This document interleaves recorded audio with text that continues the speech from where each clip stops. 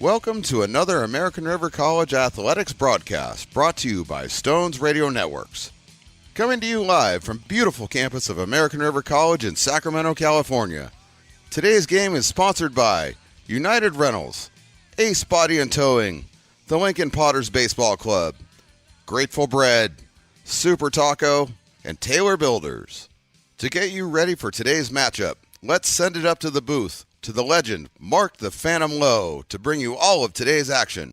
Well, good afternoon, everybody, and welcome back to Beaver Field on the campus of American River College in lovely Sacramento, California. It's time for some baseball, community college baseball. That is the American River College Beavers taking on the Feather River College Golden Eagles. The Beavers coming off a huge comeback yesterday. 6 down in the 6th inning. They come back to Nip Shasta 12-11 in 10 innings. So they're coming off that game as Feather River won their first 3 games of the season and dropped their last one 3-2 to Merced. So they are 3-1 on the year. Mark the Phantom Lowe here with you. Stones McCoy running the show. The producer and the cameraman. Chris Toy is our shadow producer and cameraman today. So we've got a full complement of talent, and I put that in air quotes, of course, to bring this one to you. The first broadcast of the baseball season from Stones Radio Networks. You watch it on Stones Radio Networks YouTube channel or American River College Athletics YouTube channel. And, the schedule gets kind of crazy for us with basketball, baseball, and softball over these next couple of months. So you probably want to just subscribe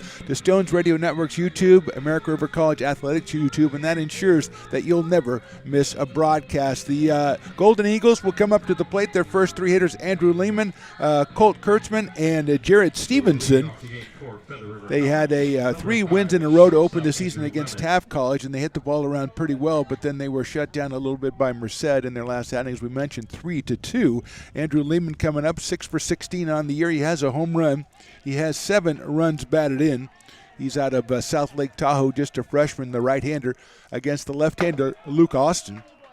Luke 0-1 on the year. He pitched the first game of the season. The Beavers fell to West Valley 2-1, but Luke pitched very well, 5 innings, 5 hits, and just 2 earned runs. So he's out there for his second appearance of the season for Coach Doug Jumalet, Coach J as we call him.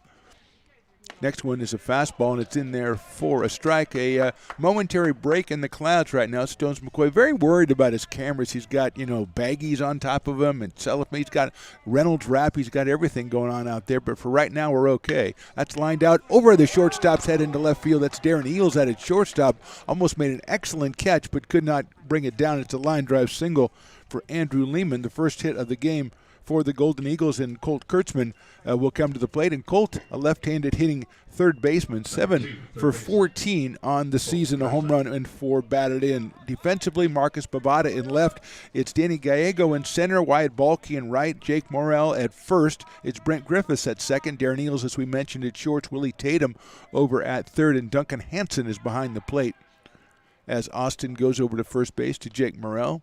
We're in number 30. Beavers with the red tops and the white pants, and the Golden Eagles in a green, which I can charitably say is an interesting color. They've got the gold numbers. That show bunt, and it's inside, throwback to first base, and Jake Morrell brings it down before it gets out to Wyatt Balke, as it was a little high from Dustin Hansen, and the count goes to 2-0 on Kurtzman. Jared Stevenson on deck. Then Quentin Terrell is the cleanup man today for the Golden Eagles. Reed Alexander, Kaido Haraki, Dylan Marks, Zane Denton, and Anthony Cepeda rounds out the lineup. Here's the pitch, 2-0. It's a breaking ball. It's outside. 3 balls and no strikes.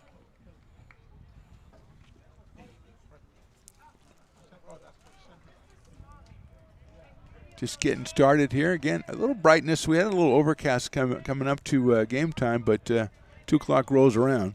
3-0 pitches, bunted down the first base line. It's a nice bunt. Morrell's going to have to handle it himself. He does. He steps on the bag and retires Kurtzman, who's credited with the sacrifice. Going to second is Andrew Lehman, and with 1 out and a runner at second, here's Jared Stevenson, the right fielder. 4 for 14 on the year for Jared. He has 4 runs batted in. Comes up here with the runner at second base. Jared, a sophomore from McQueen High School in Nevada.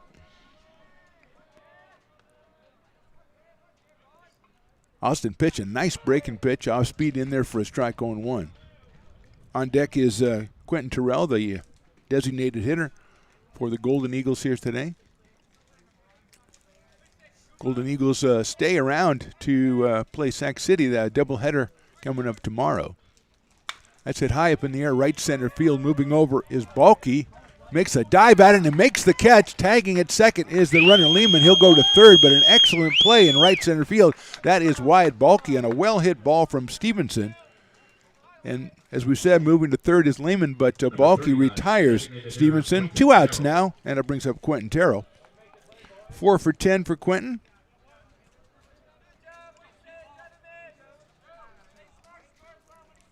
Wearing number 39. Foothill High School in Nevada. He's another freshman. He's got a runner 90 feet away. And Austin trying to retire him. Osby pitch outside corner, called a strike on 1. Duncan Hansen was hit behind the plate, the sophomore.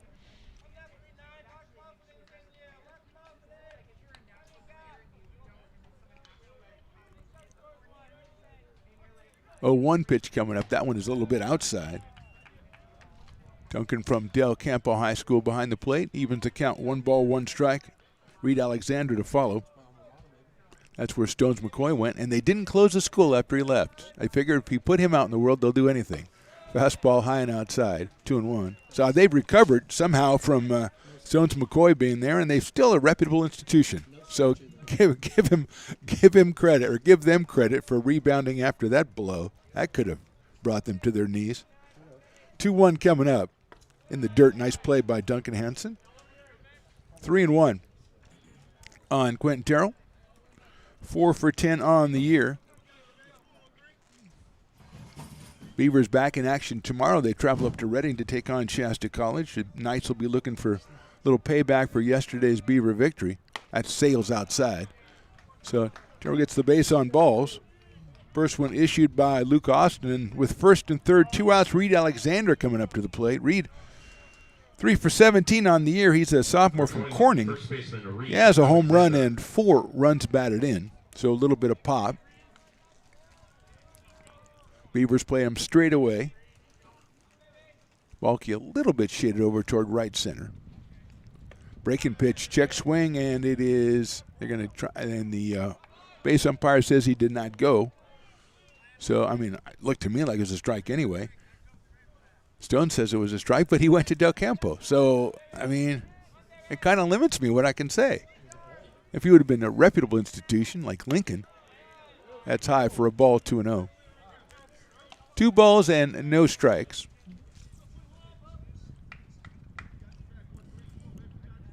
Basketball season winding down, Big 8 conference season. Big game tonight for American River. They travel to Modesto to take on the Pirates.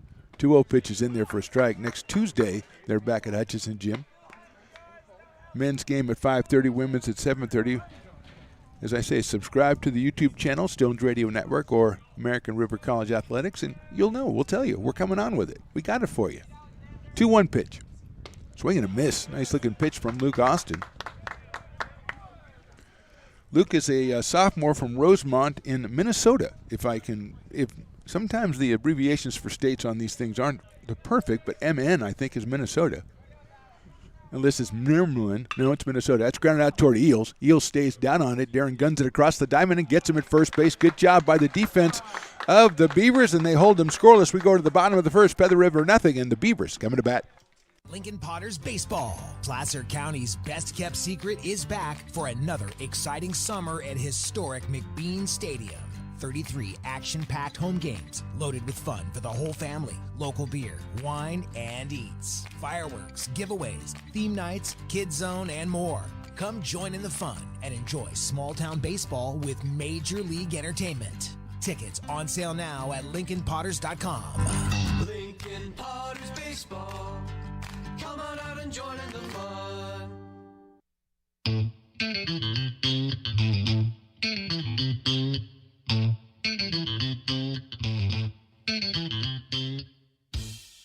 I love baking. I've been doing it my whole life. Grateful Bread was started because I needed the job.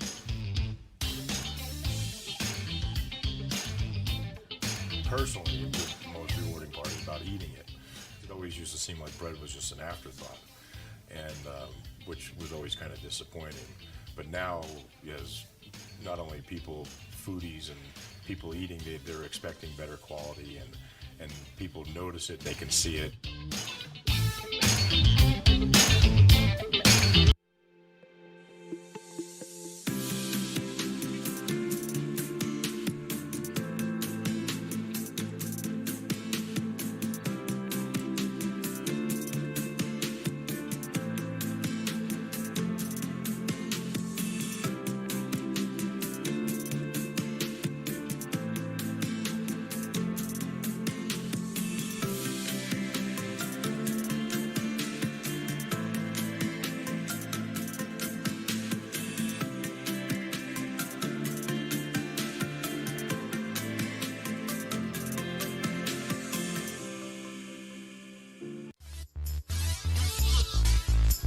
Welcome back to Beaver Field. Bottom of the first inning, the Golden Eagles go scoreless in the top. They did have 2 runners they left on base. The Beavers will send up Brett Griffith, the second baseman, the Danny Gallego, the center fielder, and Darren Eels, the shortstop. Brett 4 for 11 in the early going. He's at a Jesuit high school. He's against Eric Valdez. His first pitch is a fastball fouled out of play. Valdez, second appearance on the season. He went 4 innings, gave up 3 hits and 3 runs in his first appearance, did not get a decision. So he is out here facing Brett Griffiths, just a sophomore. Breaking ball's hit sharply. That's going to get into right field for a base hit. So Griffiths with the single to right field to start it off. First hit of the game for the Beavers. And that will bring up Danny Gallego, the center fielder.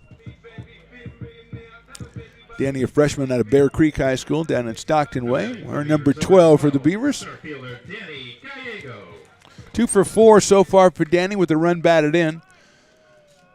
Just 3 games for the Beavers. They fell to West Valley 2 games to start the season, then beat Shasta yesterday. First pitch is a fastball. It's outside as Gallego showed bunt. Pulled it back. Third baseman Andrew Kurtzman came in. Shortstop is Colt Lehman. Is Andrew Lehman.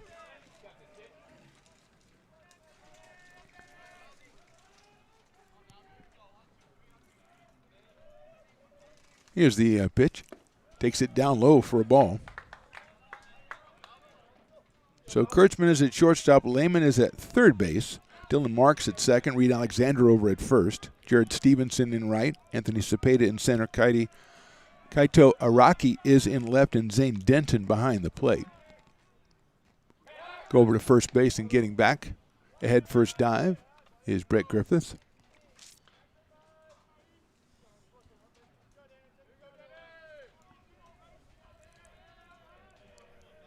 Good lead over there by Brett. Valdez checks him. Fastball right down the middle. 2 balls and 1 strike now on Danny Gallego. He did not show bunt on that one. Looks down to his third base coach. I think it's Coach Jay down there. I think that's who it is. I'll have to get Stones to zoom his drone camera in on him. Shows a bunt and takes that one. That's in there for a strike. Valdez brings it up there pretty well, and he evens the count at 2 balls and 2 strikes. It is Coach Jay. We've checked it out. We've zoomed it up. We could do that. Go ahead and get a screenshot of that, and we can send it to the family for like a Christmas present. Throw over to first base, and he's back. Reed Alexander manning first base for the Golden Eagles. Let's see if Coach Jay, I'm going to give him a couple innings. He's got to bring at least 1 or 2 runs around. That's what I'm going to say. I know he did a good job yesterday in the comeback, but, what have you done for me lately is what I'm saying. 2-2 pitches, swung on a miss, took something off that one, and down on strikes is Danny Gallego for the first out of the inning. And that will bring up Darren Eagles, the shortstop. 2 for 10 on the year for Darren. He does have a home run. He's also out of Bear Creek. He's a sophomore. We're in number 5. Jake Morrell on deck, batting in the 4th spot. Then Duncan Hansen, Jaden Reynolds, Willie Tatum hitting 7th. Batting 8th is Marcus Pabada, and Wyatt Balke is hitting 9th for Coach Jay. Griffith with the lead at first. Swinging a miss, another off-speed pitch. And behind in the count, 0-1, is Darren Eels.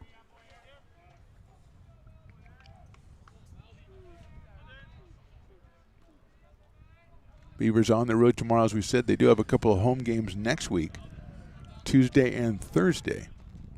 There goes the runner. No, it's a bluff, swung on and fouled at the plate. So 0-2, and the umpire was moving like that might have nicked him a little bit. And we don't wish that on umpires at all, but especially this early.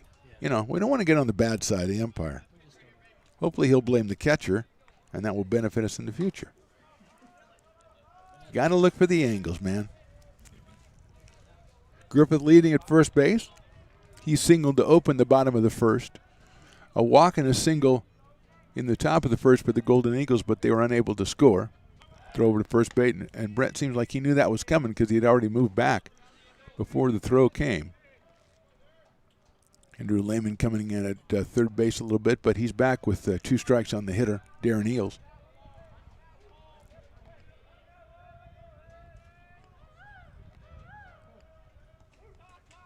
Sails high. Nice job in the Zane Denton got up high to get that one.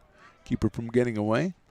1 ball and 2 strikes. Just looking over Stones' shoulder here to the picture that you're seeing. It looks very ominous in center field. Looks like one of those pictures you see of the mountains, and there's like clouds over the mountains. But I don't think there's any mountains over there. 1-2. Swing and a miss. Soft speed pitch. Got him. 2 straight strikeouts after surrendering the single for Eric Valdez, and that'll bring up Jake Morrell.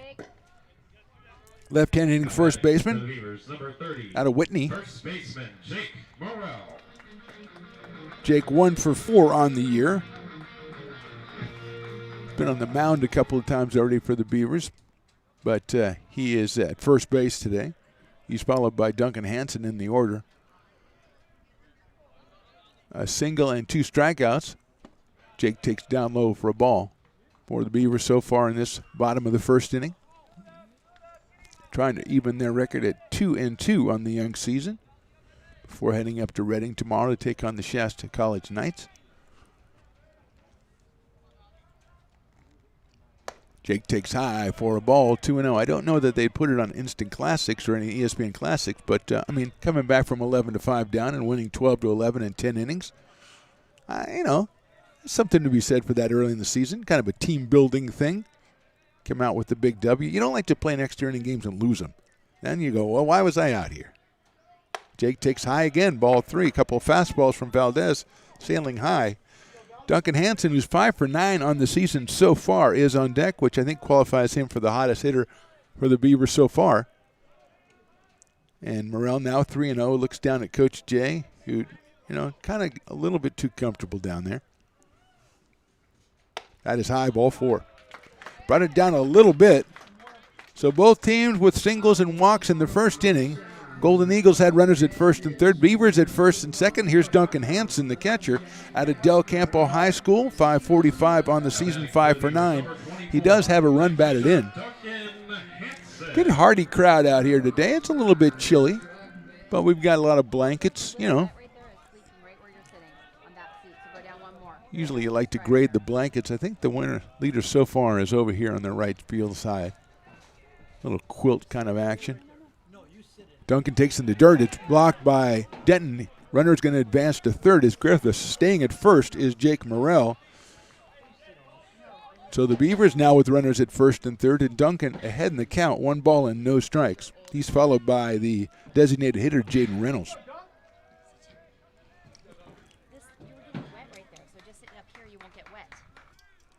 1-0 on Duncan Hansen.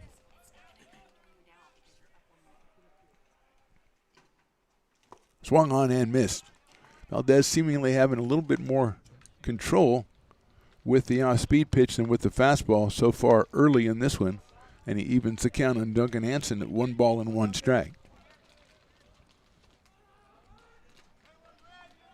See, I don't know if these are Oakland A's hats in the crowd or Feather River hats. The colors are the same, and I can't. It has to be, I think. That ball gets away. Going down to second is Morrell. Holding at third is Griffiths. Nice job by Denton to block it, but Jake still advances to second base. So runners at second and third now, and a 2-1 count. I think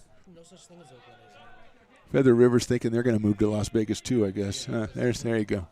There are A's fan, Stones. Do not be mean. Oh, I'm a Giants fan. My team's cool. Although I will say that Willie Mays Day on 2/4/2024 is a tremendous idea. I just saw that. It took me a second to figure it out, but I got it. 2-1 pitch coming to Hansen. Pops it up right side. First baseman Alexander's calling for it, coming in, reaches up and makes the catch for the third out. So a threat from the Beavers, but nothing happens, and we go to the top of the second. It's Beavers nothing and Golden Eagles nothing. Hi, I'm Monica from Ace Body Shop in Towne. We are a family-oriented business. We've been in business for over 30 years. We are located downtown Lincoln at 333 Lincoln Boulevard in Lincoln, California. We do automotive repair and 24-hour towing. Our phone number is 916-645-2859, or you can find us on the web.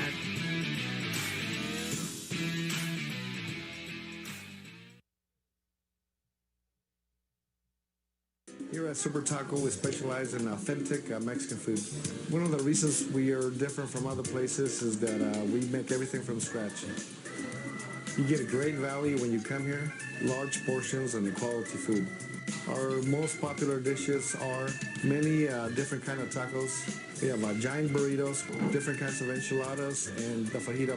If you're ready for real Mexican food, stop in at a Super Taco. We love to see you. American River College is a top-tier community college sports program that provides student athletes with the opportunity to thrive both athletically and academically. ARC Athletics is currently ranked 5th in the state and 2nd in Northern California. With over 19 sports programs, our athletes compete with the region's best athletes. Our diverse and dedicated coaching staff helps athletes develop the skills necessary to compete at the next level. Start your community college athletics journey with us. American River College, Sacramento's best athletic program. Go Beavers.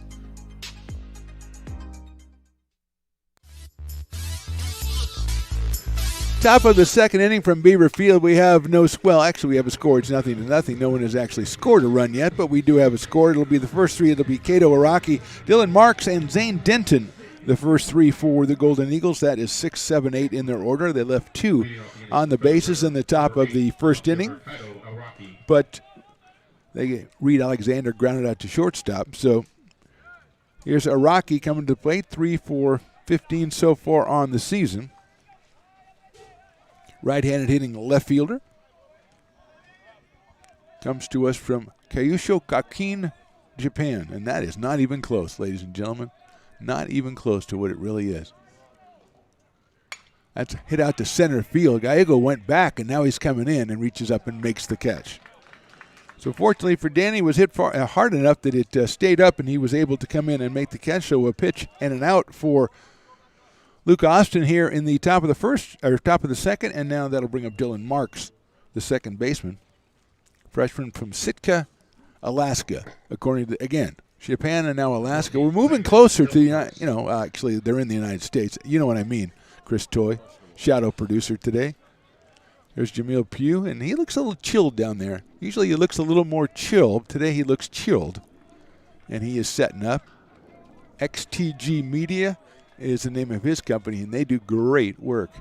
He's all over the place with the American River College Athletics, taking pictures and everything. Breaking ball is inside to get the knee, and Dylan Marks says, it hit me on the knee, and the umpire said, no, it didn't. You can't tell there's no mark on the very, very loud green pants. That doesn't help you. Austin's fastball sails outside, so it's 2-0 on Dylan Marks. Zane Denton to follow, then Anthony Cepeda, the number 9 hitter. If he is able to, he'll center fielder batting in the 9 spot. Outside again, 3-0. Austin with a walk in the first inning to Terrell.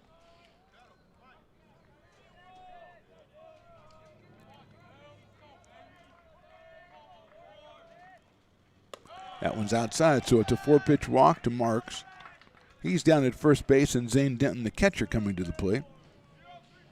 Zane 2 for 11 on the year, has a pair of runs batted in. Number 12, the catcher, Zane Denton. He's from Las Plumas High School. The freshman steps up here, wearing number 12.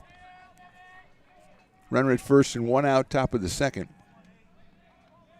Relatively warmish out here. First pitch is down low, and Hansen's throwing behind him, and it's going to be close, but a little bit too late.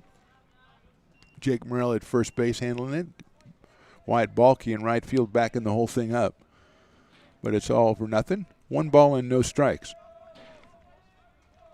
On Denton with Cepeda to follow. Austin to the plate, breaking ball down low. Nice block by Hansen. But quickly 2-0, so 6 straight balls for Luke Austin here after he got the first pitch out from Araki to open the top of the second.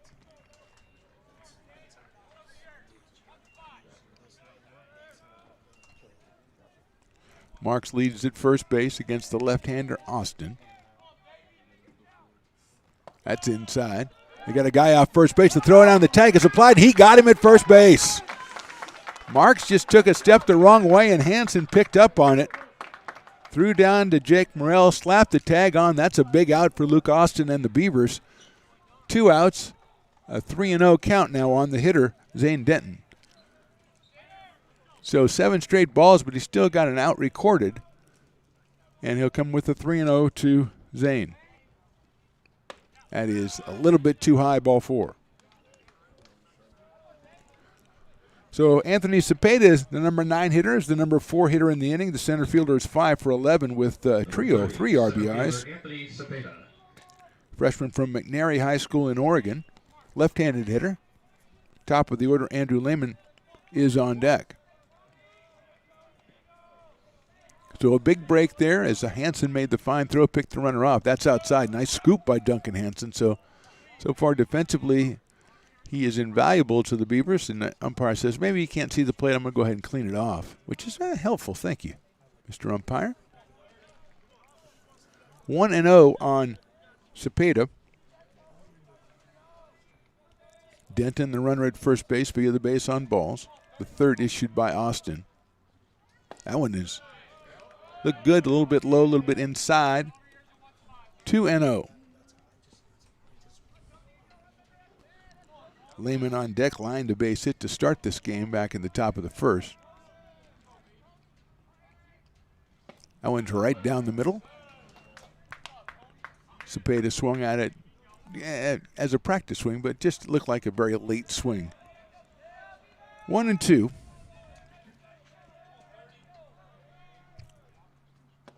Another good-looking pitch. It's outside. Make that 3 balls, 1 strike on Cepeda. Big left-handed hitter. 5:45 on the year, or 4:55 on the year, 5 for 11. That's fouled back to the screen where Stones used to have his camera, but he's cleverly moved it to a different spot so he can give you the straight behind home plate look. So you can go ahead and be amateur umpires. Not that you wouldn't be anyway. Full count.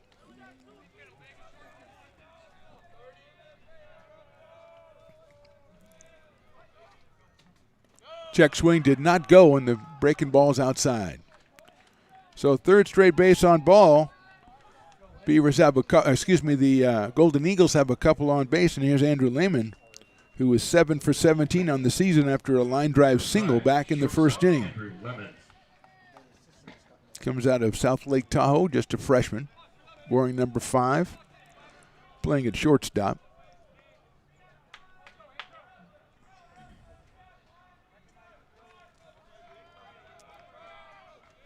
First and second, 2 outs. Second straight inning that the Golden Eagles have had 2 on base.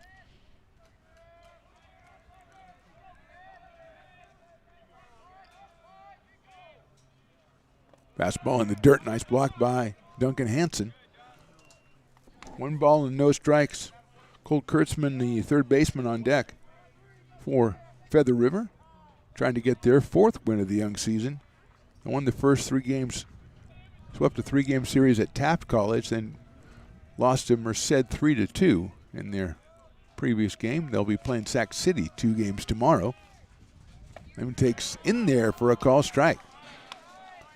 Catches the top of the strike zone, evens the count at 1 ball and 1 strike.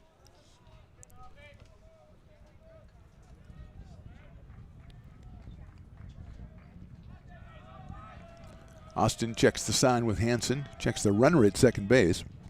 Breaking ball, and that is going to hit him on the left shoulder, and will load the bases. So 4 straight passes from Luke Austin, 3 walks and a hit by pitch, and that loads the bases. Denton moves over to third. Cepeda is now at second.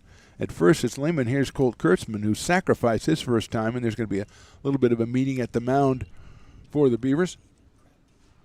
Just want to remind you that coming up in, I would say about 28 hours or so, tomorrow, February the 3rd from 5 to 9, it's the Athletics Alumni Association Crab Feed to benefit American River College Athletics. Tickets still available. Go to arcbeavers.com for information. And yes, it is true, Stones McCoy will be there. He may or may not be signing autographs, but for a small fee, he will sit at your table for one of, and I don't know if it's a main course, but for maybe the salad course, maybe. Yeah, maybe small fee. I'm saying small. I don't know if his idea of small is the same as mine. Fastball inside for a ball. 1-0. But, I mean, having a meal with Stones McCoy, what could be better? No. And there's really nothing, actually. So here's Kurtzman, 7 for 14 on the season. That pitch is in there for a strike. Started it off, Araki flied to center, then Dylan Marks walked. He was picked off first base by Duncan Hansen, and then Denton walked, Cepeda walked, and a hit by pitch, Andrew Lehman. And a 1-1 count now on Colt Kurtzman. Fastball in there for a call strike. Right at the top of the strike zone. 1-2 now on Kurtzman. Colt from Sandra Day O'Connor High School in Arizona. Not bad. Just misses outside. 2-2. Good looking pitch by Austin. Misses the outside corner. Evens the count 2-2. Jared Stevenson, the right fielder, on deck. He was robbed of a base hit by Wyatt Balky out in right center field in the top of the first. 2-2 pitch. Outside, and Austin thought he had strike three, and he didn't. So it's a full count. Kurtzman hitting at .500, a home run and 4 runs batted in for Colt. Chance to increase that total right here on the 3-2 pitch. Line drive into right field. That's a base hit. Balky's coming in, pick it up. 1 run scores. He's going to try for the plate. The throw's going to be too late. It's a 2-run single for Colt Kurtzman, and the Eagles lead this one 2-0. Scoring is Denton. Scoring is Cepeda. Lehman goes all the way around to third. It's a 2-run single for Kurtzman. And the batter will be Jared Stevenson.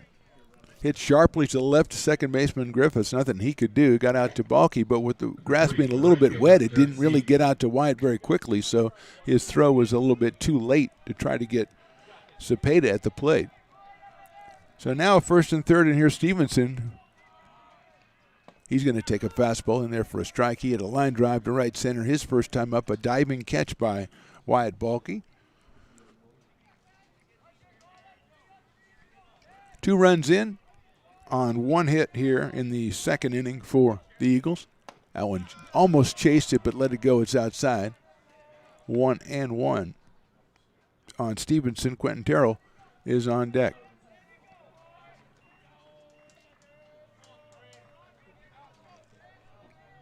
Runners at first and third. That's fouled out of play to our right. 1 ball, 2 strikes now on Jared Stevenson, sophomore from McQueen High School in Nevada. Lehman at third. Kurtzman. There's a breaking ball in there, call strike 3. 2 runs on 1 hit. We left 2. We go to the bottom of the second. It's the Golden Eagles 2 and the Beavers nothing. Lincoln Potters Baseball. Placer County's best-kept secret is back for another exciting summer at historic McBean Stadium. 33 action-packed home games loaded with fun for the whole family. Local beer, wine, and eats. Fireworks, giveaways, theme nights, kids zone, and more. Come join in the fun and enjoy small-town baseball with Major League Entertainment. Tickets on sale now at LincolnPotters.com. Lincoln Potters Baseball. Come on out and join in the fun.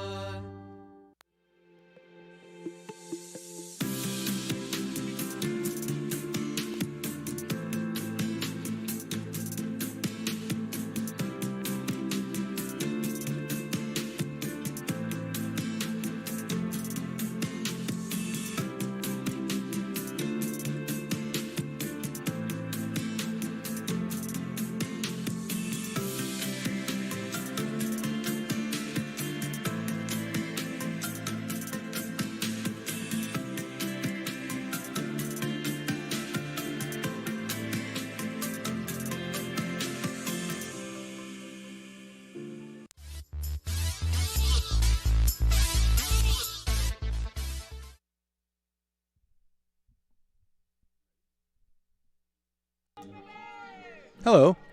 Welcome back to the bottom of the second. You just can't be chatting with Stones McCoy when you're supposed to be working, you know. Learning about again, talking about the crab feed tomorrow from 5 to 9. The Alumni Association crab feed raises money for the American River College Athletic Department. You want to be checking out arcbeavers.com and get all the tickets and all the information. First pitch is a fastball in there to Jaden Reynolds, the designated hitter. 2 for 12 and an RBI for Jaden on the season. Freshman out of Bella Vista High School. Check swing, did he go? We're going to find out. No, he did not, according to the first base umpire. 1-1. It's lucky he didn't ask me because I think I would have said he did. I'm just, because I have to be honest, you know. I got the conscious thing working. You know, if I lied, I would feel bad. That's fouled back to the screen, so it's 1 ball, 2 strikes on Jaden Reynolds. He's followed by Willie Tatum and then Marcus Babada. 6, 7, 8 in the lineup for the Beavers against Eric Valdez, the right-hander.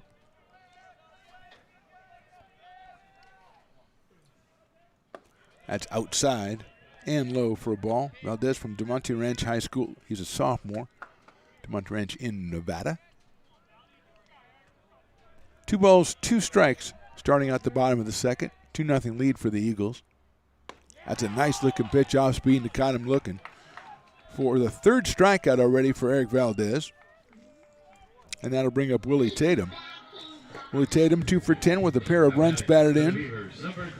Sophomore out of Grant, played a lot of first base last year for Coach Jay, starting out at 3rd base this year. He's over at the hot corner. And stepping in, right-handed hitter against the right-hander Eric Valdez.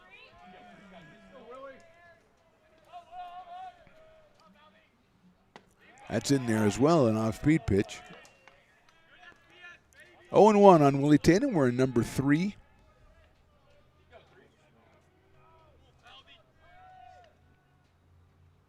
Swing and a miss. 0-2 on Tatum. Marcus Babada to follow the left fielder.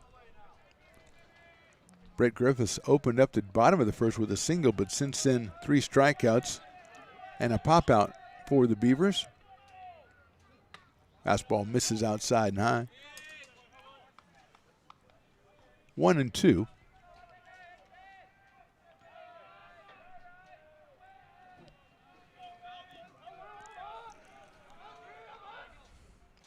Tatum takes a fastball outside. A lot of zip on that one from Valdez. But he misses inside. As we said, his off-speed seems to be more effective early on. It's just the 2nd appearance of the season for Eric Valdez. Swing and a miss by Tatum. Zane Denton thought it was 3 outs, but it's only 2. But still, pretty impressive. 2 strikeouts in a row. Here's Marcus Babada, a left fielder. He comes to us from Bear Creek High School as well, the sophomore left fielder. Hitting from the left side against Valdez, so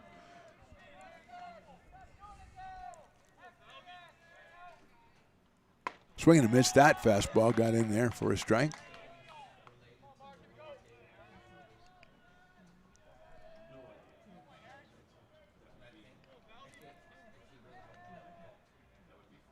Popped up left side, giving chase the left side of the infield. Can't make the play over there. So quickly 0-2.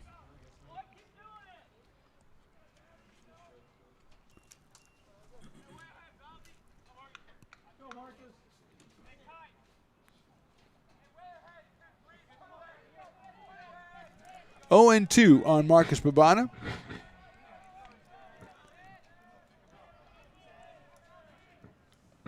Swing and a miss. He got him on strikes. He got the entire side on strikes. 1, 2, 3 for the Beavers in the bottom of the second. We go to the third. It's the Eagles 2 and the Beavers nothing.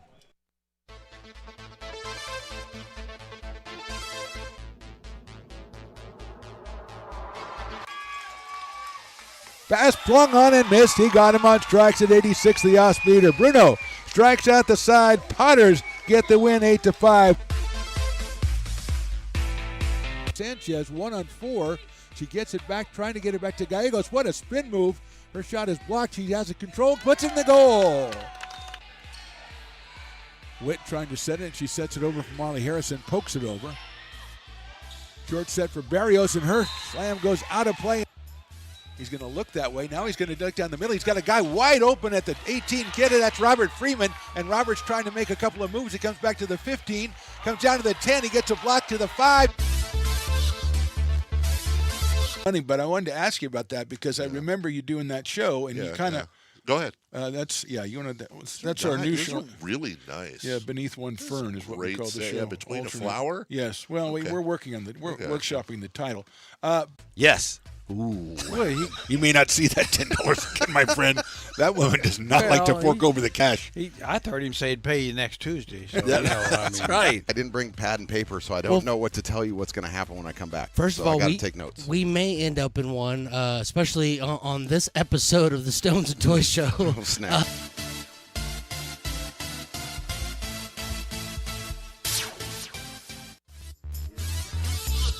Top of the third from Beaver Field. The Golden Eagles of Feather River lead this one 2-0. They'll send up Quentin Terrell, then Reed Alexander, and Kato Araki. Number 39, designated hitter, Quentin Terrell.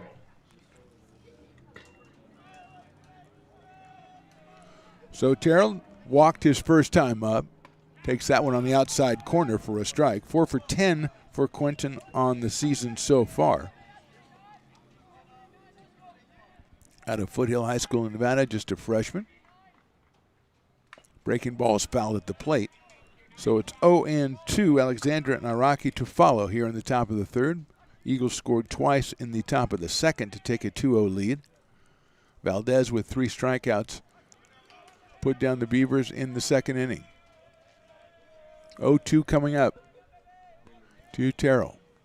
Watches one outside for a ball. Duncan Hansen behind the plate. Willie Tatum over at third. Darren Eels at short. Brent Griffiths at second. Jake Morrell at first. Wyatt Balky is in right. Danny Gallego in center. And Marcus Babada is out in left. Here's the 1-2. Breaking ball fouled out of play. Probably was out of the strike zone, but couldn't take a chance, could Terrell.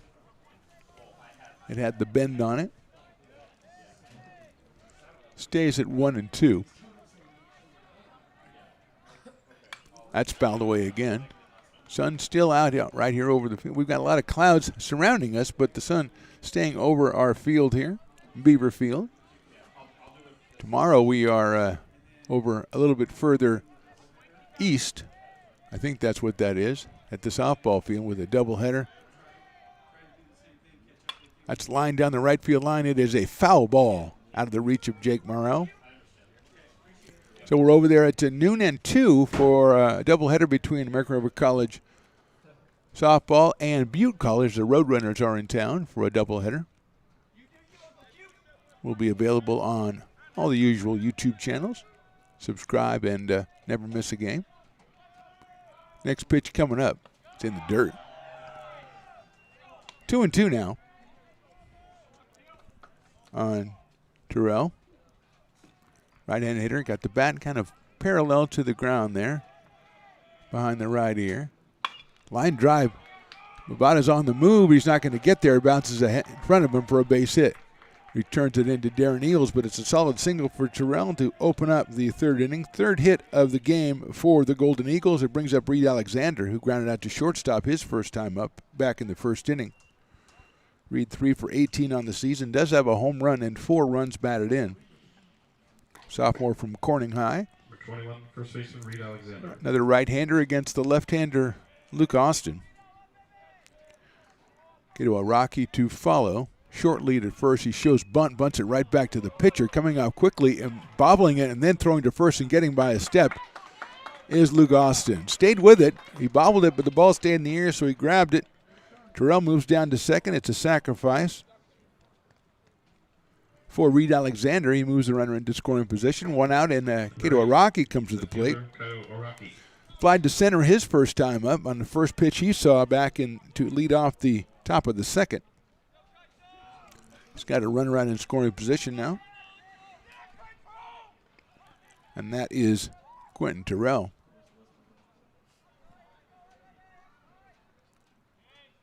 He lets that one go by. It sails outside. 1-0 on a Rocky with Dylan Marks to follow, the second baseman.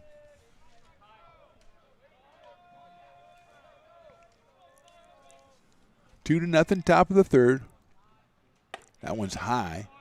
2-0. After a Rocky in the second is where Austin lost control. He walked 3 in a row, then hit Lehman before Chrisman's 2-run single. Put the 2 runs up on the board for the Golden Eagles. Fastball misses outside. 3-0.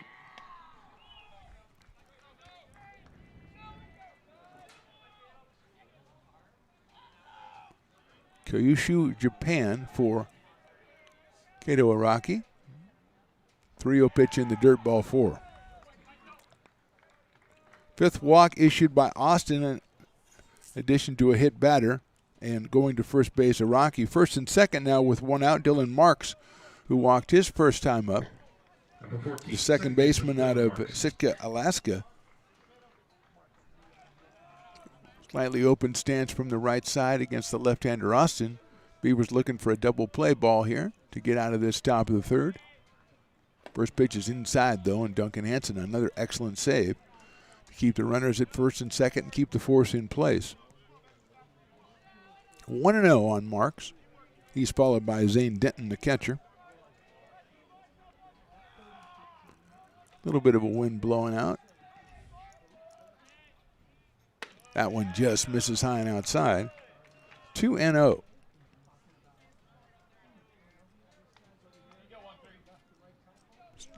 Better blankets still look like they're down the right field side. And that's always, you want to keep up to date on that. 2-0 pitch looked good, but it is a little high. Ball 3. 3 balls, no strikes with Denton to follow. Just 1 out here in the top of the third. That one is in there for a strike. Taken all the way was Dylan Marks. 5 for 12 on the season for Marks. Golden Eagles come in at 3-1 with the doubleheader against Sac City tomorrow. That one is in there again, strike 2. So Austin comes back with 2 quick strikes. Count is now full with runners at first and second. Just 1 out, though.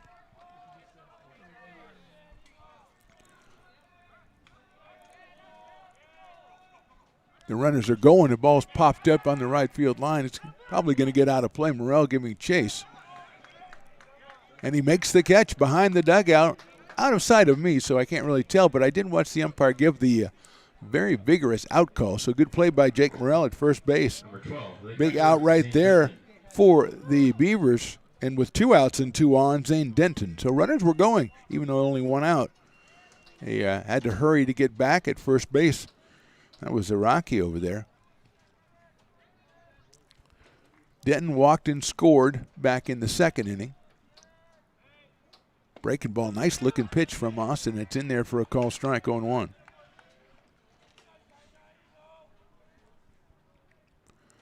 Terrell at second, Araki over at first base. 0-1 on the way. That's in there again, call strike 2. To Zane Denton. Anthony Cepeda, number 9 hitter on deck. If Denton can keep it going for the Golden Eagles here in the third inning.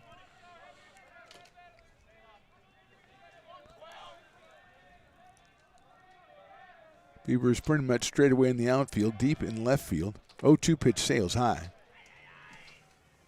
1 ball and 2 strikes.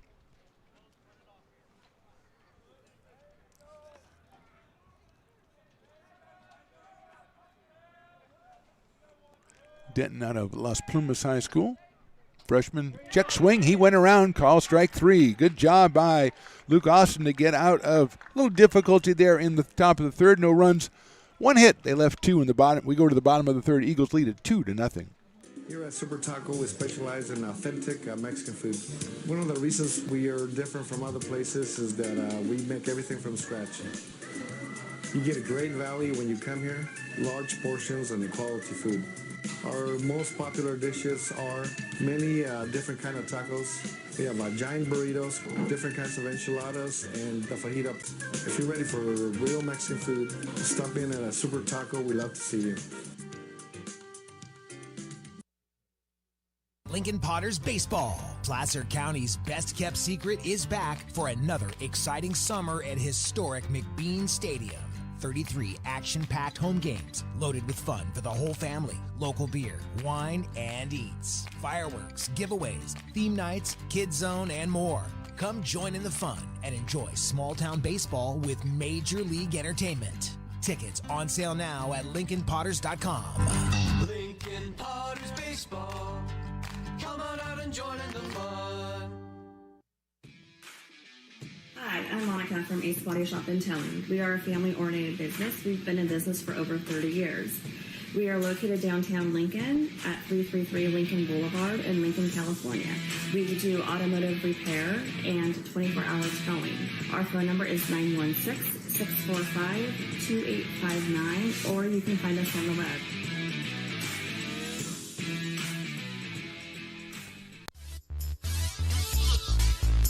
Bottom of the third inning. A good job by the Beavers to get out of the jam in the top of the third. They still trail it, though, 2-0, and they'll send up Wyatt Balky, number 9, then Brett Griffiths and Denny Gallego against Eric Valdez, who has given up just one hit and struck out 5 in the first 2 innings.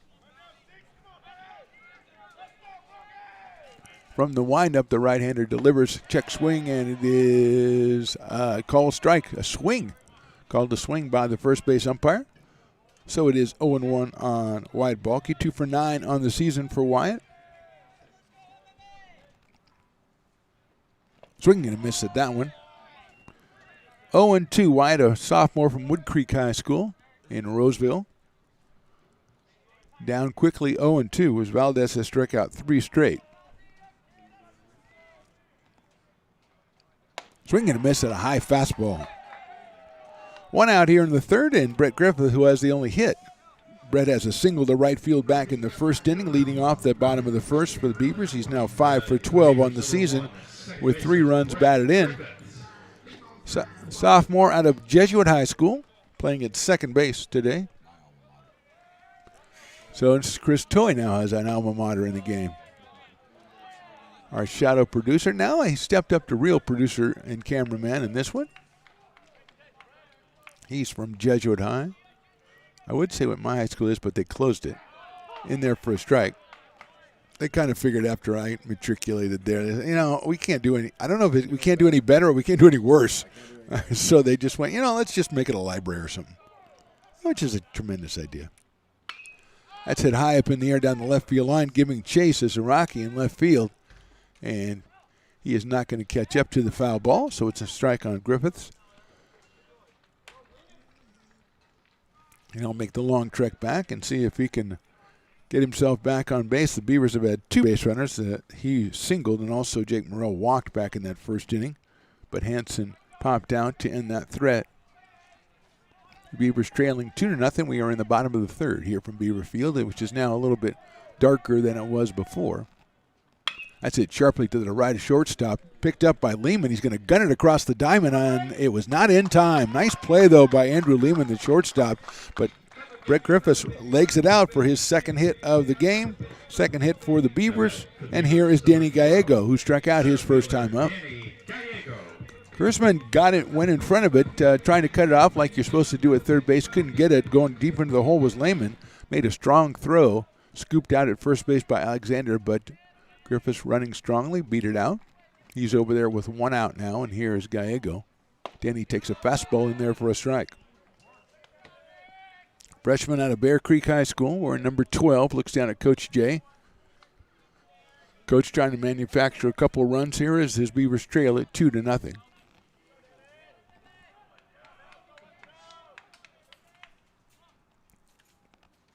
There you go. Nice block, but it's going to get away from the catcher, and going down to second is Griffiths. So Zane Denton with a good block, but it got away a little bit too far. That's going to be scored a wild pitch because I'm the scorekeeper, and that's what I decided it was. So it is now 1 ball and 1 strike. Scoring position, Brett Griffiths out at second base. He is 2 for 2. Keeping him close to Lehman there at shortstop, kind of shadowing him so he doesn't get a big lead. Outside and high for a ball. 2-1 now on Danny Gallego. Darren Eels to follow, the number 3 hitter in the lineup for Coach Jay and the Beavers today.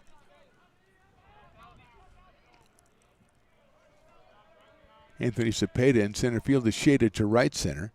That's fouled off. And it'll even the count at 2-2. Straight away in left is Kato Araki, and the same in right for Jared Stevenson.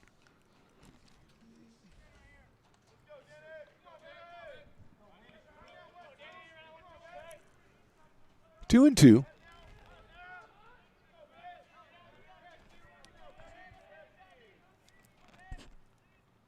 Swinging and a miss. The fastball got him. Strikeout number 7 for Eric Valdez, and here's Darren Eels, who struck out back in the first inning. Now batting for the Beavers, number 5, the shortstop, Darren Eels.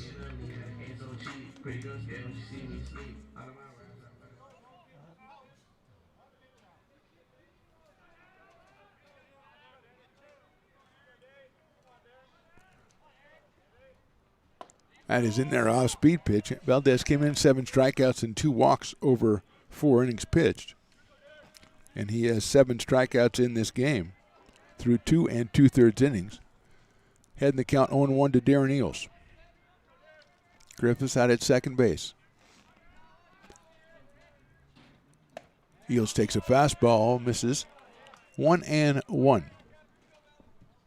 Jake Morrell, the cleanup hitter on deck, left-hand hitting first baseman. Hoping to get a chance here in the third. Beavers hoping to cut into the 2-0 lead that the Eagles hold right now. They scored twice in the top of the second.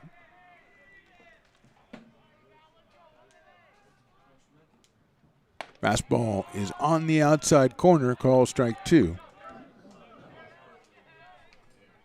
1-2 on Darren Eels, who walks around a little bit trying to get his bearings. Don't think he quite agreed with that assessment. 1-2.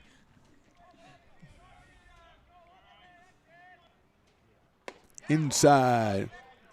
They're going to. That's the field umpire. He signals no swing.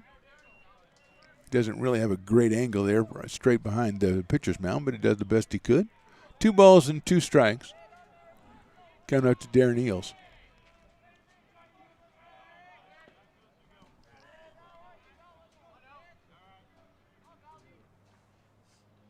Swing and a miss, the high fastball. Strikeout number 8 for Valdez. Beavers leave 1. We go to the top of the 4th. Feather River 2, American River nothing. American River College is a top-tier community college sports program that provides student athletes with the opportunity to thrive both athletically and academically. ARC Athletics is currently ranked 5th in the state and 2nd in Northern California. With over 19 sports programs, our athletes compete with the region's best athletes. Our diverse and dedicated coaching staff helps athletes develop the skills necessary to compete at the next level. Start your community college athletics journey with us. American River College, Sacramento's best athletic program. Go Beavers.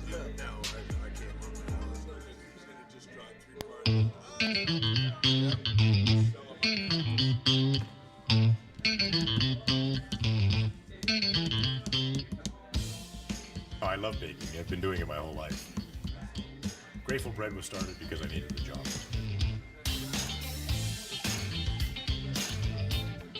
Personally, the most rewarding part is about eating it. It always used to seem like bread was just an afterthought, and which was always kind of disappointing. But now, as not only people, foodies and people eating, they're expecting better quality, and people notice it, they can see it.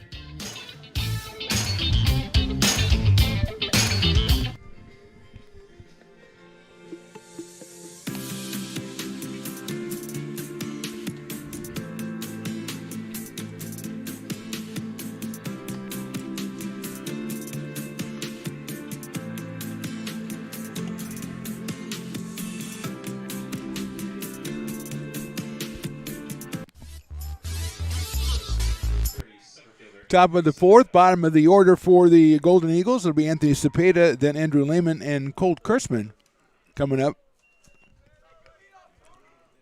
for the Golden Eagles against Luke Austin. Got out of a jam there in the third inning. First pitch is a little high for a ball, 1-0. Cepeda walked and scored back in the second inning. 5 for 11 on the season for Anthony so far. Takes that one, it's in there for a strike. Evens the count, 1 ball and 1 strike. McNary High School in Oregon for Anthony Cepeda, just a freshman. Outside for a ball. 2-1.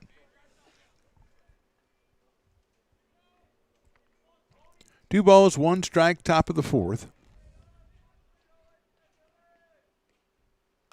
Check swing, fouls it off to the left. 2 balls and 2 strikes.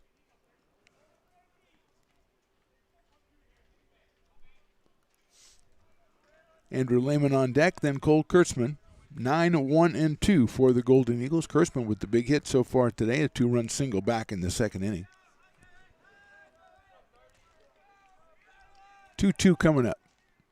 Right down the middle, call strike 3. That is 3 strikeouts for Luke Austin. And now he will face Andrew Lehman, who singled and been hit by a pitch. So he's been on base both times.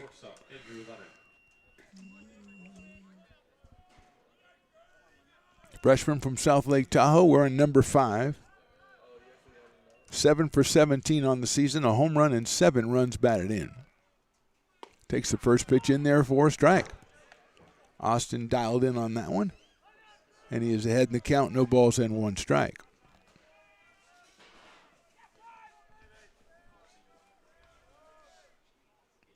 Breaking balls out to right field. Balke moving over, settles under it and kind of stayed up a little bit for Wyatt Balke. He makes the catch in right field. So quickly 2 up and 2 down for the Golden Eagles in the fourth, and that'll bring up Cole Kurtzman, who sacrificed in the first the 2-run single that we mentioned.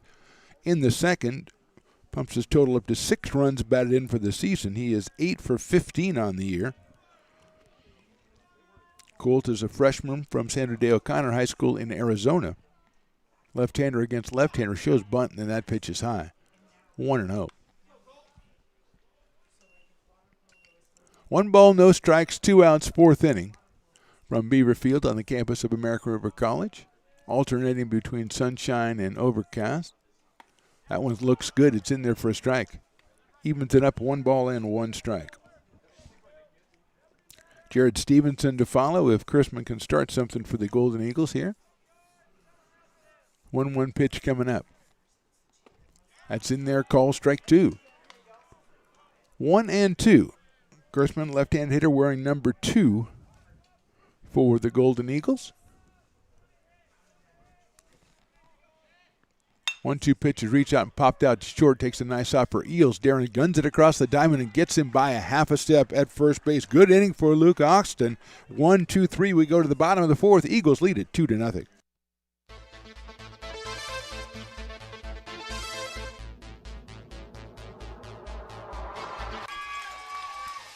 Pass flung on and missed. He got him on strikes at 86, the off-speeder. Bruno strikes out the side. Potters get the win 8-5.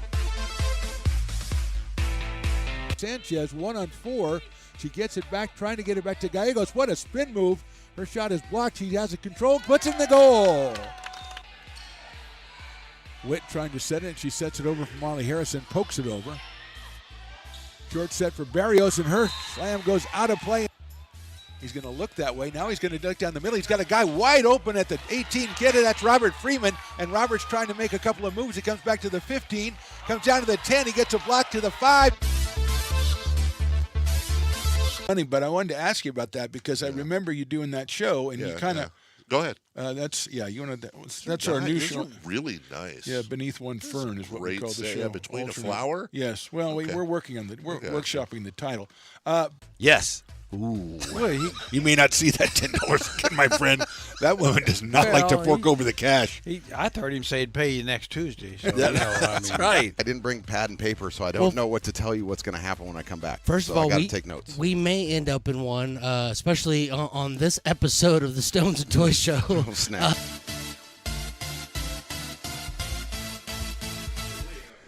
Bottom of the fourth inning, Beavers coming up to the plate. It'll be Jake Morrell, Duncan Hansen, and Jaden Reynolds against Eric Valdez, who's been very impressive through the first 3 innings with 8 strikeouts, 2 hits allowed, both to Brett Griffiths. The first pitch is on the outside corner at the knees for a strike, 0-1. Struck out 2 in the first, 3 in the second, and 3 in the third. Check swing, did he go? I think he might have. Let's ask somebody. No, the umpire says, nope, I don't need to ask anybody. He didn't go. All right, fair enough. 1 ball and 1 strike. Feel confident enough in yourself. That's okay. Valdez working kind of from a stretch and then into a windup, and that pitch is down low for a ball, 2-1. 2 hits for the Beavers. They trail it 2-0. Luke Austin with his best inning of the game, 1-2-3 in the top of the fourth. 2-1 pitch. Jake takes inside, ball 3. Zane Denton held it there, kind of turned around to ask the umpire where it missed. You want to keep looking forward, you can ask him, but look forward, don't turn around. At least that's what they used to tell us back in the old days. Umpires don't like it if you turn around. I thought it was pretty innocent, though. 3-1 pitch, that one he went around on. No need to appeal to anybody. It's a full count, 3 balls and 2 strikes.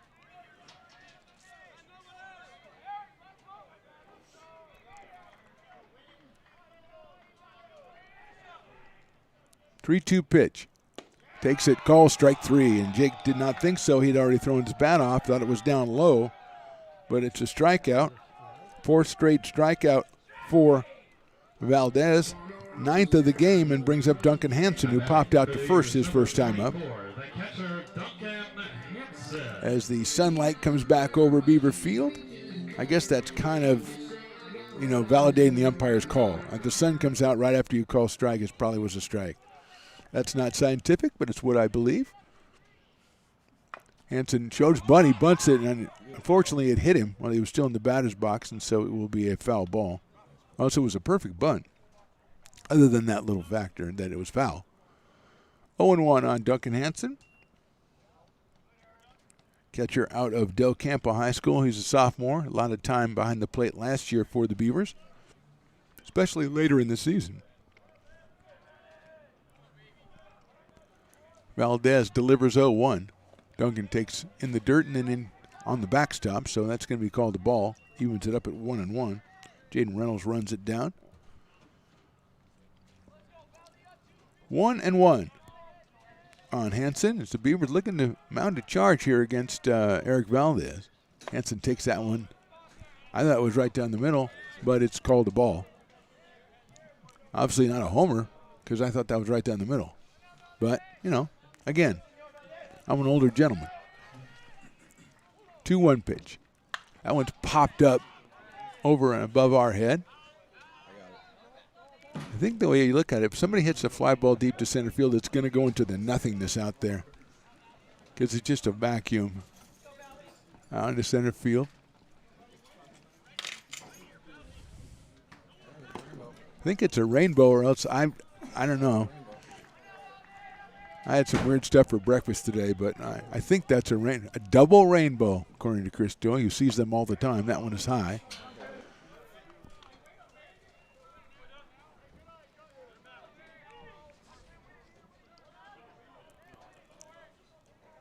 So a double rainbow out there into the nothingness, as we said. That's hit high up in the air. Right center field moving over is Cepeda. He comes all the way into right center field and makes the catch in front of Jared Stevenson for the second out. So Hansen flies out to center field for that second out. And here's Jaden Reynolds, who struck out looking his first time. Now batting for the Beavers, number 2. Freshman from Bella Vista. Jaden Reynolds. He's the DH for Coach Jay and the Beavers today. And we've got some umbrellas popping up to our left right when we see it. Now that is a double rain. That's a lot of rainbow right there. Somebody could take a picture and win a prize. Reynolds takes a fastball inside for a ball.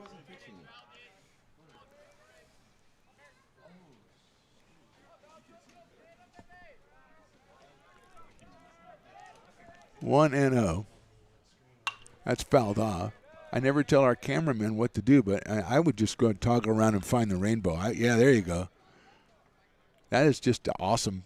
That is an awesome shot right there. Now, hit the fence out of there. What's wrong with you? Oh, I see what you're doing. The meeting of the rainbows. Tremendous call right there. Outside, ball 2.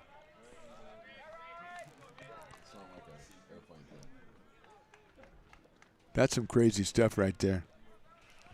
I think a home run to center field would be the best thing right now. Reynolds takes a fastball. It's in there. I believe that's 2 balls and 2 strikes. Let's see. That's what I've got up on the board by the very able scoreboard crew to my right here. Outside for a ball. That's going to take us full of 3 balls and 2 strikes. If Jaden gets on, Willie Tatum to follow.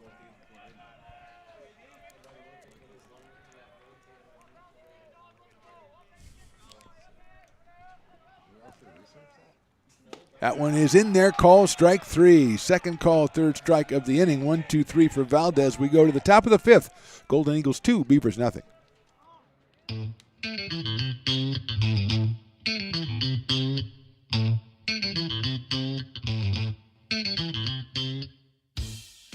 I love baking. I've been doing it my whole life.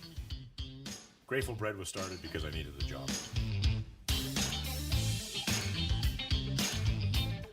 Personally, the most rewarding part is about eating it. It always used to seem like bread was just an afterthought, and which was always kind of disappointing. But now, as not only people, foodies and people eating, they're expecting better quality, and people notice it, they can see it.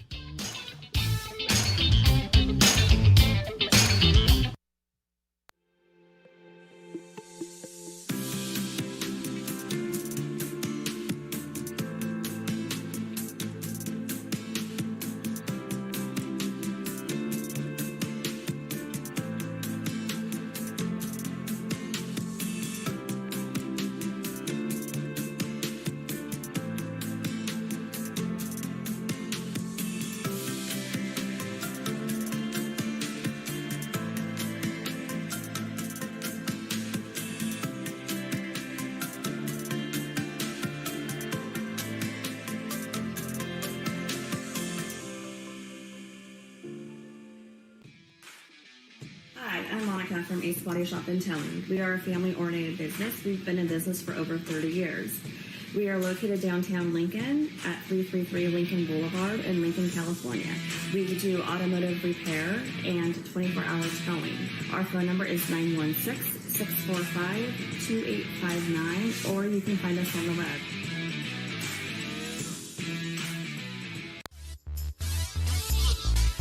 Top of the 5th, Eagles lead at 2-0. Joey Guarienti, the freshman from Vista Del Lago, is the new pitcher for the Beavers. Joey with 1 1/3 innings pitched so far this season. This will be his 2nd appearance.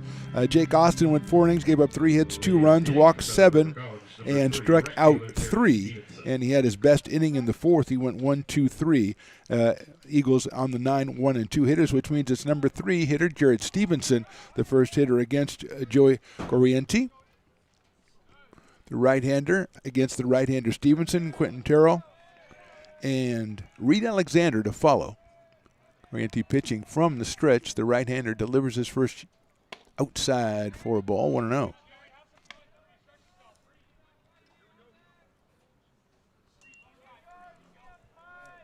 One and 0 on Stevenson, who was flying to right and struck out looking. So Jared is 0 for 2 so far in this one. In the dirt, 2-0. 4 for 16, 250 for Jared Stevenson, with 4 runs batted in. For Feather River, who was 3-1 on the year. Got a game here today and then a doubleheader tomorrow at Sac City College against the Panthers. Beavers will be up in Reading against Shasta College. 2-0 pitches in there for a strike. 2 balls, 1 strike on Stevenson. We're opening up the top of the 5th here at Beaver Field. Rainbows all over the place. Umbrellas, blankets. Hardy fans out here checking this one out. 2-1 pitch is fouled back to the screen, 2-2.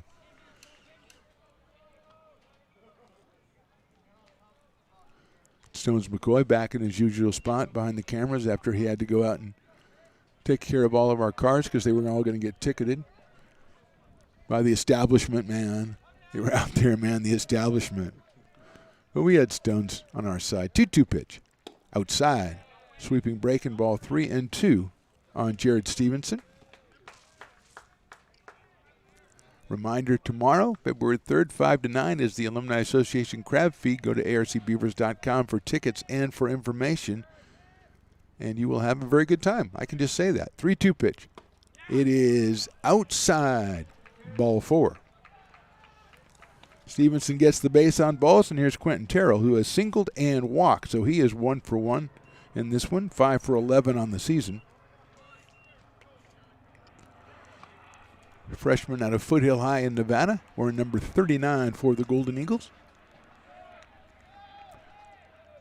Stevenson gets a good lead over at first base. Pitch comes to the plate in a tie. Hansen has to stand up to handle it. 1-0 on Terrell. Reed Alexander, the first baseman, to follow. We are in the top of the 5th. Golden Eagles 2, Beavers nothing. They got their 2 in the top of the 2nd inning. That's chopped, big chopper out towards second, handled by Griffiths. Did he make the tag? I don't know, but he got the runner at first. Let's see what no, he did not make the tag according to the base umpire. And Coach Jay's going to go out and talk to him. Griffiths had to make, if he did make the tag, it was an incredible play because he had to wait for the ball to come down and moved his glove from left to right to try to get the back of Jared Stevenson. He thought he did. The umpire said he didn't. And Terrell's retired 4-3, and they're going to ask the home plate umpire to see if he had a better angle at it. And since it was tagging a guy in the back who was facing him, I don't know how he could, but let's see. Let's hope for all of our sakes, all of the Beaver fans, that he did see a tag.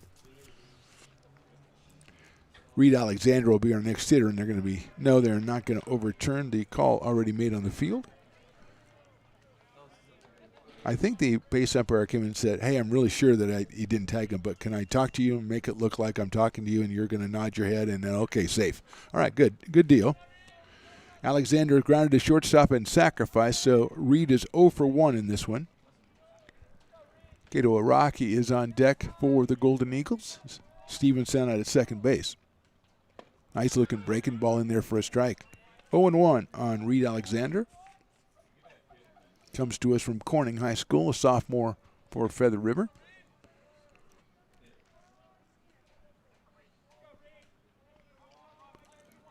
Runner at second.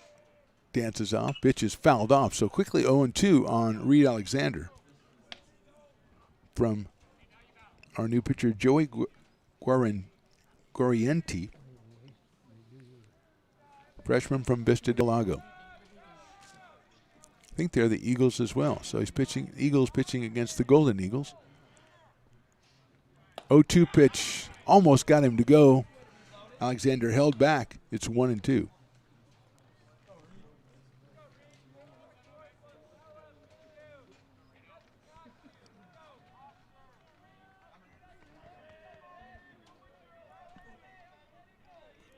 One-two coming up. Chop foul again. Back to the screen. Stays at 1-2. Duncan Hansen says, I'll go get that one for you. A helpful chap.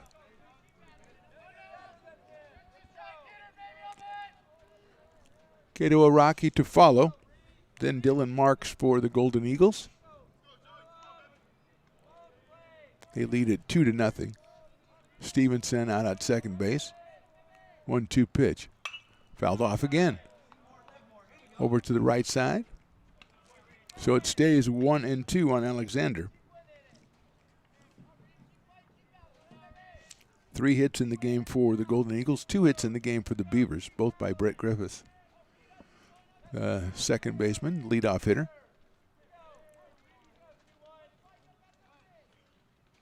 Grounded out towards shortstop to Eels. He looks at the runner back. They're going to try to go behind the runner, and they got him at second. The throw to first, safe at first. Almost a very unorthodox double play. And out at second base is Stevenson. He kind of got up a little bit too far. Credit second baseman Griffiths for coming in behind him, and Eels with the throw cut him down. So it's a fielder's choice. Alexander is at first base. And 2 outs now, and here's Cato Araki. Another heads-up play by the Beavers on the infield. They picked a guy off at first base earlier in the game and then get the runner here and picked him off second. So 2 outs. All right, Nanti pitch is fouled back.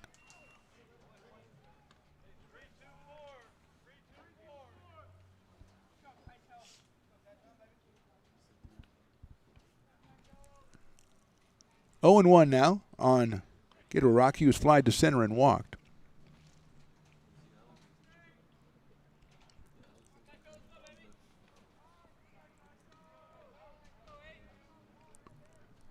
Alexander now the runner at first base. Breaking ball's hit out, snagged out of the air by Corriente for the out. So an unorthodox inning, but a good one for the Beavers as we go to the bottom of the 5th. It's Feather River 2, America River nothing.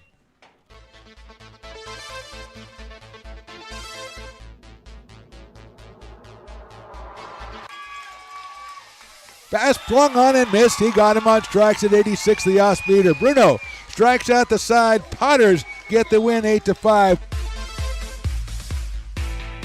Sanchez 1 on 4. She gets it back, trying to get it back to Gallegos. What a spin move. Her shot is blocked. She has it controlled, puts in the goal. Witt trying to set it. She sets it over for Molly Harrison, pokes it over. Short set for Barrios, and her slam goes out of play. He's going to look that way. Now he's going to duck down the middle. He's got a guy wide open at the 18 kid. That's Robert Freeman. And Robert's trying to make a couple of moves. He comes back to the 15, comes down to the 10. He gets a block to the 5. Funny, but I wanted to ask you about that because I remember you doing that show, and you kind of. Go ahead. That's our new show. Really nice. Yeah, Beneath One Fern is what we call the show. Yeah, Between a Flower. Yes. Well, we're working on workshopping the title.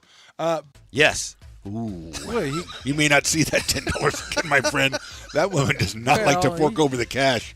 I heard him say he'd pay you next Tuesday. So That's right. I didn't bring pad and paper, so I don't know what to tell you what's going to happen when I come back. First of all, I got to take notes. We may end up in one, especially on this episode of the Stones and Toys Show. Oh, snap.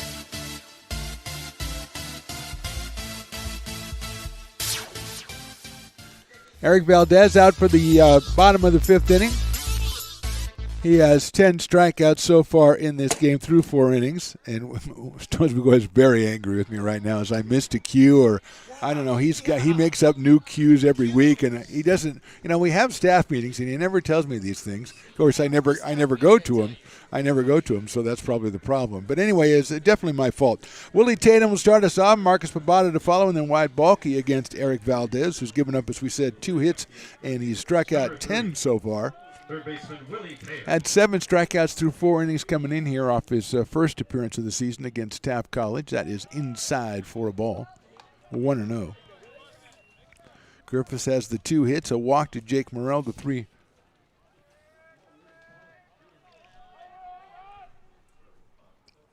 Fouled off.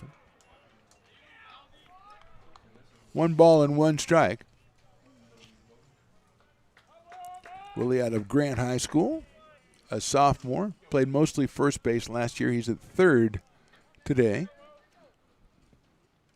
Takes a fastball right down the middle for a strike, 1-2.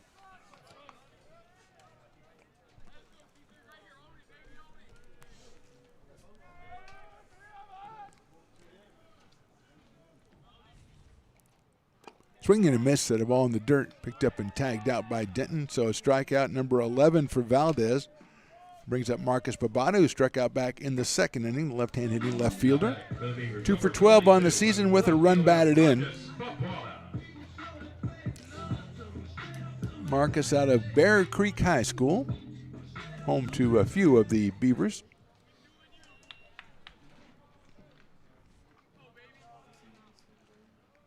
Shows bunt, pulls it back. Still a little remnant out there of the rainbow. Very impressive rainbow. that we saw mostly in about the third inning, fourth inning. We are in the bottom of the fifth. It's a 2-0 count for Feather River.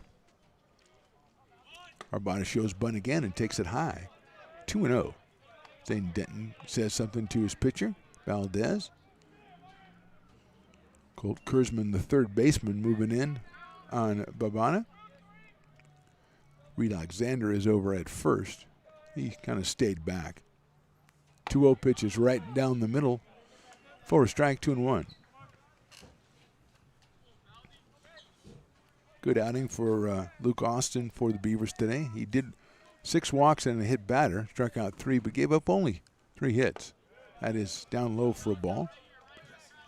Came through with big pitches when he needed them, and his defense came through for him as well. A couple of good plays in the outfield.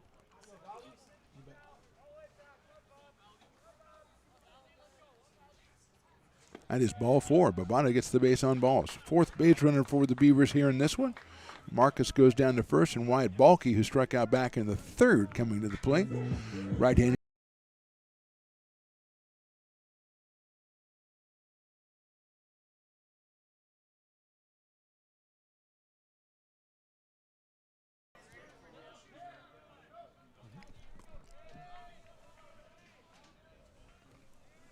Big lead by Babana. The first pitch is down low for a ball. Marcus really getting a good jump or a good lead over there at first base. Reed Alexander trying to hold him on.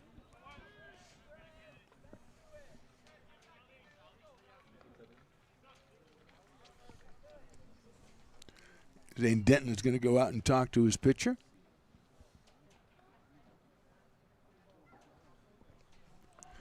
And he is satisfied with what happened, what transpired out there, talking to Valdez, who has 10 strikeouts through 4 in the 3rd innings, giving up 2 walks and 2 hits. He leads it 2-0.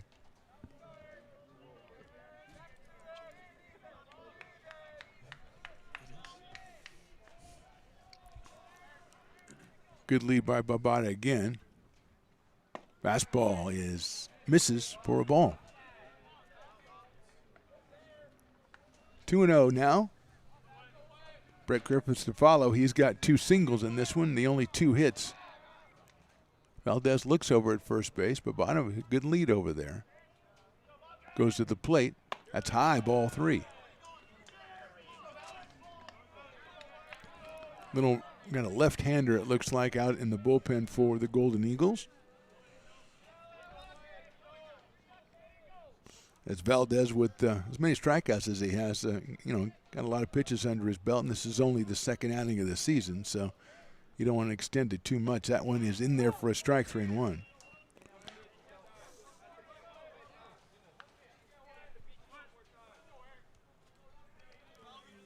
Three balls, 1 strike, 1 out, runner at first base. We're in the bottom of the 5th here from Beaver Field. Check swing, did he go? The umpire says yes, he did. 3 balls and 2 strikes. I tend to agree with him. Full count now. Let's see if Babata's going. He is getting a pretty big lead over there, although he's kind of cut down on it a little bit with a 3-2 count coming up. He's not going. Pitch is fouled out of play by Wyatt Balke. Brett Griffiths on deck for the Beavers. Turn the order around. Brett in the number 1 spot, and then Danny Gallego after him. Babata getting out to that nice lead again. Did not go last time. They go over to first base, and he gets back. Stays full count on Wyatt Balke. Outfield pretty much straight away. Cepeda a little bit in right center. That's hit high up in the air to left center, and going back is Cepeda, still going back. He kind of finds it. He can't find it. It's going to get down. Going to second is Balke. He's in, and going to third is Marcus Babata. I think that was about 30 yards over the head of Cepeda. He tried to go back and track it, couldn't find it when he finally got in front of the warning track. And good job by Babata to get to almost second base and make it over to third. So that is the 3rd hit for the Beavers. First one by somebody other than our next hitter, Brett Griffiths, who is 6 for 13 on the season and is 2 for 2 in this one today, and he's got the potential tying run out at second base. Brett out of Jesuit High School, right-handed hitter against Valdez. Lines it into center field. It's probably going to stay up for Cepeda. It does. Tagging at third is Babata. The throw is strong, but it's going to bounce up and not be in time, and a sacrifice fly for Brett Griffiths. Moving to, they're going to appeal third, and they're going to be waved off. So Babata scores. Balky stays at second. It's a sacrifice fly. It's an RBI for Brett Griffiths, and here's Danny Gallego with the tying run now at second base. And the Beavers on the board here in the inning. That ball was hit very sharply as well, so that's 2 straight balls hit very well by the Beavers out to center field. Cepeda couldn't handle the first one, handled the second one, had a nice throw into the plate, just took a little too big of a hop at his inside, and it looked like Gallego thought he was hitting. He was. So he'll go down to first base. Hit by the pitch, first and second now. And that'll bring up Darren Eels, who was struck out twice. We're going to have a visit to the mound by the Golden Eagles. We're going to step away for just a second. We are in the bottom of the 5th inning. It's Feather River 2, American River 1.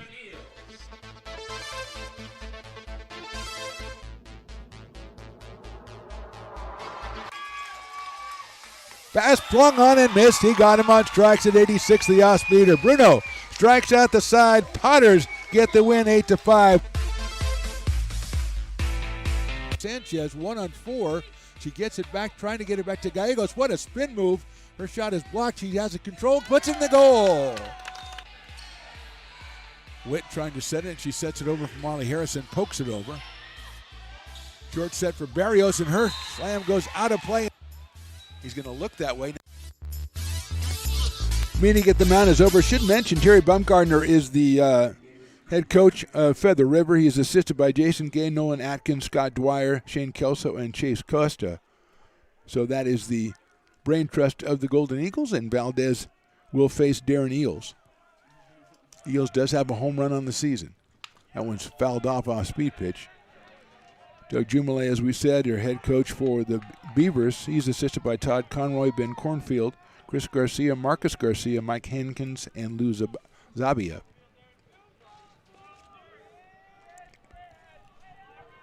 Oh 1 on Darren Eels. Runners at first and second here in the 5th inning. Beavers have scored. They are trailing 2-1. Eels takes high, and the ball pops out of the glove of Denton, but doesn't get far enough away for Balky to try to advance.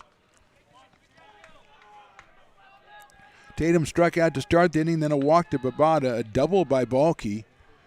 Babata going to third, and he scores on the sacrifice fly, more like a line drive from Brett Griffiths, who was 2 for 2, and a sacrifice fly and a run batted in this one.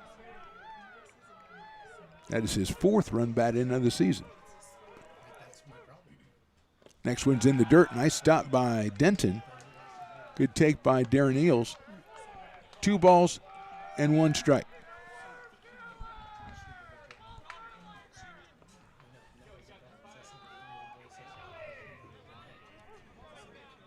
Gallego at first, Balky at second.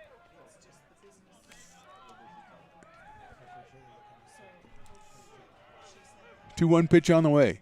That is called strike 2 in there. Adrian Figueroa, left-hander warming up, freshman from Willows, is one of the pitchers warming up out in the bullpen. And I believe Gage Hoyle was another one. So a couple of guys up and throwing for the Golden Eagles, and coming up the 2-2 pitch to Darren Eels. That's outside, ball 3. So with a full count, everybody will be running, gives Balky a better chance to score from second on a base hit. But Gallego over at first base also will be going. He'll get a big lead with nobody holding him on. 3-2 to Darren Eels, the shortstop out of Bear Creek High School. Valdez, stretch. Runners take off the pitch. It's a looper out into center field. Shortstop giving chase. Can't get it. That's going to drop in for a base hit, and that's going to tie the ball game. A base hit by Darren Eels, and the Beavers have tied this one up at 2. Got enough of it. Not much, but enough. Balky, as we said, going with 2 strikes, 3-2 pitch. He might not have been able to score regularly on that one, but he did on the 3-2 pitch. He scores the second run of the inning, second hit of the inning for the Beavers. It's now 2-2. Gallego went all the way around to third, and we're going to get a pitching change for the Golden Eagles, and we will step aside for just a second. Bottom of the 5th, Beavers with the comeback. They've tied this one up. It's now 2-2.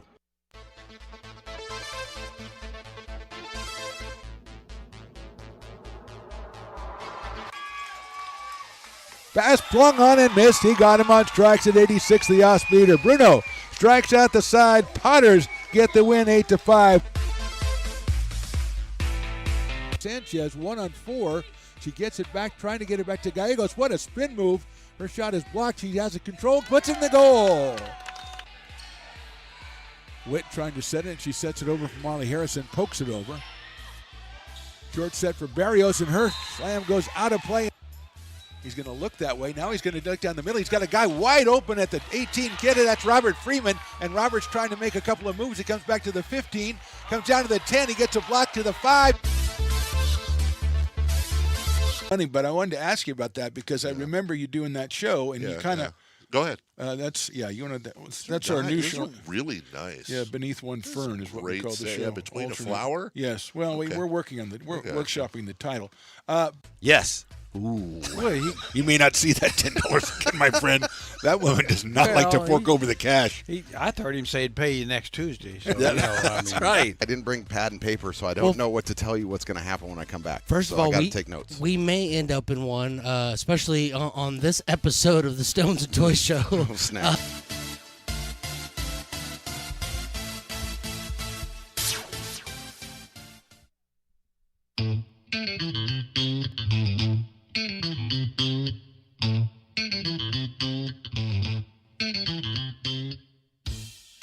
I love baking. I've been doing it my whole life. Grateful Bread was started because I needed the job.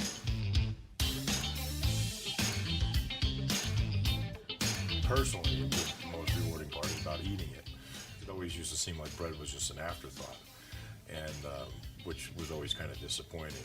But now, as not only people, foodies and people eating, they're expecting better quality, and people notice it, they can see it.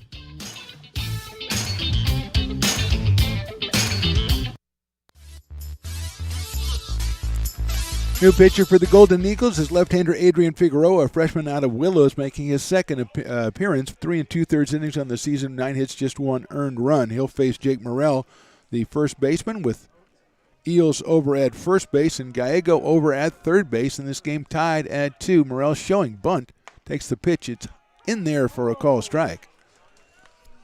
0-1. Thought we might see some movement at first from Darren Eels, but he stays put. And Figueroa's fastball puts him ahead in the count 0-1. But a good lead by Eels over there against the left-hander Figueroa. Breaking ball is nicely blocked by Denton. Check swing by Jake Morrell. Good job to hold up by Jake. And he's even in the count. 1 ball, 1 strike. Duncan Hansen to follow if Jake can keep it going. 2 runs here in the bottom of the 5th. RBIs from Brett Griffiths and Darren Eels. Eels now with the pair of runs batted in on the season. Here comes the pitch. It's outside for a ball. 2-1.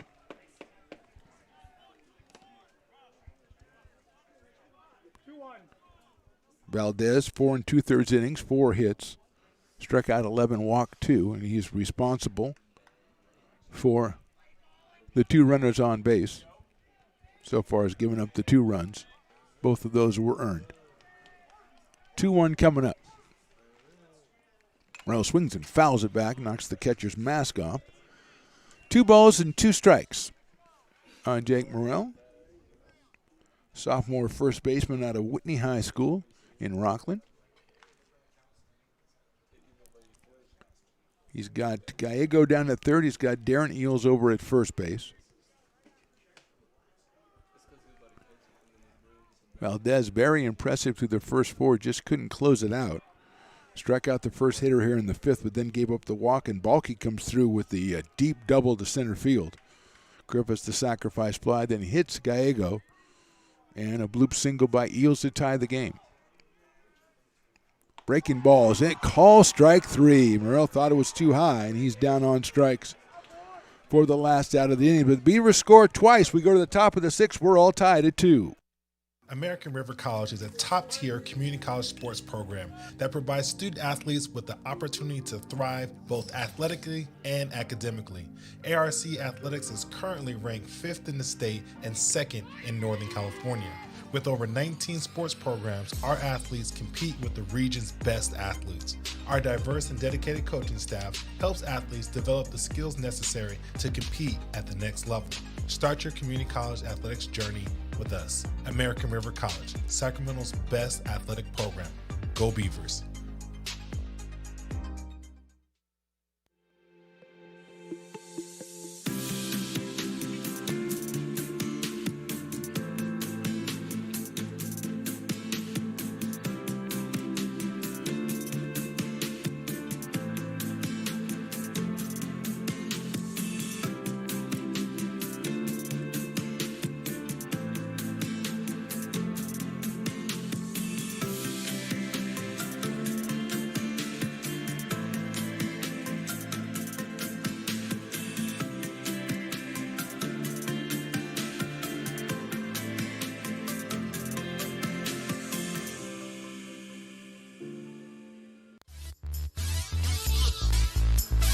Top of the 6th, we're tied at 2. Joey Guarienti is out there for his second inning of work for the Beavers.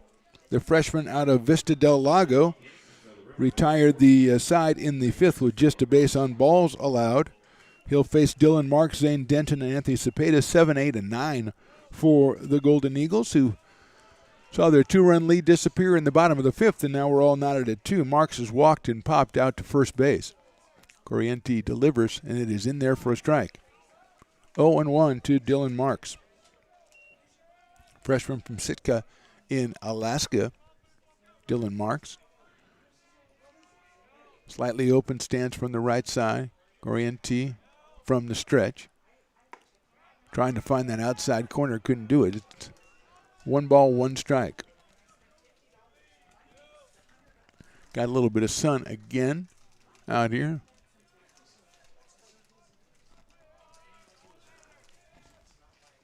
That's fouled back by Dylan Marks. 1 ball, 2 strikes. Feather River in town for a couple of days of baseball action. Today, of course, and then tomorrow a doubleheader against Sac City College. I believe those games are 12 and 3:30 on the schedule. 1-2 coming up from Guarienti. That's fouled off again.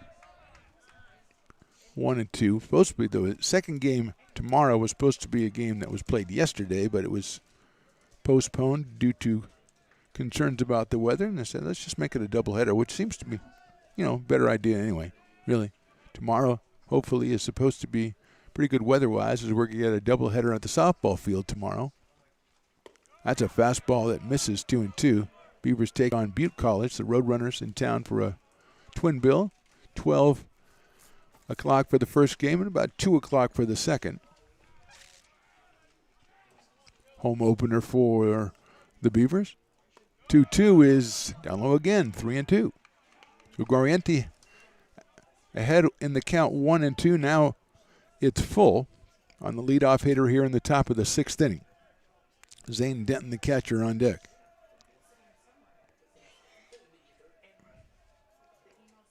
That's lined into right field for a base hit. Got past Jake Morrell. Jake really didn't have much of a chance at it. It's a single for Dylan Marks.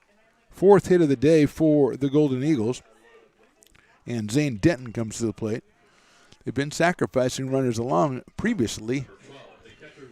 Let's see if that's the way it goes here with Anthony Cepeda to follow. Willie Tatum comes in at third base. Darren Eels is at shortstop. Drew Griffiths at second base. He does show bunt, pulls it back. Jake Morrell at first base was not in position to receive a throw behind the runner, so Duncan Hansen wisely held on to it. Right field is Wyatt Balky, Danny Gallego in center, and Marcus Pavada in left. And Duncan Hansen, the aforementioned Duncan Hansen, behind the plate.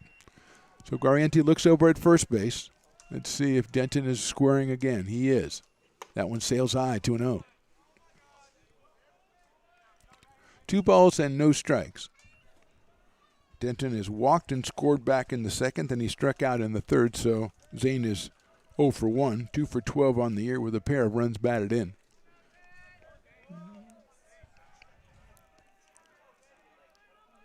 Throw over to first base behind the runner, not in time. Zane Denton from Las Plumas High School, Oroville. 2 balls, no strikes. Top of the 6th. Shows bunt, pulls it back. That's a call strike. 2-1. Sun shining on us right now, except for left field. But Marcus Pavada is far enough into left center that he doesn't have to stand in the shadows. Leading at first is Marks. He singled to right to open the inning. He's going. There's a pitch is fouled off down the right field line and out of play. So that'll even the count. 2 balls and 2 strikes. Tatum can move back a little bit at third now with 2 strikes on the hitter. Outfield is pretty much straight away for Zane Denton. Anthony Cepeda on deck. Number 9 hitter. Throw over to first base again, and getting back is Dylan Marks. Guariente came on after the first 4 innings from Luke Austin.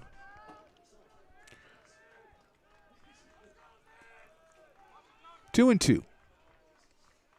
There goes the runner again, and that ball hit him. So we're going to have 2 on and nobody out here for the Golden Eagles. In the top of the 6th, and Anthony Cepeda to the plate.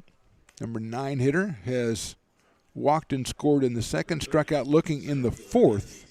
Be surprised if he didn't try to move the runners along. Tatum's going to move in again at third as Andrew Lehman, and the top of the order is on deck for the Feather River College Golden Eagles. 3-1 on the young baseball season so far, coming off a loss to Merced in their last outing.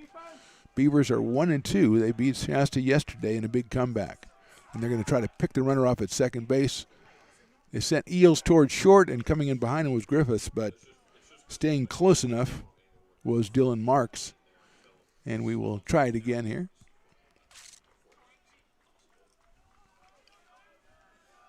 Tatum is in on the grass at third base. Morrell is likewise over at first. That will allow Denton to get a considerable lead over there. Shows bunt. Cepeda lets it go by, gets away, bounces back to Hansen. He's not going to have a chance. It's going to be a wild pitch, and runners moving to second and third. So Cepeda does not have to put the ball down and give himself up. And Guariente is going to face a second and third with nobody out, and a 1-0 count on Anthony Cepeda in the top of the order to follow. See if the Beavers move the infield in. So far they have not here in the 6th inning. Tatum is even with the bag at third. Now he'll move back a couple of steps. 1-0 coming up to Cepeda. It's hit high up in the air, foul down the left field line and out of play. Anthony was 5 for 12 on the season. He does have 3 runs batted in.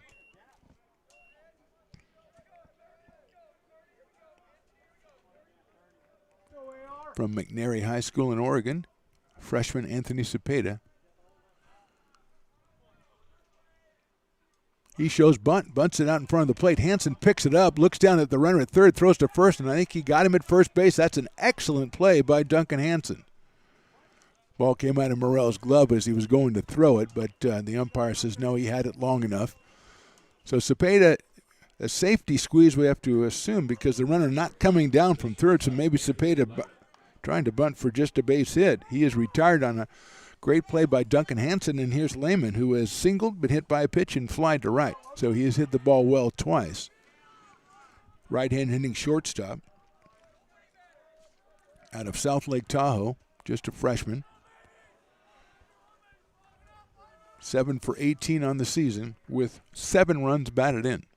Takes Off-speed pitch in there for a strike, and he's got 2 out on the bases now, second and third with 1 out. Beavers still playing regular depth in the infield. Outfield is a little deeper in right, left and center.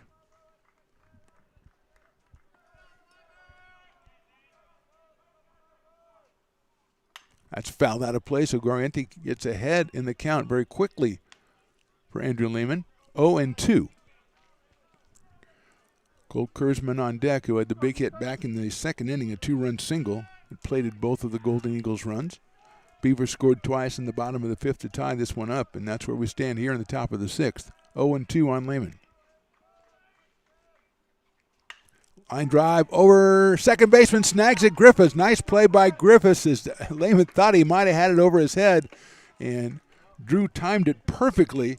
Brett timed it perfectly. Drew might have too, but Brett is the one that counted, and he made the catch at second base. 2 outs. And here's Colt Kurtzman, who again delivered the 2-run single back in the second inning. That was against Luke Austin. Troy Guarente is our pitcher here. Left-handed hitting third baseman. Shows a bunt. He bunts at it and fouls it.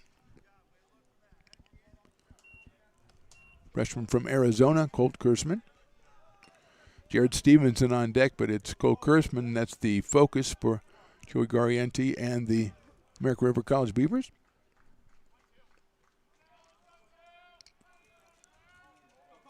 A situation where if they had brought the infield in, that would have been over Brett Griffith's head at second base, and so he made the play, stand back, and that's a fastball. Good-looking pitch in there for a strike. 0-2. Guarente quickly out ahead of Kurtzman, who sacrificed in the first, had the 2-run single in the second, and then grounded out to shortstop, which he almost beat out in the 4th inning. 0-2 now.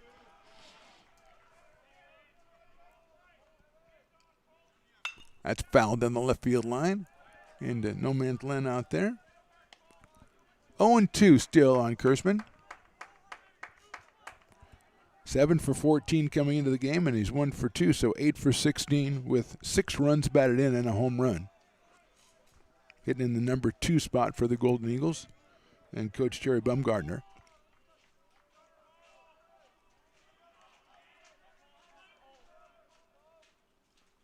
That's a line foul down the third base line. Hopefully nobody was standing outside the dugout. That was a shot down the line.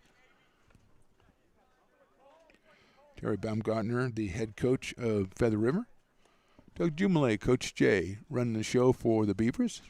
Team's tied at 2 apiece here in the top of the 6th. 2 outs, but 2 on, second and third for Feather River. 0-2 coming up from Guarente. Breaking ball, a little high. 1-2. Good spot, though, for an 0-2 pitch. 1 ball, 2 strikes. Wide Balky out and right, kind of shading his eyes from the sun out there. Fastball. Everybody's leaving the field, excluding me, but it's a ball outside. So it's 2 balls and 2 strikes.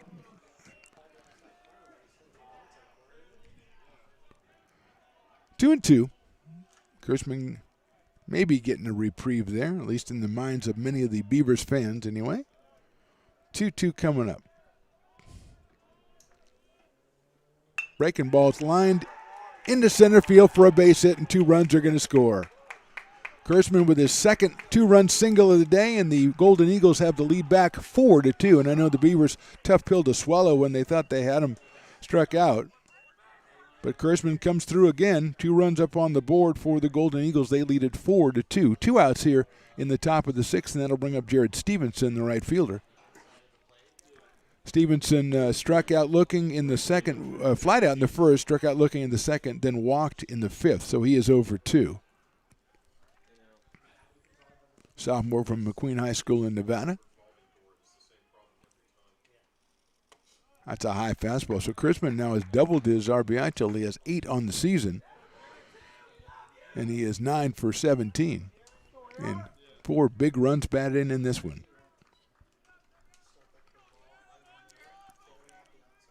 1-0 on Stevenson. A throw over to first base, and Kersman's back in. He did kind of look like he might be a little antsy and going to take off. So Guariente keeps him close over there.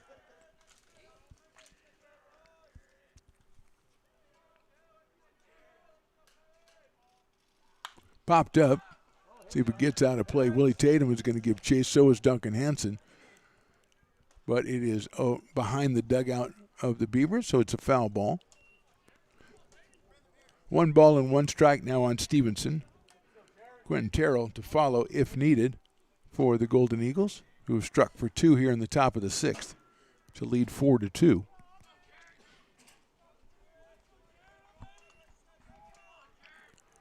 Good lead at first by Kersman.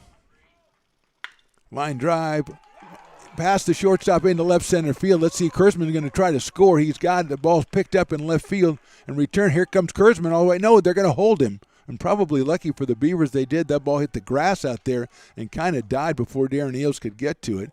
It's a double for Jared Stevenson. Runners at second and third now with 2 outs. Third hit of the inning for the Golden Eagles. And now here's Quentin Terrell, the designated hitter, who was walked, singled, and grounded to second.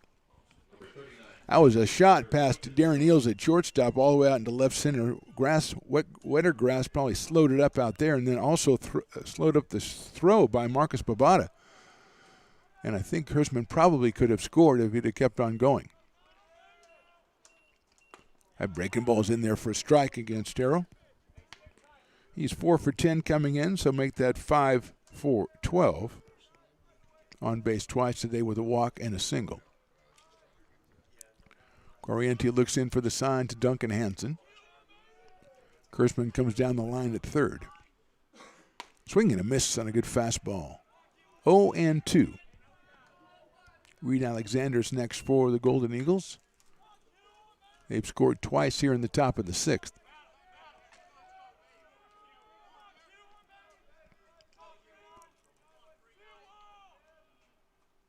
And swing and a miss, he got him on strikes, but not before 2 runs on, 3 hits, 2 left. We go to the bottom of the 6th. The Golden Eagles back on top, 4-2. Here at Super Taco, we specialize in authentic Mexican food. One of the reasons we are different from other places is that we make everything from scratch. You get a great value when you come here, large portions and quality food. Our most popular dishes are many different kind of tacos. We have giant burritos, different kinds of enchiladas, and the fajita. If you're ready for real Mexican food, stop in at a Super Taco. We love to see you.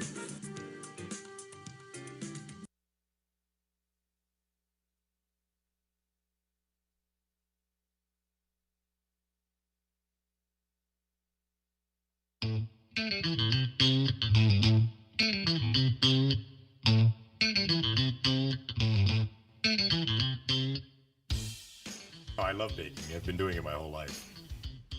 Grateful Bread was started because I needed the job.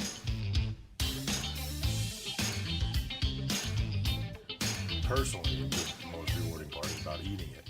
It always used to seem like bread was just an afterthought, and which was always kind of disappointing. But now, as not only people, foodies and people eating, they're expecting better quality, and people notice it, they can see it. Adrian Figueroa back out on the mound for the Golden Eagles. He's the pitcher of record, and he's got himself a 4-2 lead. He's got Duncan Hansen, Jaden Reynolds, and Willie Tatum, the first 3 hitters for the left-hander out of Willows. Pitches outside for a ball. Came on in relief of Eric Valdez, who was very impressive. 4 2/3 innings, 4 hits, 2 runs. He struck out 11, walked 2. That fastball's in there for a strike. Figueroa got the call, 3rd strike on Jake Morrell to end the 5th inning and end the rally for the Beavers. They momentarily tied it, and now it is 4-2 again. That's hit sharply to the right of shortstop, backhanded by Lehman. He gets up, he throws. It's a little bit high at first. What a play by shortstop Andrew Lehman to throw Hansen out at first base. Went to his right, went down on the knee, got up. Didn't really even get up, just let it fly. And got it to first base ahead of Duncan Hansen, who was robbed of a base hit. And here's Jaden Reynolds, who was struck out twice looking. The designated hitter out of Bella Vista High School. Lefty against lefty. He takes inside for a ball.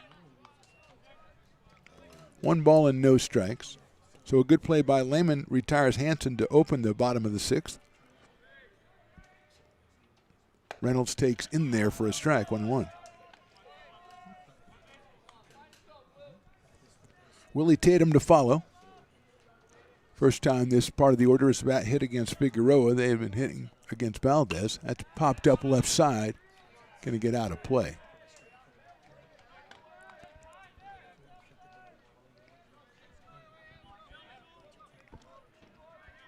Figueroa making his second appearance. He has thrown 3 2/3 coming into this one. Breaking ball's popped, grounded out to second base. Dylan Marks comes in, gets it, throws to first, and gets him by a half a step at first base. Reynolds got down the line, but just not quite quickly enough. 2 ground outs for the Beavers here in the 6th. And Willie Tatum will try to get something started. The sophomore third baseman, 0 for 2, 2 strikeouts in this one, 2 for 12 on the year so far. Willie steps in, right-hander against left-hander. Good play by Dylan Marks there as Reynolds got down the line quickly. Tatum takes outside, ball goes all the way back to the backstop. Comes back to Zane Denton. 1 ball and no strikes on Willie Tatum. He has a pair of runs batted in so far on the season.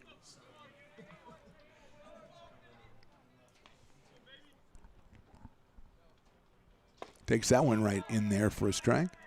1-1.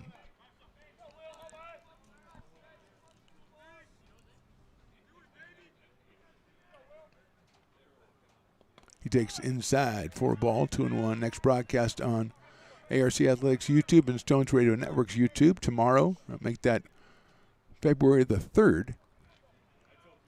A doubleheader over at the Softball Diamond. ARC versus Butte. 2-1 pitch. Willie fouls it out of play, makes it 2-2. Perfect precursor to the Alumni Association crab feed tomorrow. You go to both the games and go over to the crab feed, say hey to Stones McCoy, support ARC Athletics, the Alumni Association crab feed. Always a big fundraiser.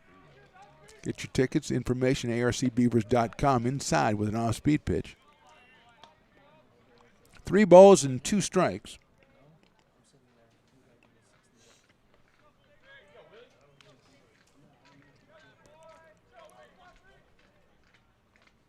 That's fouled out of play by Willie Tatum.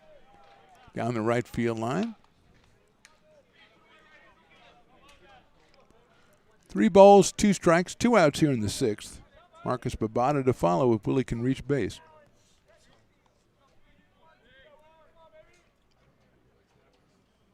Takes high for a ball. Good at bat for Willie Tatum. He's on. Just the 3rd walk issued by Golden Eagle pitchers today. Valdez gave up 2 while he was in there.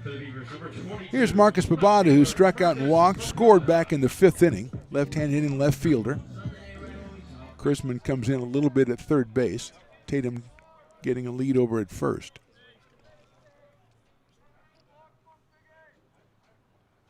Marcus hits one out into center field. Cepeda's turned around a little bit, reaches up, and it's over his head. Here comes Tatum to third. They're going to go ahead and send him.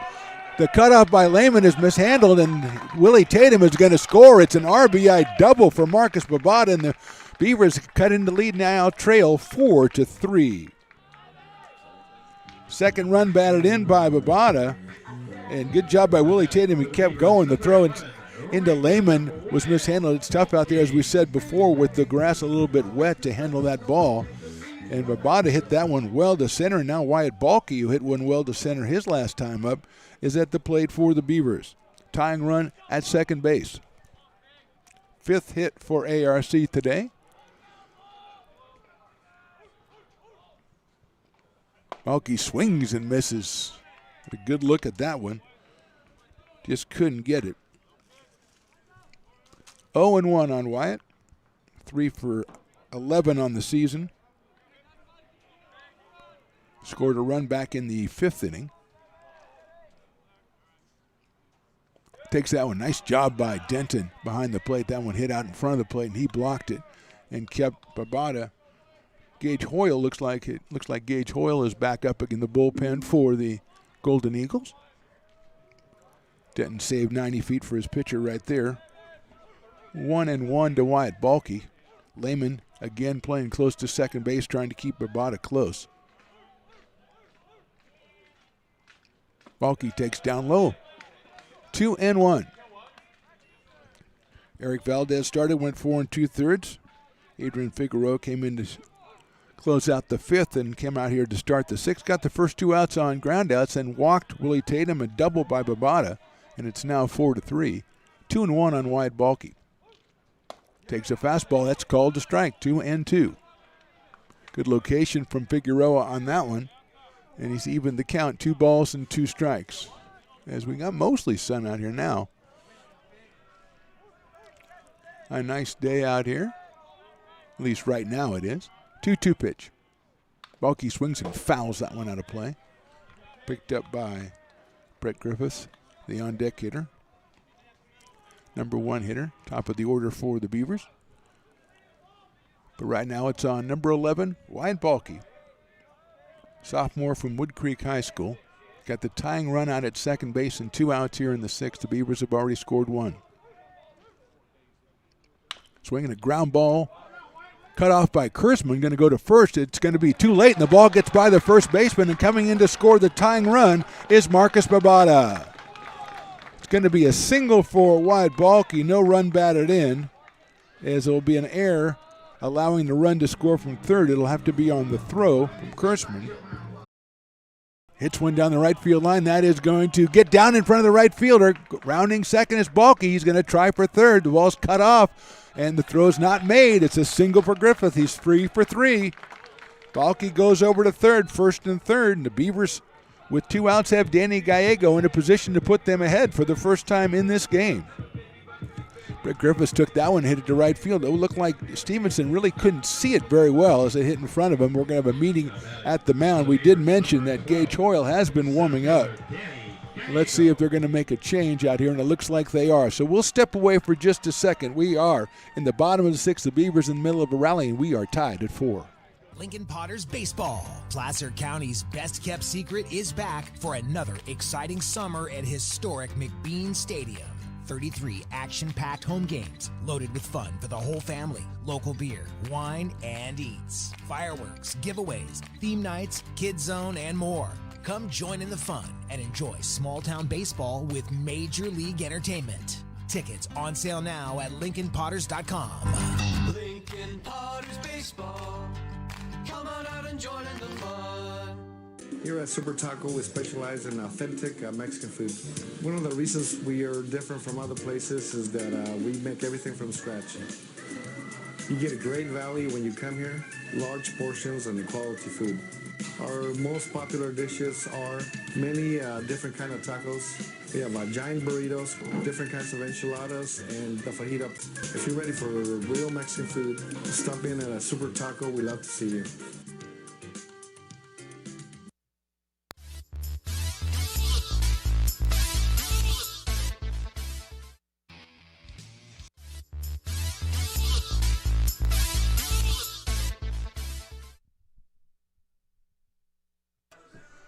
Gage Hoyle, the new pitcher for the Feather River College Golden Eagles, making his 3rd appearance of the season. 2 1/3 innings pitched so far, 4 hits and just 1 earned run. He's a sophomore from Douglas, Nevada.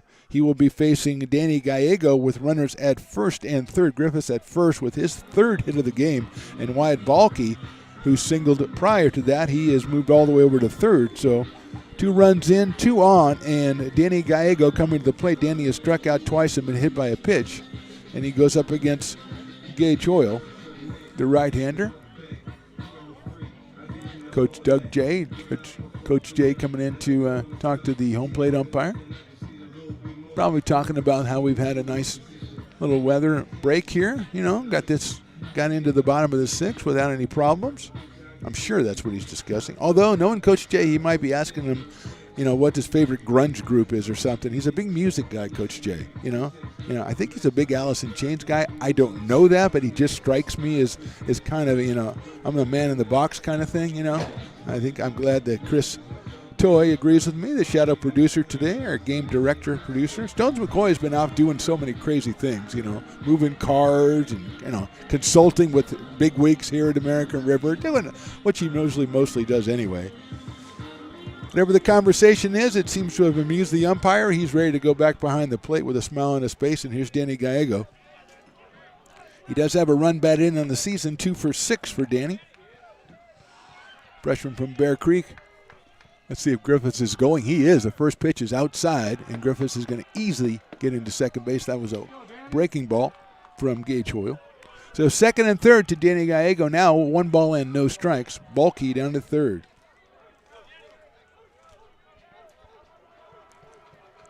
The Beavers dugout getting a little excited into the game.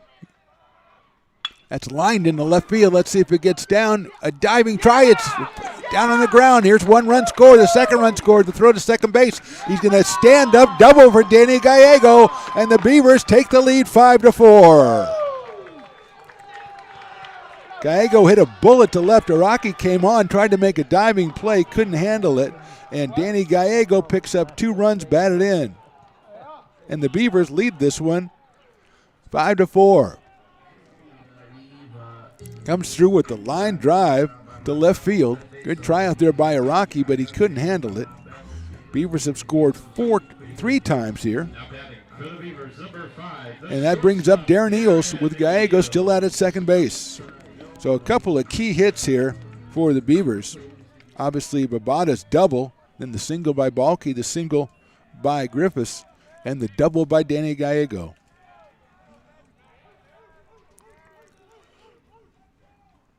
Fastball is down low for a ball. Eels has struck out twice and then an RBI single, so he is 1 for 3. That single was off Eric Valdez way back in the 5th inning.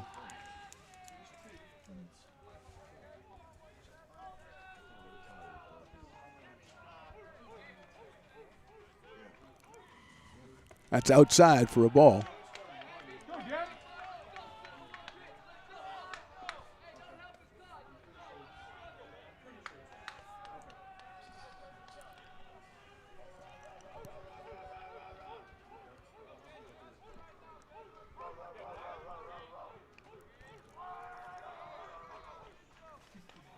Here's the pitch. That's in there for a strike.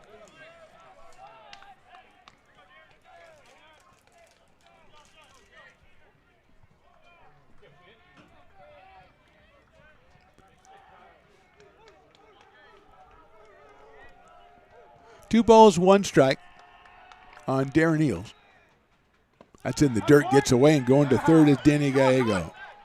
He's thinking about coming all the way home, but even though a fan told him to keep going, he decided to go back to third base. Probably a good idea. You don't really usually want to listen to the fans.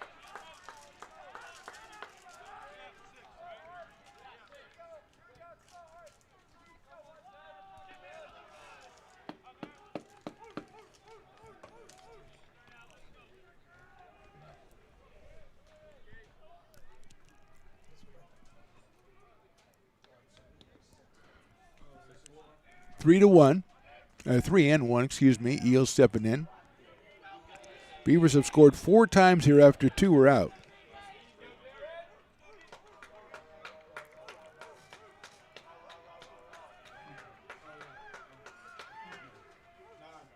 That one is high, ball 4. Eels gets the base on balls. So he goes down to first. Guy goes over at third. The Beavers have scored 4 times. They lead it 6-4, and Jake Morrell is the hitter.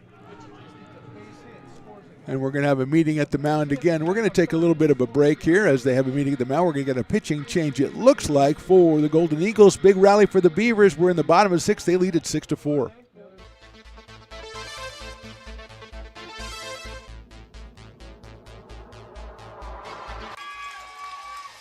Fast flung on and missed. He got him on strikes at 86, the off-speeder. Bruno strikes out the side. Potters get the win 8-5.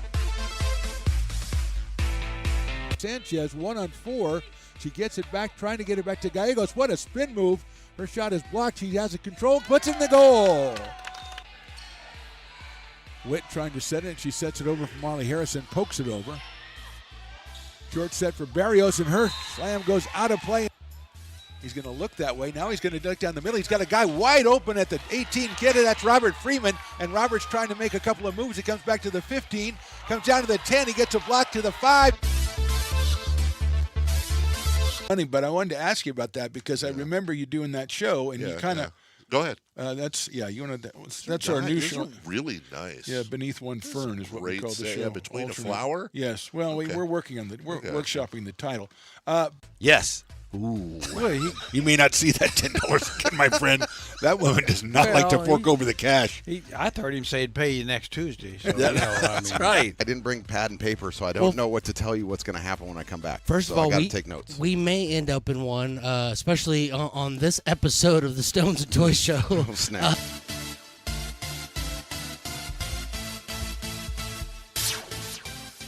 American River College is a top-tier community college sports program that provides student-athletes with the opportunity to thrive both athletically and academically. ARC Athletics is currently ranked 5th in the state and 2nd in Northern California. With over 19 sports programs, our athletes compete with the region's best athletes. Our diverse and dedicated coaching staff helps athletes develop the skills necessary to compete at the next level. Start your community college athletics journey with us. American River College. Braden Snyder is the new pitcher for the Golden Eagles, left-hander out of Redondo Union High School. The freshman, he'll face Jake Morrell with runners at first and third for the Beavers. A big lead over at first. There goes the runner. The pitch is popped up. Third baseman calling for it, coming in. Kersman still coming in and makes the catch right on the mound for the out. 4 runs in the inning for the Beavers. On 4 hits, they left 2. We go to the top of the 7th. The Beavers are back on top. They lead at 6-4. Here at Super Taco, we specialize in authentic Mexican food. One of the reasons we are different from other places is that we make everything from scratch. You get a great value when you come here, large portions and quality food. Our most popular dishes are many different kind of tacos. We have giant burritos, different kinds of enchiladas, and the fajita. If you're ready for real Mexican food, stop in at a Super Taco. We love to see you.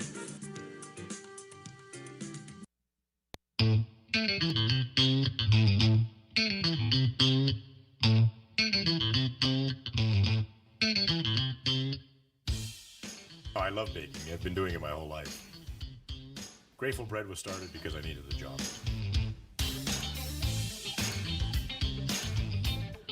Personally, the most rewarding part is about eating it. It always used to seem like bread was just an afterthought, and which was always kind of disappointing.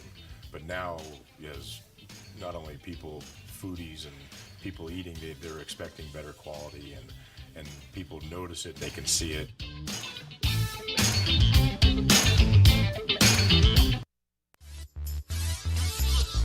Top of the 7th from Beaver Field. 4-run rally for the Beavers. They lead at 6-4. Joey Garrienti back out on the mound. A little confusion in the bottom of the 6th. Beavers scored the first run on the Barbada double, and then they scored the second one on the overthrow at first base on the infield single by Balky. Gallegos delivered the double to score 2 more. I believe I originally said 5-4. That made it 6-4, and they scored 4 times in the 7th. So here's Reed Alexander, Araki, and Dylan Marks against Guarienti. First pitch is in there for a strike to Reed Alexander, who is grounded to short, sacrificed, and hit into a fielder's choice. So he is 0 for 2 in this one. Does have a home run and 4 runs batted in on the season. Guarienti from the stretch. That one is down low for a ball, 1-1. I got a very odd mixture of shadows and sun right now that's concentrated right on home plate. So it's half and half. 1 ball and 1 strike. Breaking ball misses the outside corner. 2 and 1 on Reed Alexander.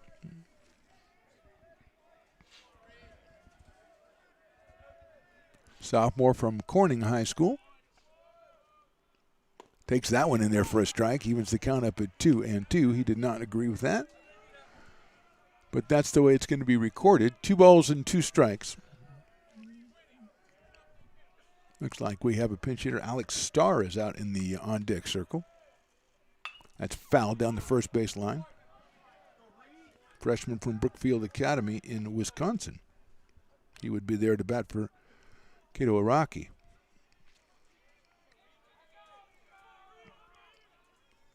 Two and two on Alexander, leading off the top of the 7th. He went for it outside corner call, strike 3. Kind of a check swing and then kind of hoped. Umpire rings him up. Strikeout for Oriente. First out is recorded here, and then we're going to have Alex Starr coming up to the plate. He will be hitting for Cato Araki. Pitch hitting for Feather River College, number 19, Alex Starr. So Starr steps in, right-hander against right-hander. Dylan Marks in the on-deck circle. Araki finishes 0 for 2 with the base on balls. He flied to center and lined back to the pitcher. Got a walk in the 3rd inning. So Starr comes on against Guariente. Fastball is inside, moves him back a little bit. 1 ball, no strikes.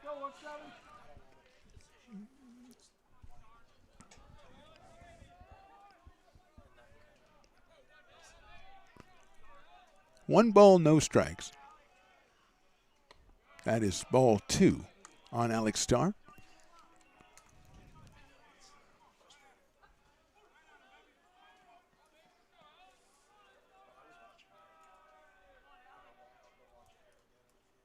That one is in there for a strike, 2-1.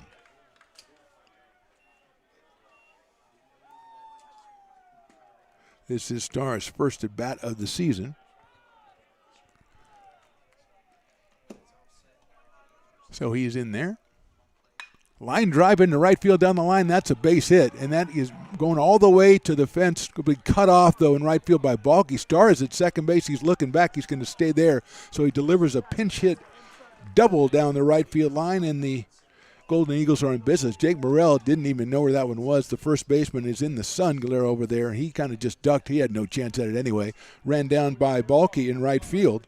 So Starr delivers the double, and that will bring up Dylan Marks, who was walked, popped to first, and singled.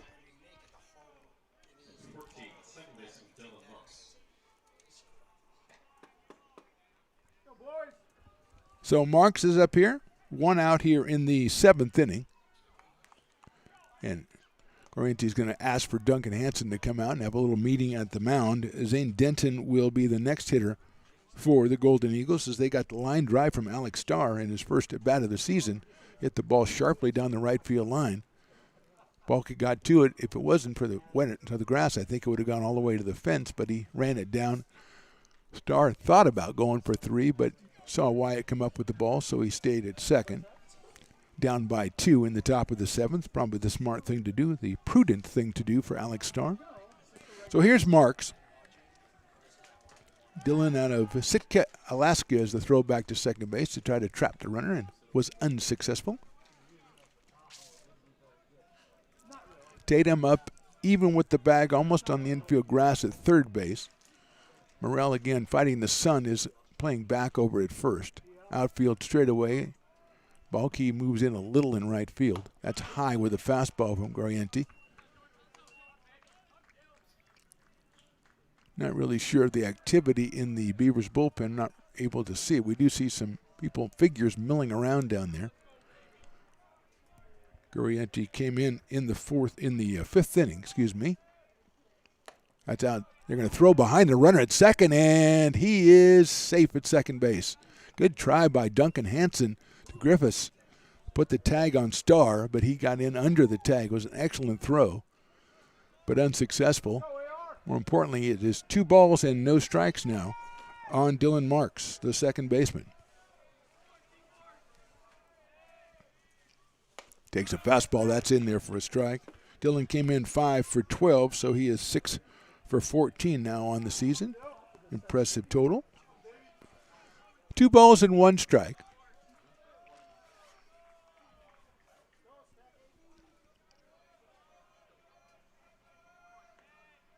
Guariente to the plate. And is in there, call strike 2. Beautiful position, location on that one by Joey. The freshman from Vista Del Lago, working in his 3rd inning. He is the pitcher of record now for the Beavers. 2 balls and 2 strikes on Marks. Starr leads at second base. That's hit. I think it hit him or hit the bat. I heard something. Let's see. Now they're going to say it hit him on the forearm and give him first base. So Marks goes down to first. It sounded like it didn't sound like it hit fly. It sounded like it hit bat a little bit, and Coach Jay's going to come out and talk to the umpire. He is firmly convinced that he is correct, and so I don't think we're going to get a reversal of fortune on that one, as going down to first base is Dylan Marks. First and second here for the Eagles as the Beavers grab the lead, but nothing's ever easy. And here's Zane Denton. They're going to ask the base umpire to come in and see if he saw anything, but he's over 90 feet away. I don't know that he can delineate between the hand and the bat from that distance. But again, they're just going to chat together to give the appearance that, hey, we're talking this over. And he will be awarded first base. And now I think we're going to have a meeting at the mound for the Beavers. Let's take a break right here with 1 out and 2 on in the top of the 7th. The Beavers currently with a 6-4 lead. American River College is a top-tier community college sports program that provides student-athletes with the opportunity to thrive both athletically and academically. ARC Athletics is currently ranked 5th in the state and 2nd in Northern California. With over 19 sports programs, our athletes compete with the region's best athletes. Our diverse and dedicated coaching staff helps athletes develop the skills necessary to compete at the next level. Start your community college athletics journey with us, American River College. Meeting at the mound, not as long as I thought it would be. It was just a couple of comments and then a kind of an elaborate handshake out there, and everybody's ready to go. Joey Garriente is still out on the mound. He'll face Zane Denton, who has walked, struck out, and been hit by a pitch, so he is 0 for 1 today. He's up here with runners at first and second, 1 out here in the 7th.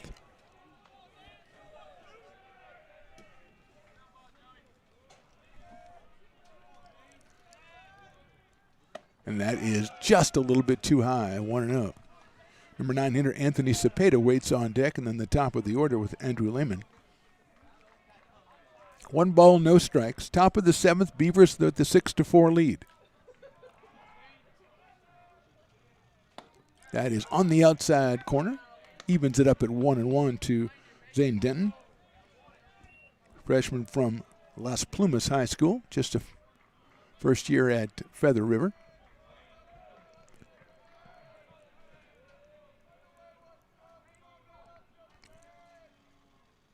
That's hit sharply right back up the middle. It's backhanded by Griffiths. He's going to throw to first and get him at first. What a play by Brett Griffiths at second base.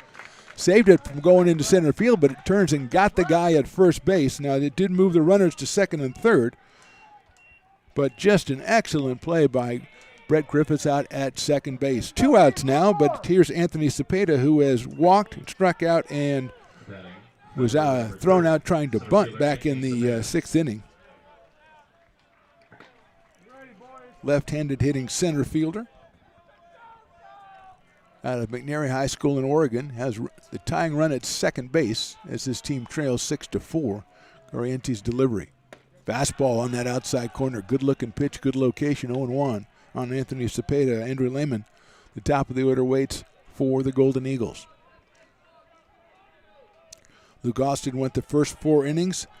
Joey Garriente has gone 2 2/3 and trying to nail down this one for his 3rd inning of work.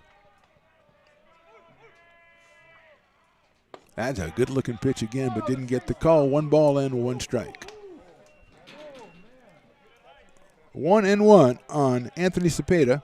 Came in at 5 for 11, so make that 5 for 13 now. He does have 3 runs batted in on the campaign for the Golden Eagles. 1-1. That's fouled off the screen, off the mask of the catcher and up over the screen. The umpire got to work on that arm, Blue. Bouncing that out to pitcher's mound. I know it's been a long day. You've been doing a lot of crouch. He throws with the right hand, but then when it doesn't get there, he starts windmilling the left shoulder. I think he's the same age as me because I do that all the time. This arm doesn't work, so let's work out this arm. Here's the pitch. That's fouled off again, so it's 1-2 on Anthony Cepeda. Starr is over at third base. At second base is Dylan Marks.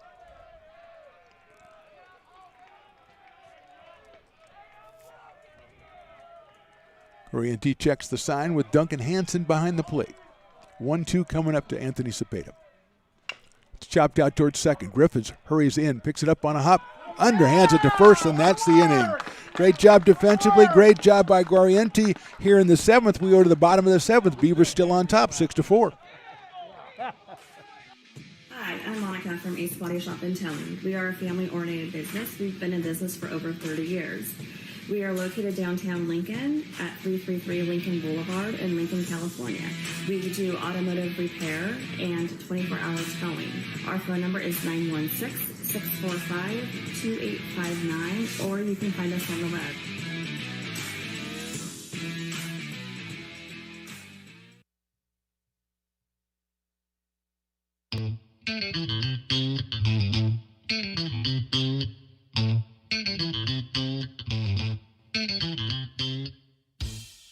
I love baking. I've been doing it my whole life. Grateful Bread was started because I needed the job.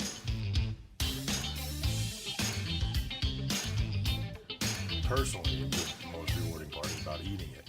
It always used to seem like bread was just an afterthought, and which was always kind of disappointing. But now, as not only people, foodies and people eating, they're expecting better quality, and people notice it, they can see it.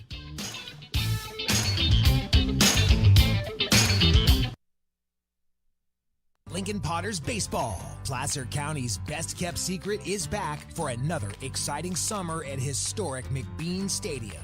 33 action-packed home games loaded with fun for the whole family. Local beer, wine, and eats. Fireworks, giveaways, theme nights, kids zone, and more. Come join in the fun and enjoy small-town baseball with Major League Entertainment. Tickets on sale now at LincolnPotters.com. Lincoln Potters Baseball. Come on out and join in the fun. Bottom of the seventh, Braden Schneider still on the hill for the Golden Eagles. He'll face Duncan Hansen, the first hitter. It's on the corner for a strike. Duncan will be followed by Jaden Reynolds and Willie Tatum. Fourth pitcher for the Golden Eagles, Valdez, Figueroa, Hoyle, and now Schneider. He came on to end the sixth inning, and that was in there for a strike.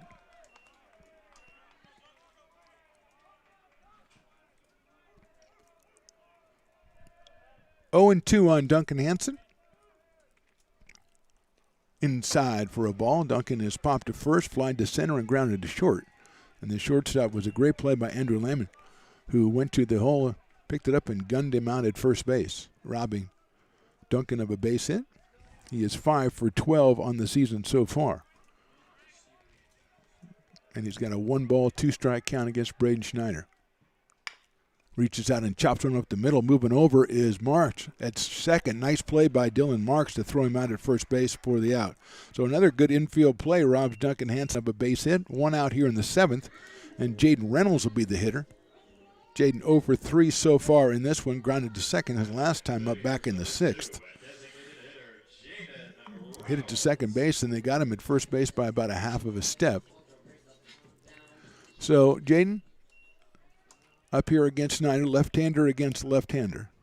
Swing and a miss at the first one. 0-1 on Jaden Reynolds. He does have a run batted in on the season. Takes a breaking ball outside, bounces all the way back to the backstop, and then returns back to Zane Denton. 1-1. Willie Tatum to follow.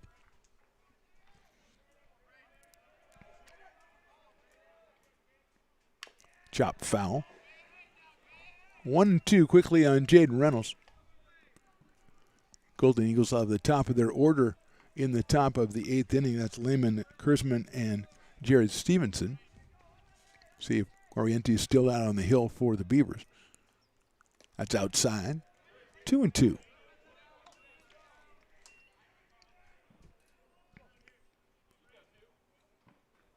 Beavers with 8 hits in this one. 6 of those hits were in the fifth and sixth innings.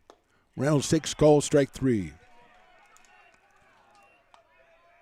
2 outs quickly here in the 7th against Braden Snyder, and that'll bring up Willie Tatum, who struck out twice and walked and scored a big run back in the 6th inning. Scored from first on the Bavada double. Willie wearing number 3, playing third base for the Beavers today. Out of Grant High School, the sophomore. Takes the fastball outside, 1-0. Right-hander against the left-hander.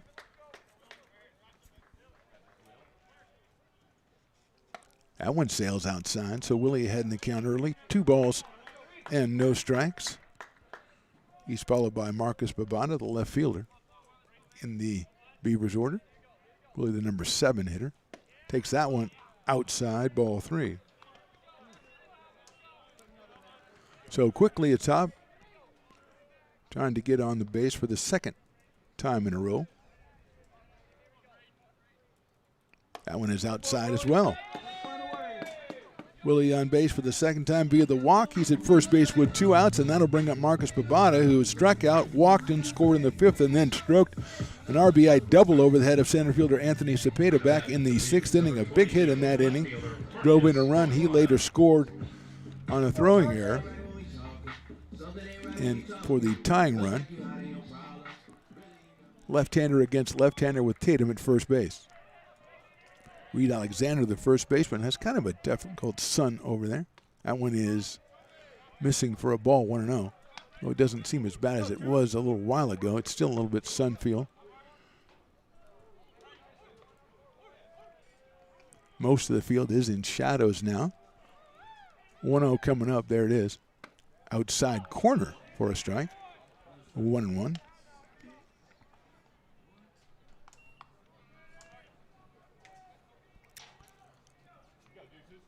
Braden Snyder from Redondo Union High School, a freshman on the Golden Eagle staff.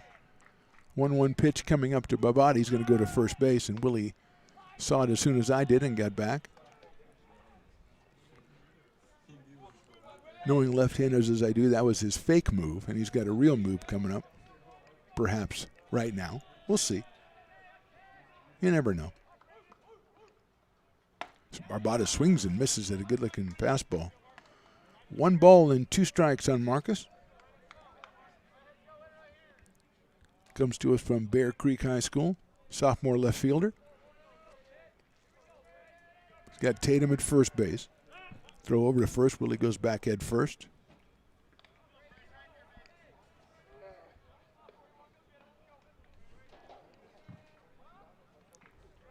Field is in shadows. Most of the stands in shadows as well, so the blankets are coming back out. There's the pitch. Barbada takes high and inside. A little smoke on that one from Braden Snyder. 2-2 now. Wyatt Balky to follow. Wyatt with a couple hits in this one. 2-4-3.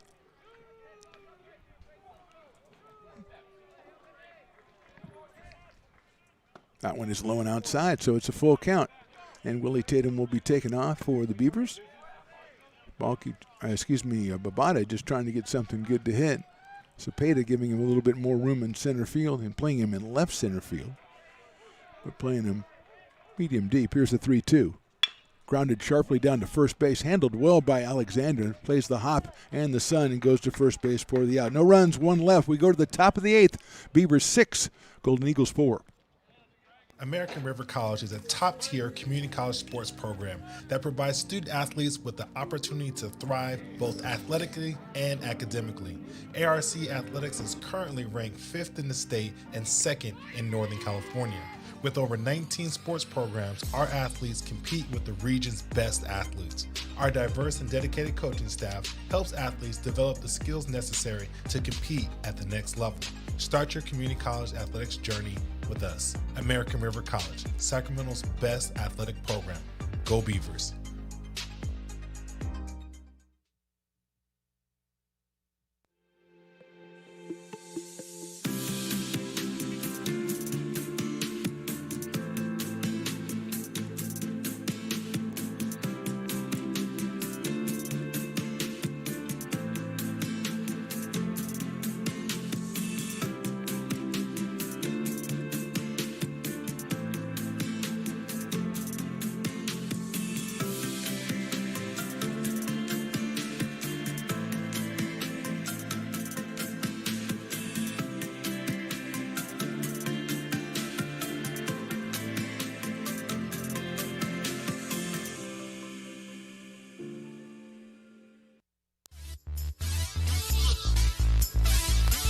Top of the 8th inning out here at Beaver Field. The Beavers with the 6-4 lead over Feather River. It is still Joey Gorienti out on the mound, the freshman out of Vista Del Lago. He's gone 3 innings so far in this one, giving up 3 hits and 2 runs, and he will face the top of the order. It's Andrew Lehman, Cole Kurtzman, and Jared Stevenson for the Golden Eagles.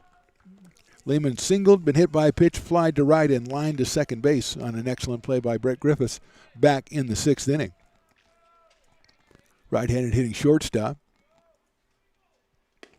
Takes the first one down low and made a couple of excellent plays at shortstop himself.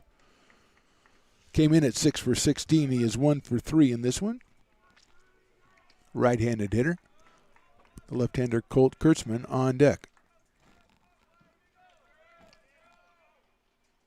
That one looks good. It's in there, off-speed pitch for a strike. Gorienti into his 4th inning. Luke Austin started, went 4 innings, gave up 3 hits, 2 runs. Walked 6, hit 1, and struck out 3.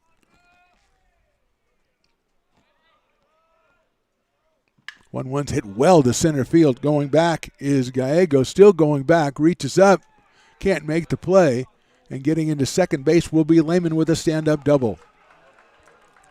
Second hit of the day for Andrew Lehman. He just hit that one really, really well. Danny Gallego did the best he could to get back there and almost get to it.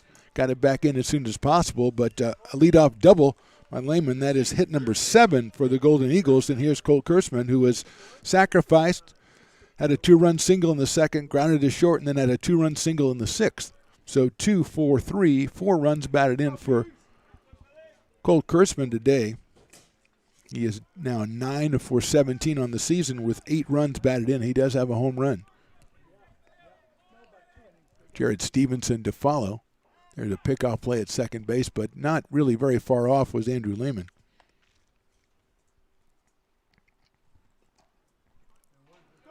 Left-hand hitting Kurtzman, the third baseman, steps in here.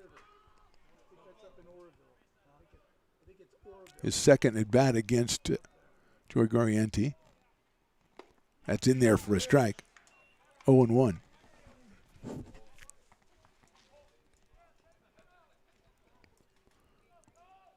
Eagles scored first in this one. They led it 2-0. Beavers tied up 2-2. Then 4-2 for the Eagles. Beavers came up with 4 to take the lead. That's where we stand now at 6-4. 2 balls and 1 strike now.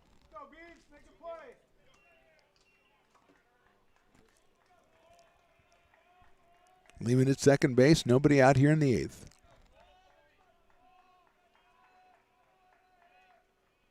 That's chopped out towards second. Griffin has it. Going to go to first for the easy out. Going to third is Lehman, but maybe bigger. Kurtzman is retired. Lehman now at third base, 90 feet away for Jared Stevenson.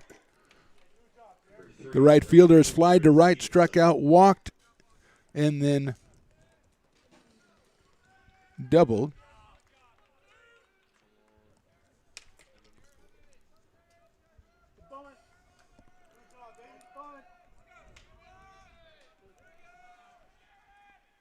There's a nice-looking breaking ball in there for a strike.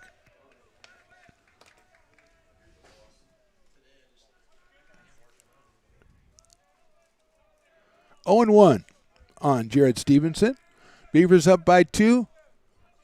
Eagles have a runner at third base with 1 out here in the 8th. Stevenson kind of check swing all the way around for a strike. 0-2. Gorienti with a nice-looking pitch right there. Quentin Terrell is on deck, the cleanup man, the designated hitter. Right now it's all about Jared Stevenson.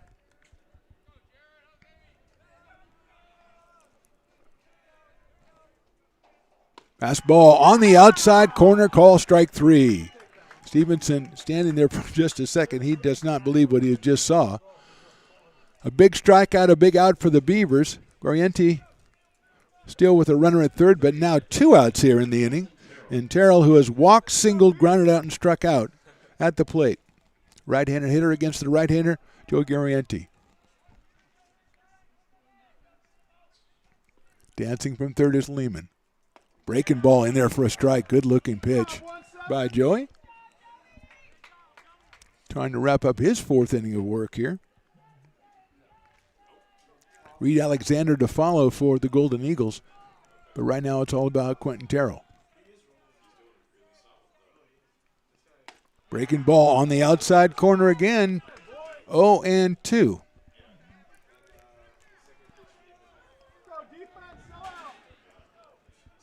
Terrell, a freshman out of Foothill High in Nevada.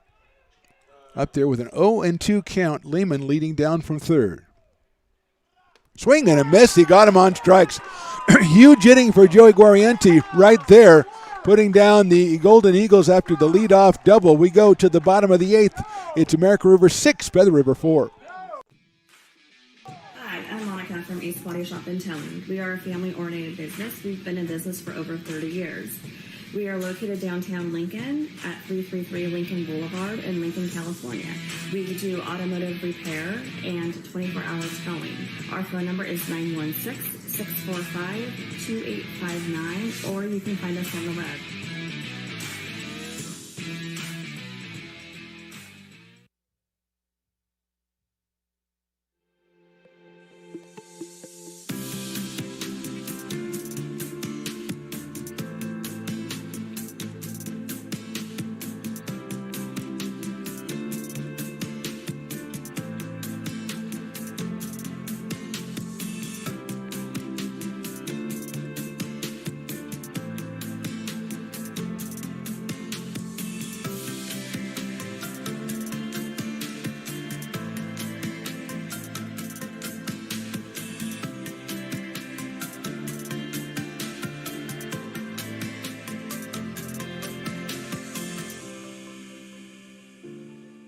Lincoln Potters Baseball. Placer County's best-kept secret is back for another exciting summer at historic McBean Stadium.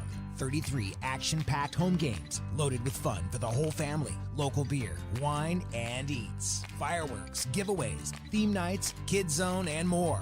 Come join in the fun and enjoy small-town baseball with Major League Entertainment. Tickets on sale now at LincolnPotters.com. Lincoln Potters Baseball.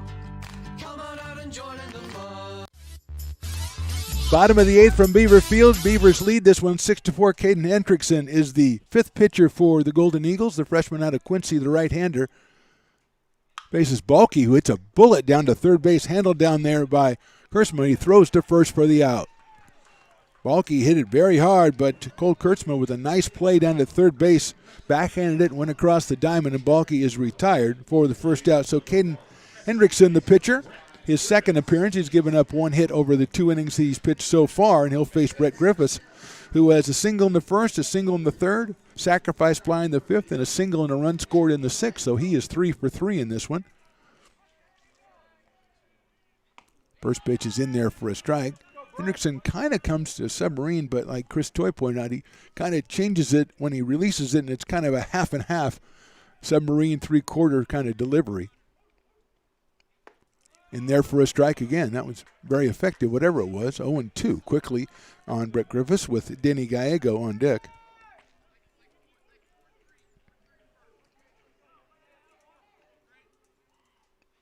Griffiths fouls that one off, just trying to figure out how he's going to pick the ball up from Hendrickson. 0-2 on Brett. 7 of 14 on the season now with 3 runs batted in, or make that 4 runs batted in for Brett. Swing and a miss on a fastball inside. Good location by Hendrickson. Got the strikeout.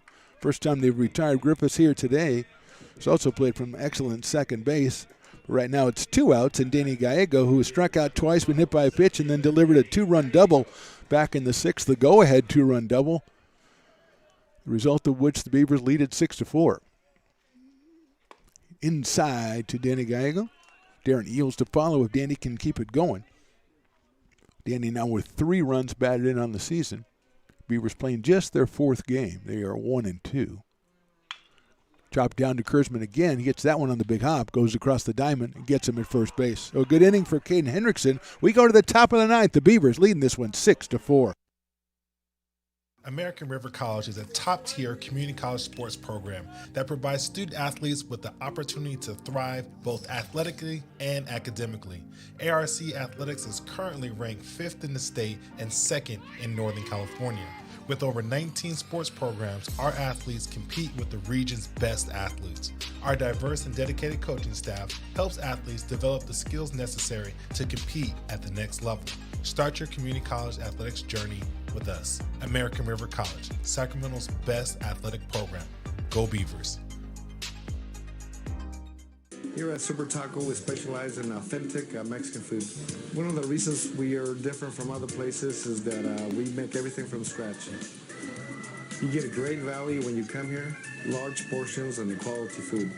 Our most popular dishes are many different kind of tacos. We have giant burritos, different kinds of enchiladas, and the fajita. If you're ready for real Mexican food, stop in at a Super Taco. We'd love to see you. Hi, I'm Monica from Ace Body Shop in Telling. We are a family-oriented business. We've been in business for over 30 years. We are located downtown Lincoln at 333 Lincoln Boulevard in Lincoln, California. We do automotive repair and 24-hour towing. Our phone number is 916-645-2859, or you can find us on the web.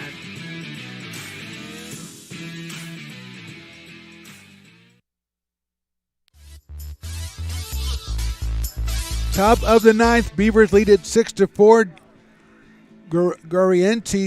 Joey Guarienti went 4 innings after Luke Austin went 4 innings, and now they're turning it over to Danny Valens. The right-hander from Whitney High School is going to come in. He is a 1-0 in the season, and he is going to come in and try to close it out for the Beavers. First pitch hits the batter in the foot. It looked like it was Reed Alexander, and he's going to go down to first base. So Austin went 4, Guarienti went 4, and now Danny Valens comes in. His first pitch hits the batter, and now here is number 20, another pinch hitter. Shane Danley will be hitting for a Star, who hit for Araki. So Danley is the hitter.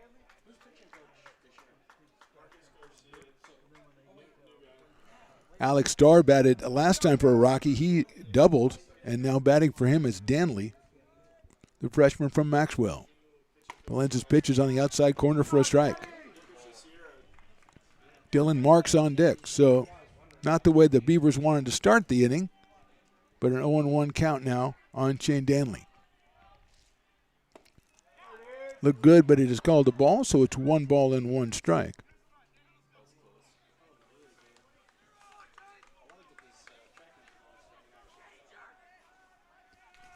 One ball, 1 strike.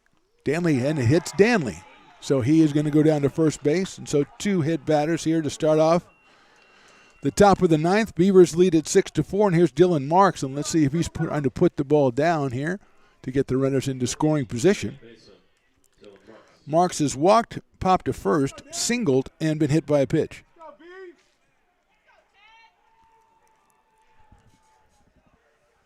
Dylan, a freshman from Alaska,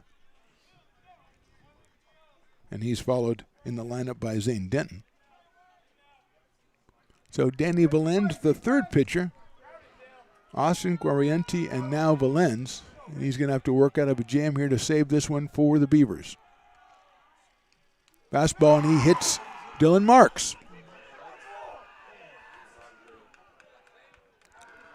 So bases loaded and nobody out. And that's going to bring up Zane Denton with Anthony Cepeda to follow. We're going to have a meeting at the mound, and we're going to step away for just a second. We are in the top of the ninth. It's getting tight here. The Beavers lead at 6-4. Here at Super Taco, we specialize in authentic Mexican food. One of the reasons we are different from other places is that we make everything from scratch. You get a great value when you come here, large portions and quality food. Our most popular dishes are many different kind of tacos. We have giant burritos, different kinds of enchiladas, and the fajita. If you're ready for real Mexican food, stop in at a Super Taco. We'd love to see you. Lincoln Potters Baseball. Placer County's best-kept secret is back for another exciting summer at historic McBean Stadium. 33 action-packed home games loaded with fun for the whole family. Local beer, wine, and eats. Fireworks, giveaways, theme nights, Kids Zone, and more. Come join in the fun and enjoy small-town baseball with Major League Entertainment. Tickets on sale now at LincolnPotters.com. Lincoln Potters Baseball. Come on out and join in the fun.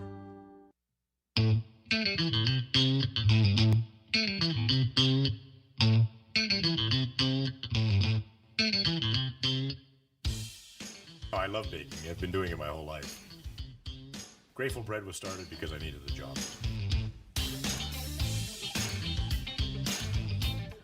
Personally, the most rewarding part is about eating it.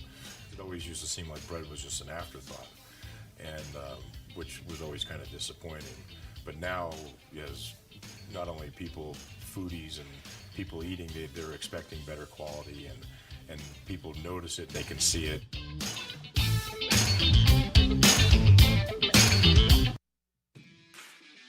Hi, I'm Monica from Ace Body Shop in Telling. We are a family-oriented business. We've been in business for over 30 years. We are located downtown Lincoln at 333 Lincoln Boulevard in Lincoln, California. Pitching change for the Beavers. Valens is out, and Randy Payne, the freshman out of Del Campo, will come in. Number 33, the right-hander. He will face Zane Denton with the bases loaded. Nobody out. The Beavers are up 6-4. This, I believe, is Danny's first appearance of the season on the mound. Right-hander against the right-hander Denton, who's walked, struck out, been hit by a pitch, and grounded to second. That's a fastball, and it's high. Duncan Hansen behind the plate. Jake Morrell at first. Brett Griffiths at second. Darren Eels at short. Willie Tatum at third.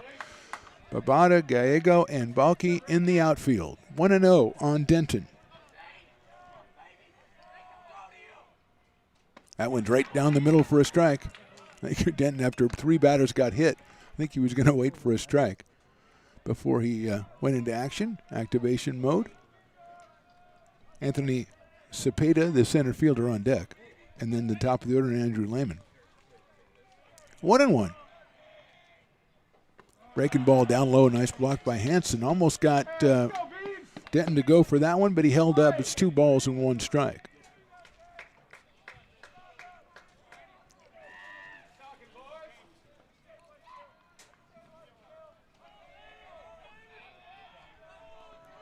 Here's Randy Payne.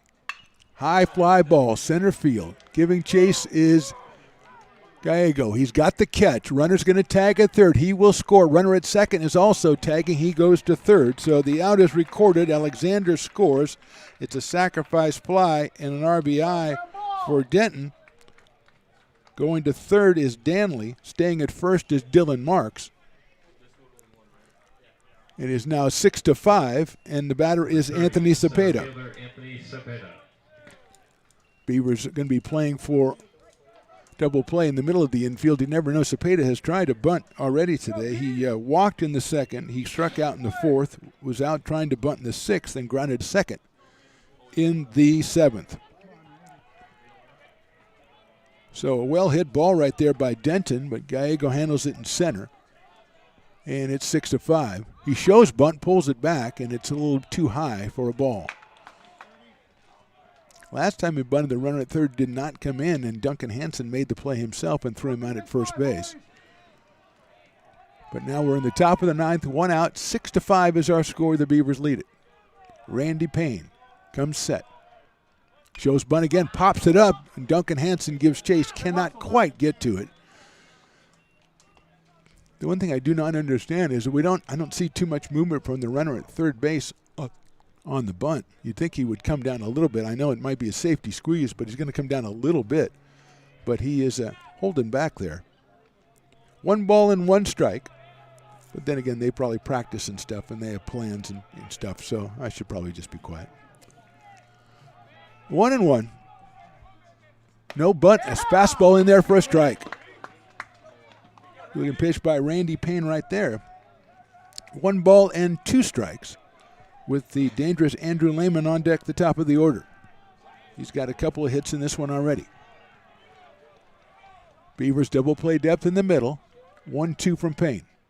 In the dirt, great play by Duncan Hansen on the breaking ball in the dirt. Duncan has been doing it all day, 9 innings. And he didn't let the team down there as he kept the runner at first base as well as keeping the runner at third. So that double play still in order for Eels and for Griffiths in the middle of the field. 2 balls, 2 strikes.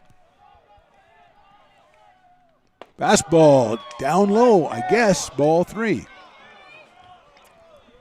3 balls and 2 strikes. Once again, I look at the Stones Radio Network's cameras, and the ominous cloud seems like it's going to reach down and snatch Payne and pull him up into the clouds. I hope that doesn't happen. 3-2 pitch coming up. Line drive right field. Balke is going to have it, but we're going to have a tag, and we're going to have a tie game. The throw comes in. It's cut off. It's a sacrifice fly. Nice play by Balke and right. It's not easy with the sun. It's a sacrifice fly by Cepeda. The second run has scored. Still without benefit of a hit in this inning. 2 outs, and here's Lehman. They're going to try to appeal third base. Willie Tatum tries to get the umpire's attention, and he finally does, but gets the save call. So now we have 2 outs. Runner still at first base is Dylan Marks. That was Danley that scored there, so without benefit of a hit so far, it's 6-6, and here's Lehman, who's singled, been hit by a pitch, fly to right, lined out, and doubled. So he is 2 for 4 on the day.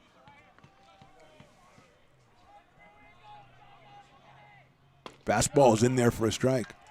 0-1.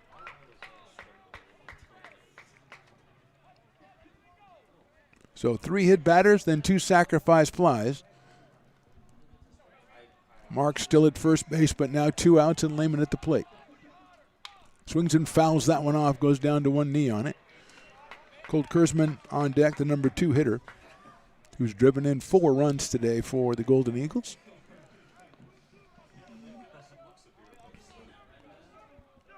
Lehman, the freshman out of South Lake Tahoe. 1 home run, 7 runs batted in on the season. Popped it up, right side. Griffiths calls for it. Makes the catch. So good job by Payne. Gave up the 2 sacrifice flies to tie it, but then got the tough Lehman on a pop-up. So Beavers coming to the plate. Bottom of the 9th with a chance to win it. We are all tied 6-6.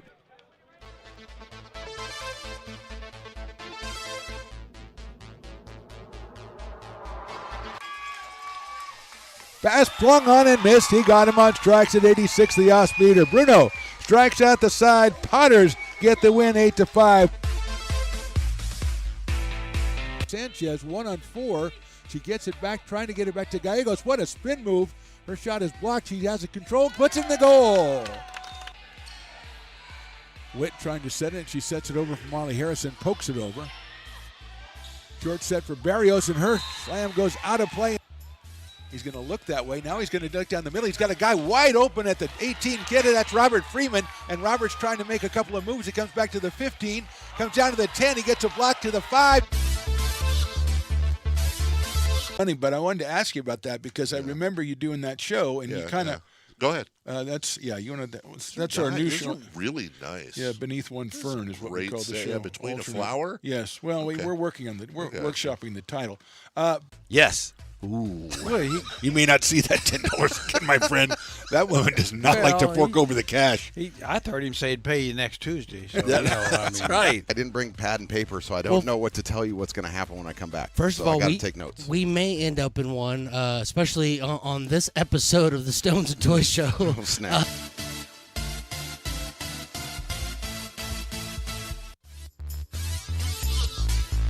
Taisei Watanabe is the new pitcher for the Golden Eagles as we go to the bottom of the 9th with the score tied at 6. It is his 3rd appearance of the season, 2 1/3 innings, has not given up a hit. He has walked 2 and struck out 1. He will be facing Darren Eels, Jake Morrell, and Duncan Hansen for the Beavers, who gave up 2 runs in the top of the 9th inning, a very odd way. 3 straight hit batters, then 2 sacrifice flies. But that's what happens. That's the way it happens sometimes. 6-6, and Watanabe is finishing up his warm-up tosses to Zane Denton, and the ball goes down to second base, and here comes Darren Eels, who struck out twice at an RBI single and a walk. So Darren is 1 for 3 in this one. Watanabe, the 6th pitcher for the Eagles. Valdez, Figueroa, Hoyle, Schneider, Hendrickson, Watanabe, and Will Page Allen is warming up in the pen, and I believe he is from Australia. So there you go. Watanabe is from Japan, so we could go international in this inning perhaps. Big breaking ball is outside for a ball. Again, the killer cloud has moved over toward right field now. It looks like it will reach down. A hand will descend out of it at any time and snatch up one of the players. Don't be alarmed if that happens. It's just CGI. Eels takes a fastball. It's on the inside corner for a strike. 1 ball and 1 strike. Tasai Watanabe, the 6th pitcher for the Golden Eagles. In this one, they had the lead 2-0. They had the lead 4-2, and then they trailed 6-4, scored twice in the 9th, and we are all knotted up at 6. Eels hits one to right field. Stevenson comes in, and his tracks makes the catch for the first down.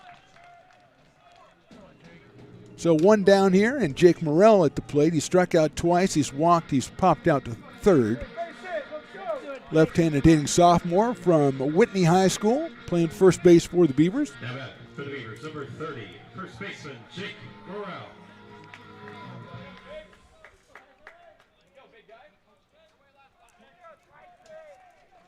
Watanabe works from the stretch. Morrell swings and misses at a fastball. 0-1.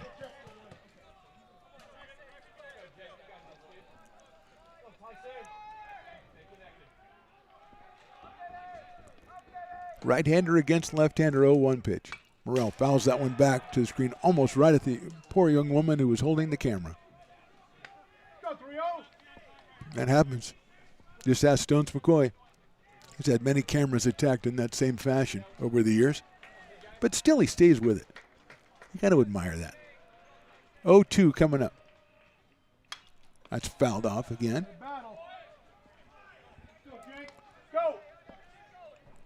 Watanabe, the 2nd player we've seen from Feather River from Japan in this ball game. They have an Australian guy warming up. You got to wonder what brings all the international people, everybody from all over the world into Quincy. Probably snow. Look out. That hit Morrell right in the back, and it made a nice thud there, so that was not pleasant. So Morrell is at first base.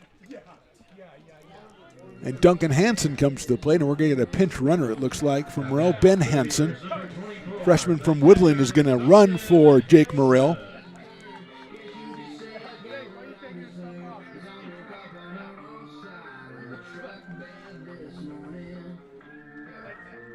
Pinch running for Jake Morrell, first base for the Beavers. So Hansen. 14, Ben Hansen. Duncan Hansen, Jake Morrell goes back to the, doesn't show any evidence of the fact that I think he was just hit by like an 86, 87 mile an hour fastball in the back, which is not the way I would spend my Friday. But I don't have a lot of choice at my age. Hansen takes a fastball inside for a ball, 1-0. Duncan has popped to first, flied to center, grounded to short, and grounded to second. Both of those grounders, excellent plays by the infielders, Lehman and Marks. Duncan could easily have a couple of hits in this game. Hansen leads at first base. Hansen at the plate takes a fastball in the inside corner for a strike. Jaden Reynolds, the designated hitter, on deck. Good lead at first by Hansen again.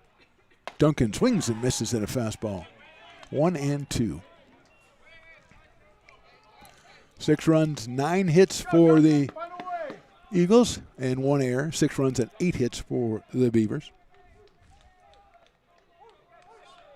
1-2 to Hansen. Line drive, left field, base hit. Ben Hansen rounds second. Coming in to pick it up in left field is the new left fielder, who I don't know who that is. I can't see which number that is. They had a pinch hitter for the left fielder, so we'll get that. So Jaden Reynolds at the plate. So it looks like it's Colt Kurtzman in left field. So that means that we have a different third baseman. We're going to have a different pitcher here in just a second, it looks like. So we'll step away as we get our ducks in a row. We are in the bottom of the 9th inning, tied at 6.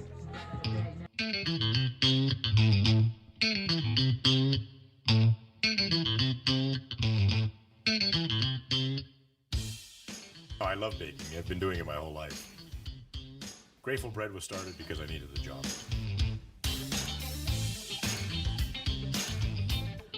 Personally, the most rewarding part is about eating it.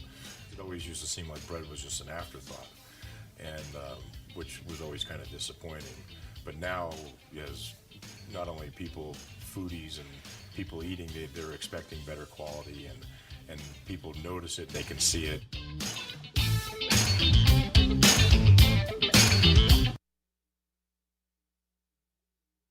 American River College is a top-tier community college sports program that provides student-athletes with the opportunity to thrive both athletically and academically. ARC Athletics is currently ranked 5th in the state and 2nd in Northern California.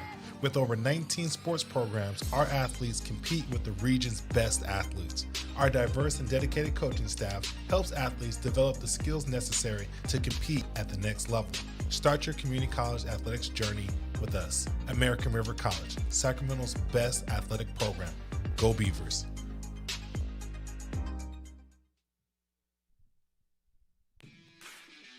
Hi, I'm Monica from Ace Body Shop in Telling. We are a family-oriented business. We've been in business for over 30 years.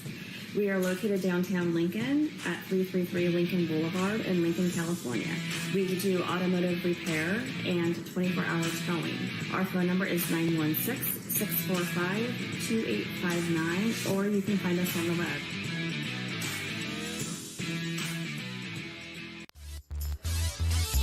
New pitcher for the Eagles, number 27, Will Page Allen from Arundel, Australia. He is making his second appearance. He has a one-inning pitch, got himself a save in his only appearance so far, has one strikeout, is not allowed to hit. He has runners at first and second, and Jaden Reynolds at the plate. Jaden struck out 3 times and grounded to second base, left-handed hitting DH, with Willie Tatum on deck. Takes in there for a strike. Fastball from Will Page Allen. Big guy, about 6'2", right-hander.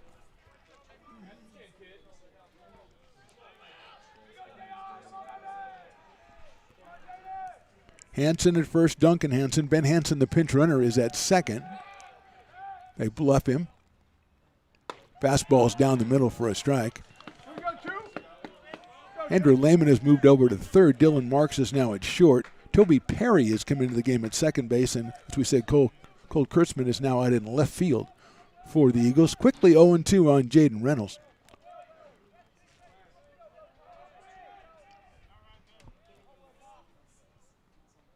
Swing and a miss at a fastball. Good speed by Page Allen up there to get the strikeout. 2 outs here in the inning, and Willie Tatum comes to the plate. Willie has struck out twice and walked twice, so he is 0 for 2, has scored a run back in the 6th inning. This is the kind of situation where Willie would come through last season with the poking a base hit in here for the Beavers. He's up here against strong throwing right-hander Will Page Allen. He is just a freshman, Will Page Allen. Willie pops one up towards second base. No, it's going to be the pitcher. Makes the play, and he's out. So he comes down and shuts down the Beavers. We're going to go to extra innings. We'll go to the top of the 10th with the game tied at 6. Here at Super Taco, we specialize in authentic Mexican food. One of the reasons we are different from other places is that we make everything from scratch. You get a great value when you come here, large portions and quality food. Our most popular dishes are many different kind of tacos. We have giant burritos, different kinds of enchiladas, and the fajita. If you're ready for real Mexican food, stop in at a Super Taco. We'd love to see you.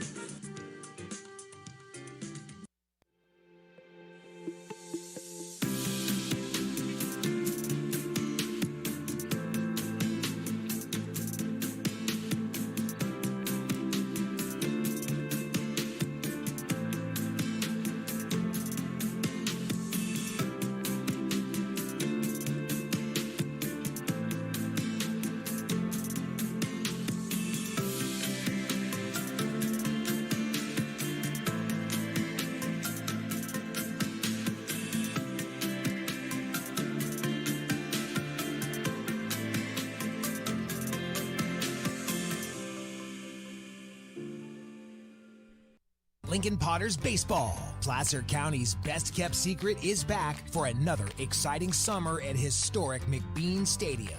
33 action-packed home games loaded with fun for the whole family. Local beer, wine, and eats. Fireworks, giveaways, theme nights, kids zone, and more. Come join in the fun and enjoy small-town baseball with Major League Entertainment. Tickets on sale now at LincolnPotters.com. Lincoln Potters Baseball. Come on out and join in the fun. Randy Payne back out on the mound for the Beavers. We go to the top of the 10th inning. It'll be Cole Kurtzman, Jared Stevenson, and Quentin Terrell for the Golden Eagles, who scored twice in the top of the 9th to prolong this one. Kurtzman with a couple of hits and 4 runs batted in this game. 2-run single in the second, a 2-run single in the 6th. In between, he's grounded to short and grounded to second. He's also sacrificed once today. Takes a fastball down low, 2-0 on Cole Kurtzman. Jared Stevenson, and then Quentin Terrell. Takes that one in there for a strike, 2-1. Austin, Corriente, Belenz, and Payne, the 4 pitchers for the Beavers. Kurtzman takes outside and low, ball 3. 3-1.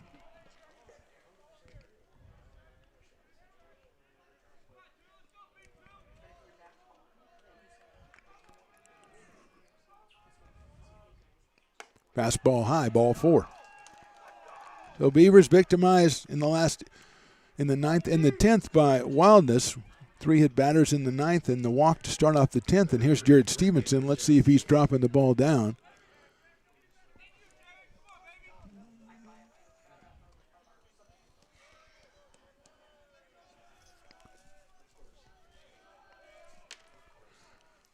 Stevenson not bunting. He takes that in there for a strike. I think we have a new third baseman for the Beavers. We'll check on that. It looks like Willie Tatum has gone over to first base. Jack Williamson is taken over at third. So Morrell was pinch run for, so Tatum goes back over to first. There's a bunt. No good. Thrown down to first base. Tag is applied, but a little bit too late. So Willie Tatum is now at first. And Jack Williamson has taken over at third. Jack is a freshman out of Jesuit High School. So it's quickly 0-2 on Stevenson. Swing and a miss. Stevenson strikes out on the off-speed pitch. Nice pitch by Randy Payne right there. He gets the K, and here's Quentin Terrell. I think we might have a pinch hitter again here. Number 26, that is Justin Robinson, freshman from DeMonte Ranch. So Robinson comes into bat for Quentin Terrell. Quentin was 1 for 4 while he was out there. Robinson takes inside for a ball.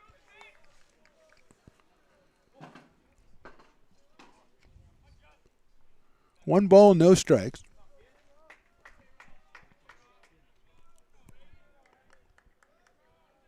Reed Alexander on deck. That one's in there for a strike.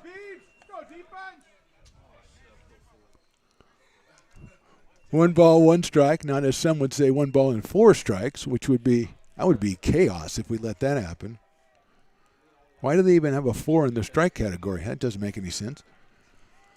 Runner dancing off at first. The pitch is line drive into left field coming on. The left fielder, he's not going to get there. It's going to be right in front of him. Barbada plays it on a hop and gets it in and keeping the runner Kurtzman at second. So it's a line drive single by the pinch hitter.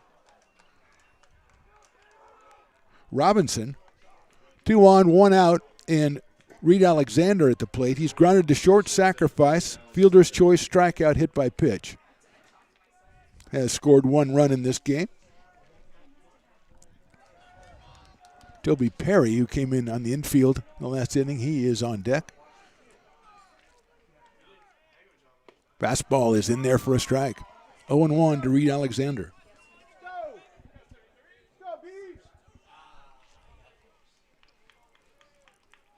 So Tatum at first, Williamson over at third, Eels at short, and Griffiths at second. 0-1 coming up. Alexander fouls that one off. So quickly 0-2 on Reed Alexander. He has a home run. He has 4 runs batted in on the season. Eagles will play a doubleheader tomorrow against Sac City. The Beavers on the road to Reading to take on Shasta College. They played yesterday in an extra inning game. So 2 in a row for the Beavers. 0-2 now. Swing and a miss. He got him on strikes. Big strikeout right there for Randy Payne, and that'll bring up Toby Perry for his first time. He becomes the 4th batter to occupy the number 6 spot in the order here for Coach Baumgartner and the Golden Eagles, and he's up here with 2 on and 2 out in the top of the 10th. Kersman at second, Robinson over at first. That's fouled off by Toby Perry. He's a freshman out of Reno, Nevada, and he's up here in a big spot in the top of the 10th.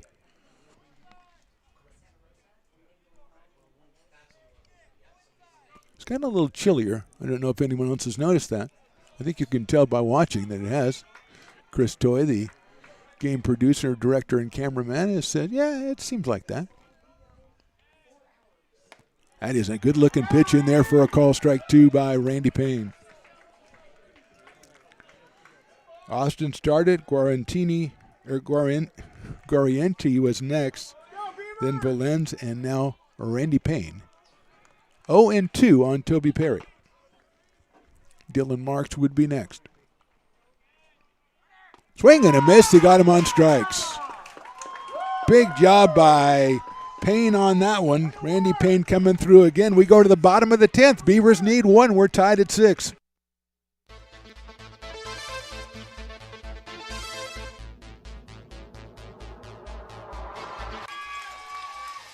Pass flung on and missed. He got him on strikes at 86, the off-speeder. Bruno strikes out the side. Potters get the win 8-5. Sanchez 1 on 4. She gets it back, trying to get it back to Gallegos. What a spin move. Her shot is blocked. She has it controlled, puts in the goal.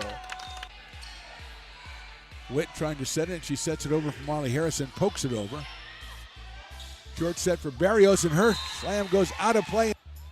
He's going to look that way. Now he's going to duck down the middle. He's got a guy wide open at the 18 kid. That's Robert Freeman. And Robert's trying to make a couple of moves. He comes back to the 15, comes down to the 10. He gets a block to the 5. Funny, but I wanted to ask you about that because I remember you doing that show, and you kind of go ahead. That's our new show. Really nice. Yeah, Beneath One Fern is what we call the show. Yeah, Between a Flower. Yes. Well, we're working on workshopping the title. Yes. Ooh. Well, you may not see that $10 again, my friend. That woman does not like to fork over the cash. I heard him say he'd pay you next Tuesday. So That's right. I didn't bring pad and paper, so I don't know what to tell you what's going to happen when I come back. First of all, I got to take notes. We may end up in one, especially on this episode of the Stones and Toys Show. Oh, snap.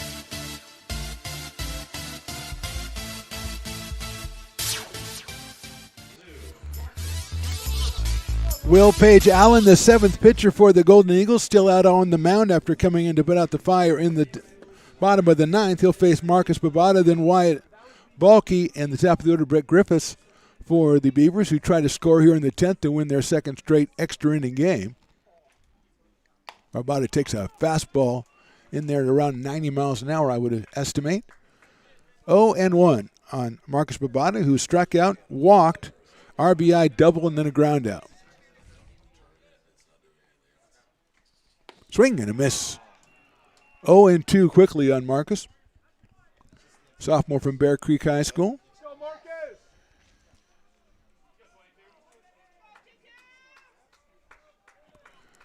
Will Page Allen works from the stretch. Fastball misses outside. 1 ball, 2 strikes on Marcus Babada.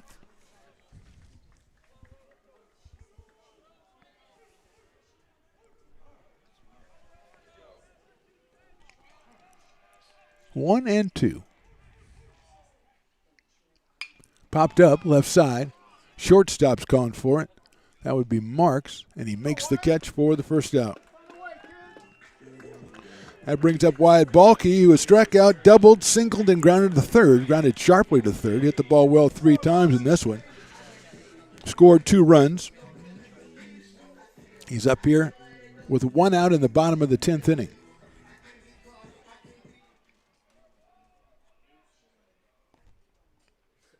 It's a ground ball to the right of shortstop. Marks picks it up. He's got time, throws across the diamond, and gets him by a half a step. That's an excellent play by Dylan Marks at shortstop to get Balke at first.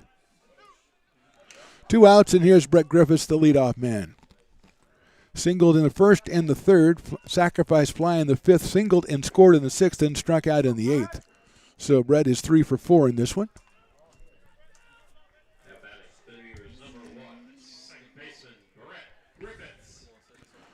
3 runs batted in, picked up number 4 today for Brett Griffiths. He's up here with 2 outs now. And Gallegos on deck.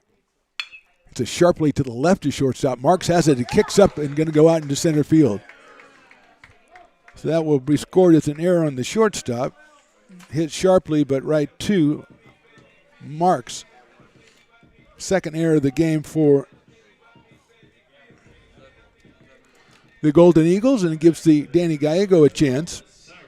Struck out twice, been hit by a pitch, had an RBI double, and grounded to third. Let's see if Griffiths thinks about going here. Not a lot of stealing in this game so far. Not a big lead for Brett. Popped up left side. Left fielder moving over, center fielder moving over, and short left center field made the catch. That's Cepeda for the 3rd out. So no runs, 1 left. We go to number 11. This game tied at 6.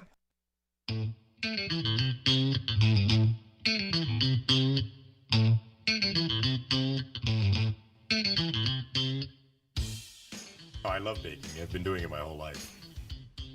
Grateful Bread was started because I needed the job.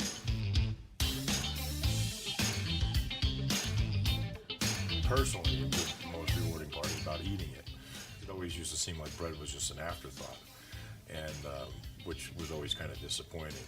But now, as not only people, foodies and people eating, they're expecting better quality, and people notice it, they can see it.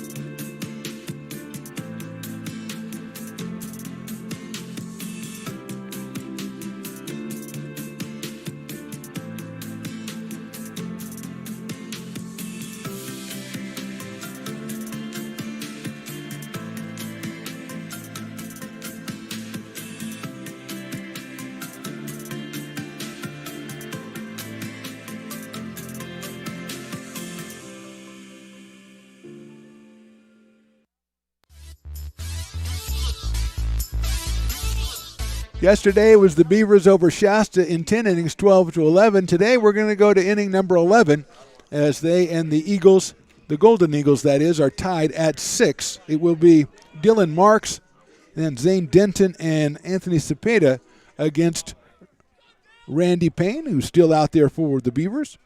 He came on in the 9th, worked through the 10th, and now is up here in the 11th. Here's Marks, who started at second, now playing at shortstop, walked, popped out, singled, was hit by a pitch, and then was hit by a pitch again. So he's been on base a bunch of times. 0-1 on Dylan Marks. Aiken ball's a little bit too high, so it's 1 ball and 1 strike.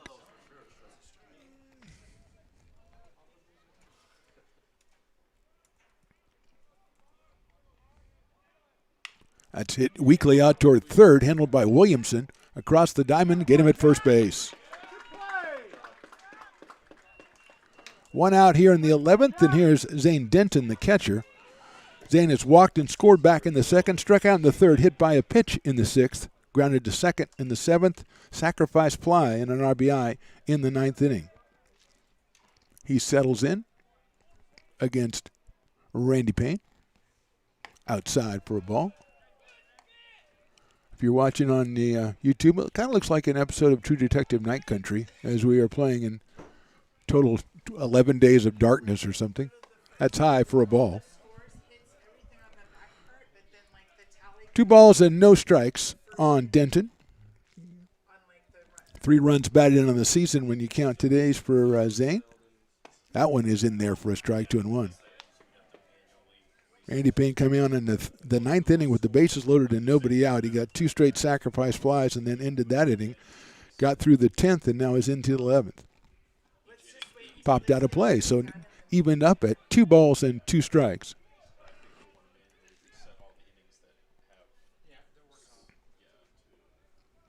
Two and 2. The umpire waves the 2-2 sign, which means the scoreboard said something different. Now we're working on it. Breaking ball in there, call strike 3. Beautiful pitch by Randy Payne. Denton is out on strikes, 2 outs, and now Anthony Cepeda coming to the plate. The center fielder is walked, struck out, tried to bunt his way on, was thrown out, grounded out again, and hit a sacrifice fly. He tied the game back in the 9th with the second sacrifice fly, which is a line drive to right field. Payne's pitch is inside, barely misses him. Cepeda picked up his 4th run batted in of the season back in that 9th inning, as he and Zane Denton put back-to-back sacrifice flies together after 3 hit batters loaded the bases. 2 outs here in the inning, 1-0.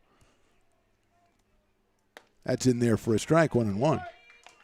We are in the top of the 11th inning, 6-10-2 for the Eagles, 6-9-0 for the Beavers.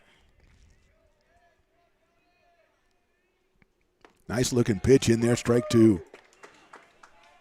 Randy Payne, a freshman out of Del Campo High School, which has turned out some really good people and then a couple of others that weren't so good, as in Stones McCoy.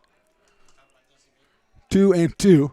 Dusty Baker, Matt Barnes, some of the others, and then that's Stones McCoy. You got to balance it out somehow. That was his friend group, was Dusty, Matt, and Stones. 2-2 pitches lined out to left field. Barbada has a lead on it, makes the catch for the out. Another good inning for Payne. We go to the bottom of the 11th. The Beavers need 1. We're tied at 6.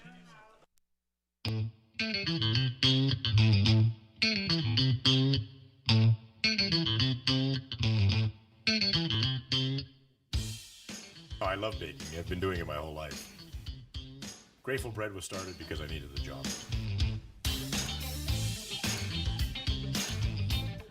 Personally, the most rewarding part is about eating it. It always used to seem like bread was just an afterthought, and which was always kind of disappointing. But now, as not only foodies and people eating, they're expecting better quality, and people notice it, they can see it.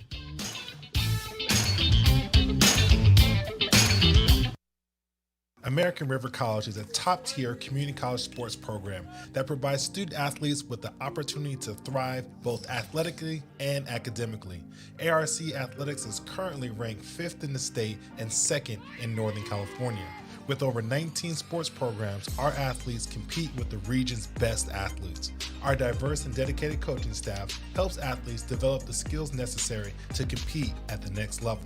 Start your community college athletics journey with us. American River College, Sacramento's best athletic program. Go Beavers.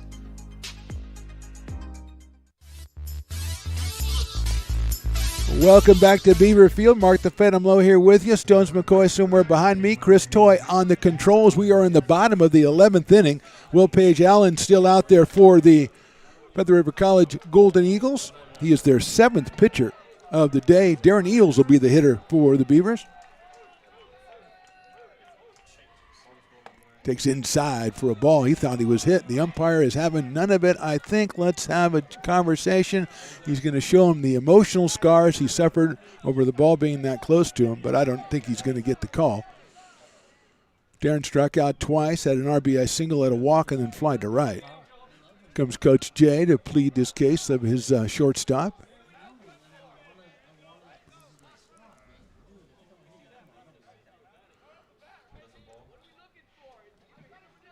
Darren now just very painfully putting his batting glove back on, just accentuating the fact that he was hit on the hand.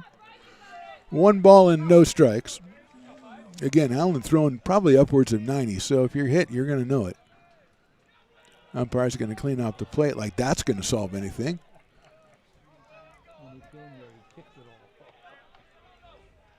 Eels with a home run on the season and picked up his second run batted in of the season today as the Beavers trying to win their second of the season against 2 losses. Second extra inning game against 2 losses outside from Paige Allen, 2-0.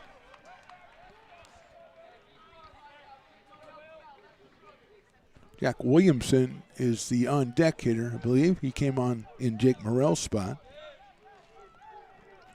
2-0. Swing and a miss. Good cut by Darren Eels. No contact, 2-1.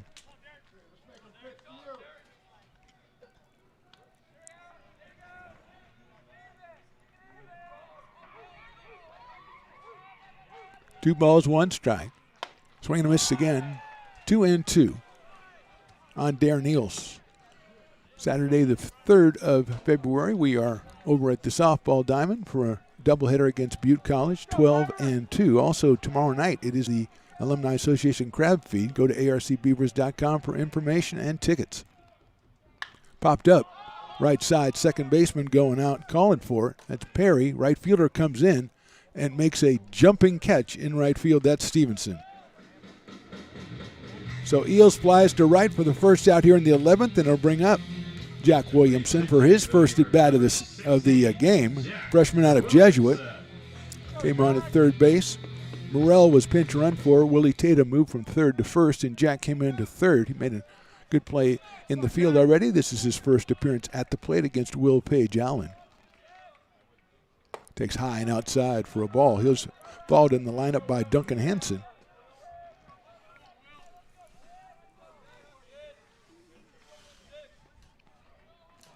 One ball, no strikes. Williamson takes a fastball and it's called a strike. Evens the count, 1 ball and 1 strike.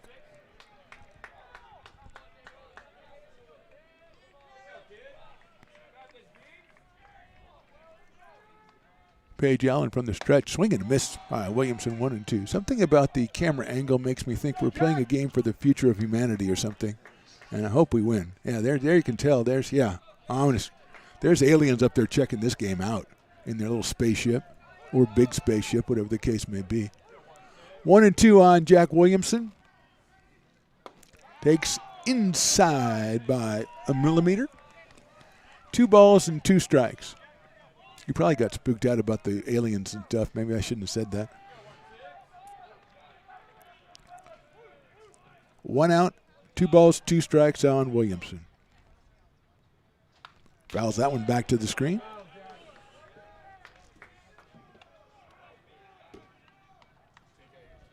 Duncan Hansen on deck.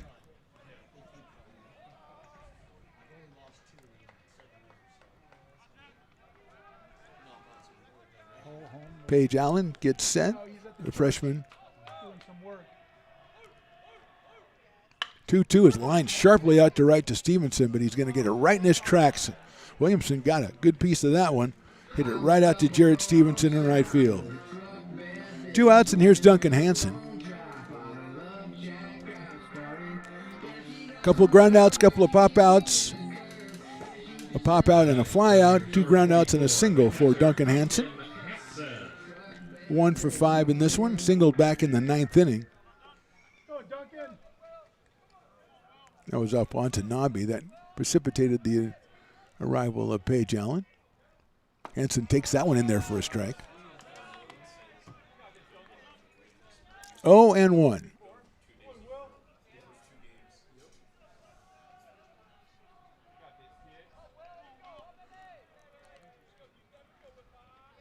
That one is very wild, but it only counts for 1 ball, so it's 1 ball and 1 strike. If Hansen can keep something going here, Jaden Reynolds is scheduled to be the next hitter. Like we might have number 4, David Henry is moving around in the on-deck circle. Freshman from El Camino High School. Hansen takes outside. Off-speed pitch from Paige Allen. 2-1 on Duncan Hansen. Yes, we are in the bottom of the 11th inning. At the edge of the universe, playing for the fate of mankind. No stakes. It's easy.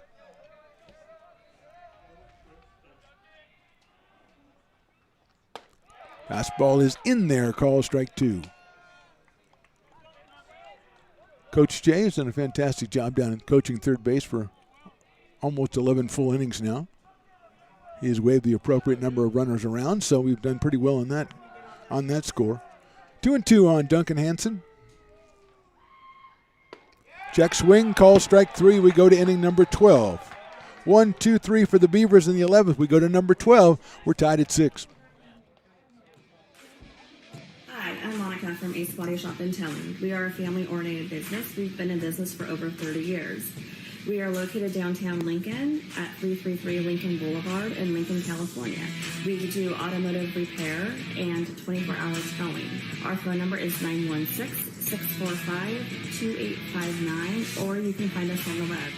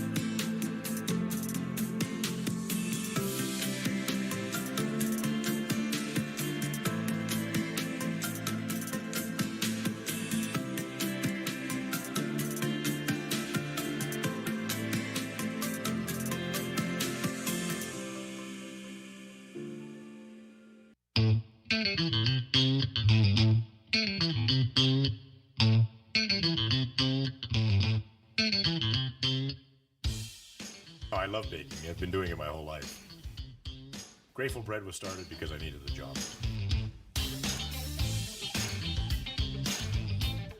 Personally, the most rewarding part about eating it. It always used to seem like bread was just an afterthought, and which was always kind of disappointing. But now, as not only people, foodies, and people eating, they're expecting better quality, and people notice it, they can see it.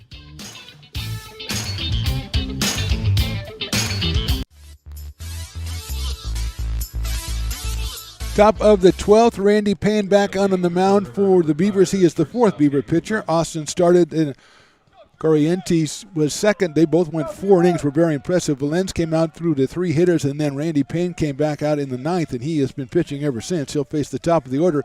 Andrew Lehman starts it off here. Lehman with a couple of hits in this one. He is 2 for 5 with a hit by pitch.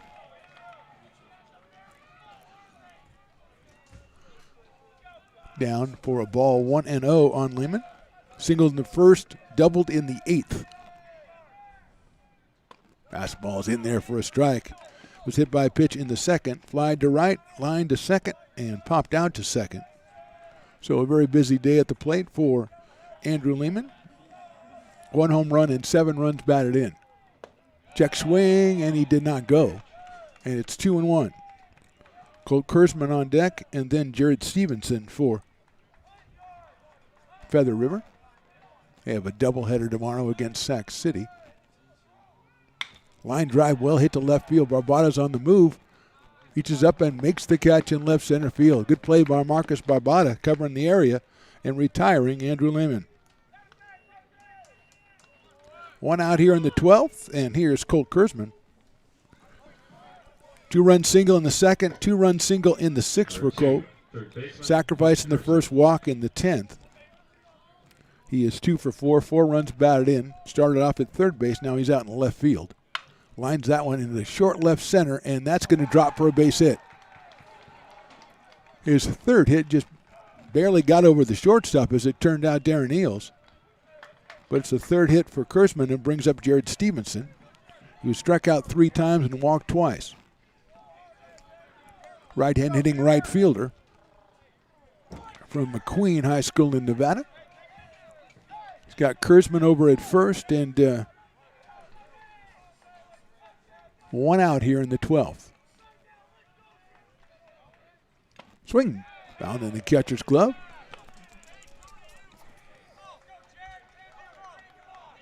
Justin Robinson, the pinch hitter from earlier tonight, is on deck. He's in the designated hitter spot now over Terrell. 0-1. Let's see if Kurzman's moving over at first base. He's not. It's in there for a strike. 0-2. No balls, 2 strikes.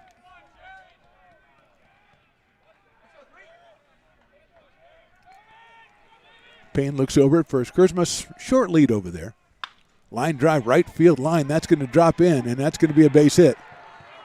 Second baseman gets out to get it. Griffiths, he's going to throw it over to third to try to get the runner. He is too late. It is a single for Stevenson, and moving over to third is Kurzma. Dropped that one down the right field line, just dropped it perfectly. Good job by Griffiths to get over there as quickly as he did, but Kurzma can go from the sound of the bat because it was clear nobody was going to get to that one. So here's Robinson. Justin Robinson came on and singled as a pinch hitter back in the 10th inning. He's up here with 2 on and 1 out here. Beavers are going to play it in on the corners and back in the middle, looking for the double play. Robinson, a freshman out of DeMonte Ranch in Nevada, takes a strike. 0-1. Kurzman over at third. At first is Jarrett Stevenson. He got his first hit of the day. Perfectly placed down the right field line. And then it just died there like a well-placed wedge shot. 0-1 now. Breaking balls popped out of play, so it's 0-2 quickly on Robinson.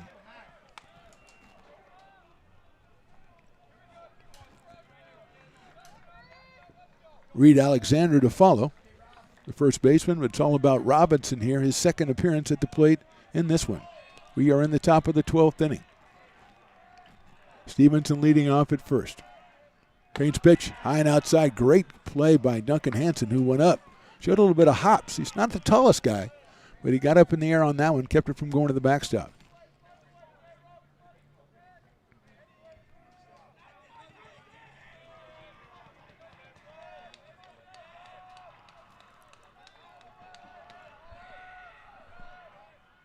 Breaking ball just misses the inside corner.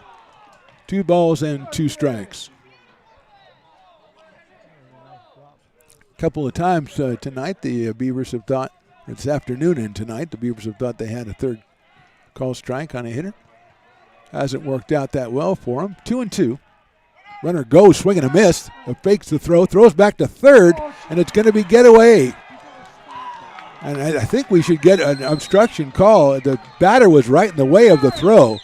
So he's going to call interference, and that runner is going to be out. That's what I thought. Or they're going to move him. Let's see if they move him back. He's going to be called out for a double play, I think, because the strikeout was made on the play. Hansen threw down to third. The batter was in the way, and I think he's calling obstruction on the batter, but he also showed that the runner has to go back to second. So he's going to say, and it is an out. Okay, I thought so. So interference on the hitter, and the runner at third is out, and the Beavers are out of the inning. Or at least they're all leaving the field, so they better be out of the inning. But we're going to stay here for just a second as the umpire is talking to Coach Baumgartner over there. But it seemed clear what happened. The runner at first took off. Hansen faked like he was going to throw to second, turned to throw to third. The hitter, Robinson, was standing right there and definitely affected the throw, and the obstruction was called. The interference was called. The batter was out on the strikeout. The runner is out on the interference, and we are going to the bottom of the 12th. This one just keeps getting crazier. We're tied at 6.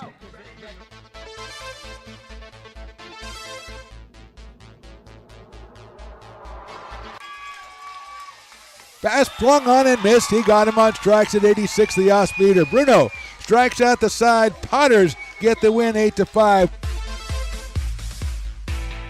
Sanchez 1 on 4. She gets it back, trying to get it back to Gallegos. What a spin move. Her shot is blocked. She has it controlled, puts in the goal. Witt trying to set it. She sets it over for Molly Harrison, pokes it over. Short set for Barrios, and her slam goes out of play. He's going to look that way. Now he's going to duck down the middle. He's got a guy wide open at the 18 kid. That's Robert Freeman. And Robert's trying to make a couple of moves. He comes back to the 15, comes down to the 10. He gets a block to the 5. Funny, but I wanted to ask you about that because I remember you doing that show, and you kind of.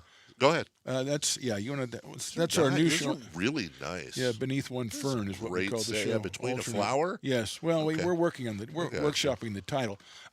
Yes. Ooh. Well, You may not see that $10 again, my friend. That woman does not like to fork over the cash. I heard him say he'd pay you next Tuesday. So, That's right. I didn't bring pad and paper, so I don't know what to tell you what's going to happen when I come back. First so of all, I got to take notes. We may end up in one, especially on this episode of the Stones and Toys Show. Oh, snap.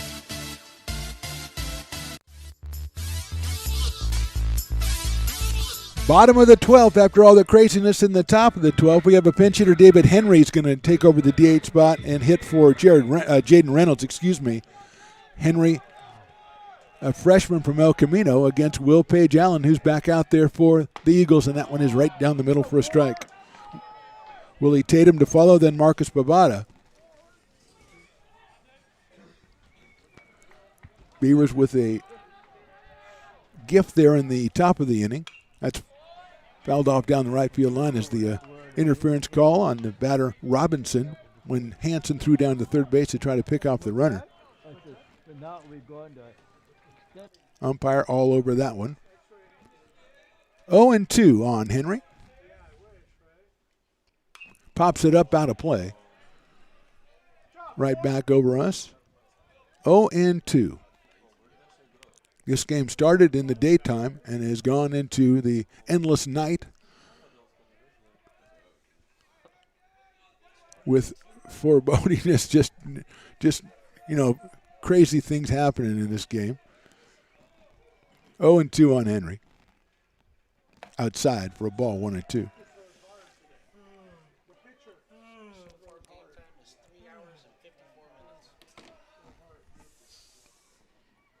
Three hours and 54 minutes into this one. Yesterday was 4:06, so, and that's the way it goes. Did he go? Yes, he did, and it's caught, I believe, by the catcher. They're going to throw it down to first base, and he is out at first base. So the catcher thought he had caught it, but he threw it down there anyway, and a nice scoop by Alexander at first base to get Henry on the tag. So one out here in the 12th inning, and Willie Tatum comes to the plate. Willie struck out twice, walked twice, and popped up. Scored a run back in the 6th inning.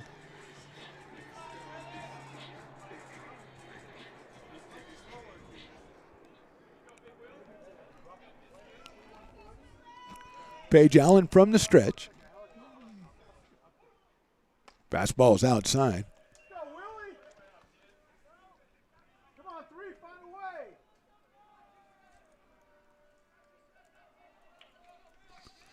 11th batter faced by Will Page Allen. Fastball's in there for a strike. He came on in the 9th inning with 1 out and 2 on. Allowed just 1 base runner so far, and that was on an error in the infield. Fastball is outside, 2-1 on Willie Tatum. Marcus Bavada to follow, then Wyatt Balke if we can get that far. The Beavers try to come out and win this one in extra innings. We're in the 12th.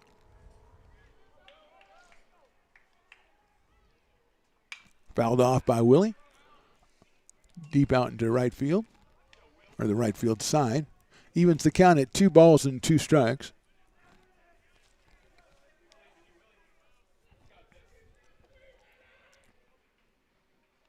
Tatum out of Grant High School, the sophomore. Started at third today and is now playing over at first base. Fastball is called strike 3.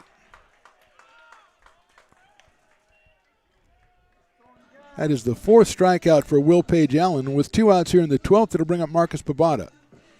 He struck out, walked, had an RBI double, grounded at first, and popped to short. Sophomore left fielder is up here with 2 outs. And nobody on in the 12th.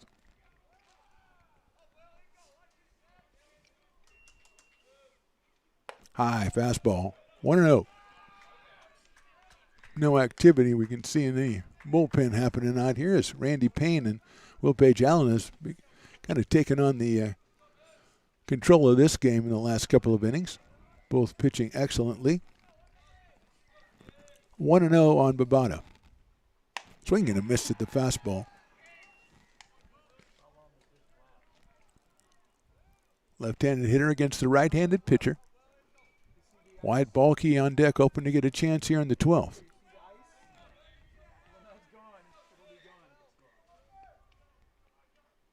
That's in the dirt. 2-1. Zane Denton's been behind the plate all night for the Golden Eagles. Duncan Hansen the same for the Beavers. Both have done a great job. 2-1 now on Marcus. Inside for a ball, 3-1. Denton holds that one there. Thought he had a call in the inside corner. Instead, Bobata ahead in the count. 3 balls, 1 strike. Kudos to all the fans hanging out here. It's got a little chilly over the course of almost 4 hours. People hanging out, though. Good ball game here. 6-6 in the 12th. That's hit well into right center field. Cepeda's going over. Here comes the right fielder, makes the dive, can't make the play. Babata's going to go for 2. Picked up the throw, it's going to be high, and Babata's got himself a 2-out double, and the Beavers are in business here in the bottom of the 12th. Stevenson with a great tryout in right field, but Babata's got his second double of the day. Never stopped running, and here's Wyatt Balke. Balke strikeout, double, single, ground out. He hit the ball well. Each time he's made contact, he struck out in the third, but then had the double and the single. Hit it sharply to third, sharply to short. So he's up here with a runner in scoring position and 2 outs in the 12th inning. Perry at second base playing close to second to try to keep the runner close, and so he's leaving a pretty big hole open there over there at second base. For Balke, let's see if Wyatt can take advantage against Will Page Allen. That's a nice-looking pitch in there for a strike 0-1.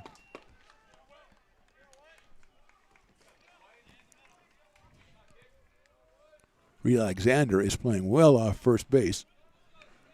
0-1 on Wyatt Balke.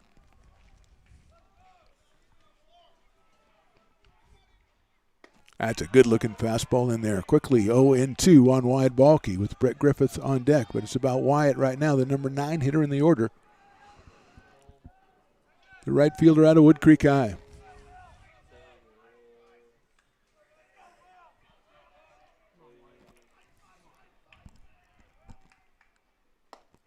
And it's called strike 3.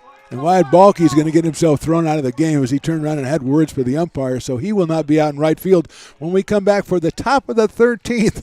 Feather River and American River tied at 6. Lincoln Potters Baseball. Placer County's best-kept secret is back for another exciting summer at historic McBean Stadium. 33 action-packed home games loaded with fun for the whole family. Local beer, wine, and eats. Fireworks, giveaways, theme nights, kids zone, and more. Come join in the fun and enjoy small-town baseball with Major League Entertainment. Tickets on sale now at LincolnPotters.com. Lincoln Potters Baseball. Come on out and join in the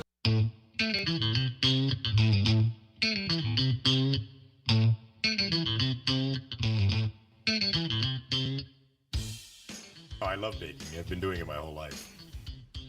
Grateful Bread was started because I needed the job.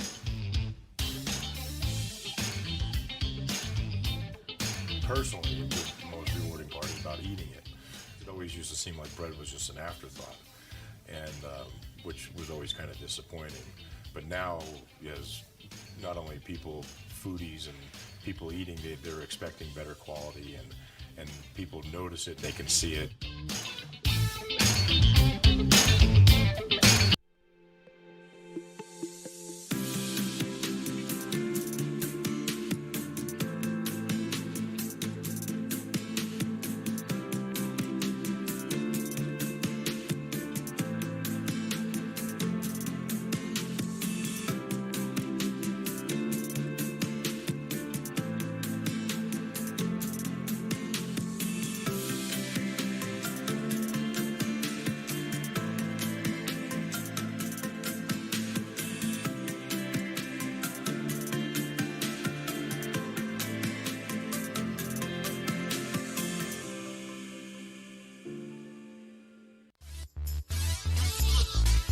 Top of inning number 13, the 5th inning, I believe, for Randy Payne, who's back out there for the Beavers.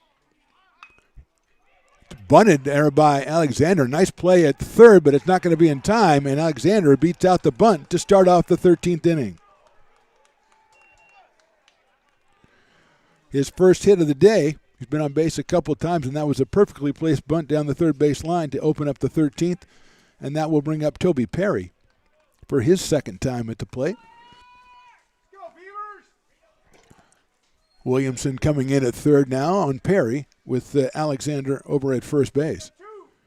Perry shows bunt. The pitch is bunted, popped up down the first base line. It's going to be foul. Willie Tatum was holding his spot.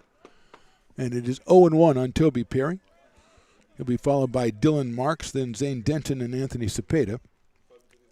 Perry took over the left field spot from Kato Araki. It was pinch hit for twice, and Perry eventually came into the game in the infield, and now he is his second at bat. Struck out back in the 10th. Alexander leading at first. Perry showing bunt. Here comes Williamson. The pitch is bunted down the first base line. Nicely done. The pitcher has it, flips it to first for the out, but it's well done by Perry. A sacrifice bunt. And going down to second base is Reed Alexander. Dylan Marks coming to the plate. He's walked once, been hit by a pitch twice and singled, and then popped out and grounded out. So 1 for 3, has been on base 4 times. Started off at second, now playing shortstop. He has a runner at second base and 1 out. Payne's pitch is outside for a ball. 1-0. Zane Denton, the catcher, on deck. Willie Tatum is in tight at first. Williamson kind of creeping in at third a little bit as Marks waits for the 1-0 pitch from Payne. That's in there for a strike. Well, the only thing Randy Payne can't do is he can't keep his hat on. Other than that, he's done an excellent job out here. He's losing the hat occasionally. 1 ball, 1 strike. He's got a nice head of lettuce there. Yeah, he does. Am I jealous? Maybe. 1-1 pitch. Nice breaking ball. Misses somehow the outside corner. 2-1 on Dylan Marks. Dylan out of Sitka, Alaska, a freshman. Finds his way down to Feather River. I think he just turned left at Greenland or something. I don't know. 2-1. That's hit well to left field. Babada's on his horse. Marcus reaches up and can't make the play. Here comes Alexander. He's going to round third. He's going to score. Coming into third is Dylan Marks. He's going to go to the plate. No, he's going to be held at third base. Babada with a great try in left field, but it's Marks with the RBI triple. And Feather River leads it 7-6.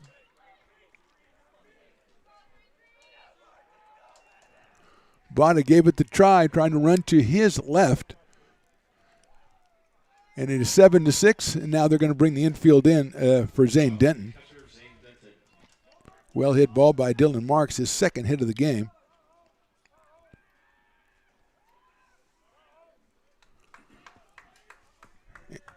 Denton has struck out twice. He's walked, sacrifice fly, hit by pitch, ground out. It's hit hard past the shortstop into left field, solid single and an RBI. Marks scores. Second RBI of the game for Zane Denton. Second run here in the 13th lead. It's 8-6, and now we're going to have a pitching meeting at the mound. We're going to get a new pitcher for the Beavers, and we'll step away for just a second. We're in the top of the 13th, and the Feather River Eagles lead at 8-6. Here at Super Taco, we specialize in authentic Mexican food. One of the reasons we are different from other places is that we make everything from scratch. You get a great value when you come here, large portions and quality food. Our most popular dishes are many different kind of tacos. We have giant burritos, different kinds of enchiladas, and the fajita. If you're ready for real Mexican food, stop in at a Super Taco. We'd love to see you.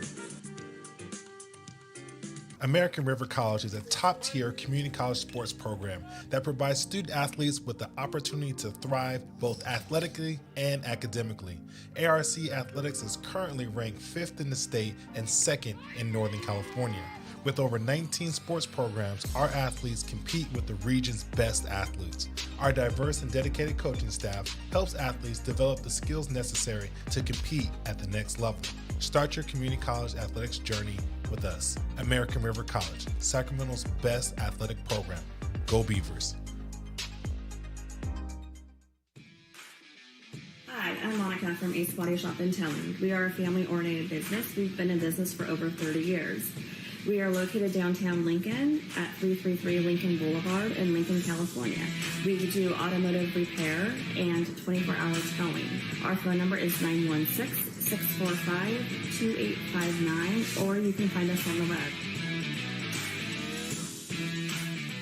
Lincoln Potters Baseball. Placer County's best-kept secret is back for another exciting summer at historic McBean Stadium. 33 action-packed home games loaded with fun for the whole family. Local beer, wine, and eats. Fireworks, giveaways, theme nights, kids zone, and more. Come join in the fun and enjoy small-town baseball with Major League Entertainment. Tickets on sale now at LincolnPotters.com. Lincoln Potters Baseball. Come on out and join in the fun. New pitcher for the Beavers, number 55, the right-hander from Casa Roble. It's Aiden Nielsen on the hill. He'll face Anthony Cepeda with the runner at first. That's Zane Denton. Reed Alexander started the inning with a bunt single. He's sacrificed by Perry. A triple from Dylan Marks, a single from Denton. And here's Aiden Nielsen inside for a ball to throw down to first base, blocked by Willie Tatum. So Nielsen becomes the fifth pitcher for the Beavers. Austin, Guarantini, Valenz, Payne, and now Nielsen.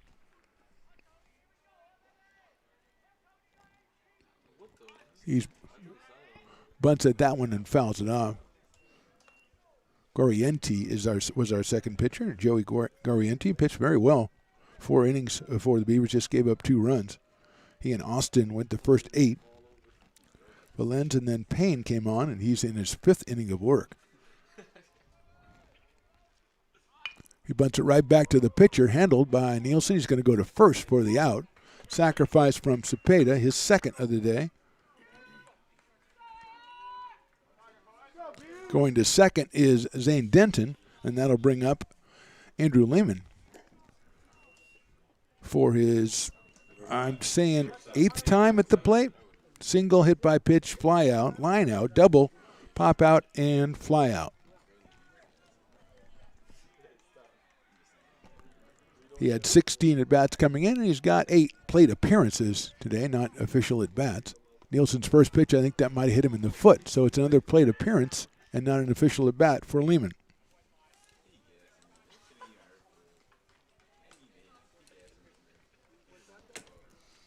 The hit by pitch has been the bane of the existence of the Beavers so far here today. I think that's about a half dozen. 3 of them in the top of the 9th inning. Cole Kurtzman's going to be our hitter. He's had a 2-run single in the second, a 2-run single in the 6th, and singled again back in the 12th. So he has 3 hits in this one. And a sacrifice. First and second, 2 outs here in the 13th inning. 8-6 for the Eagles.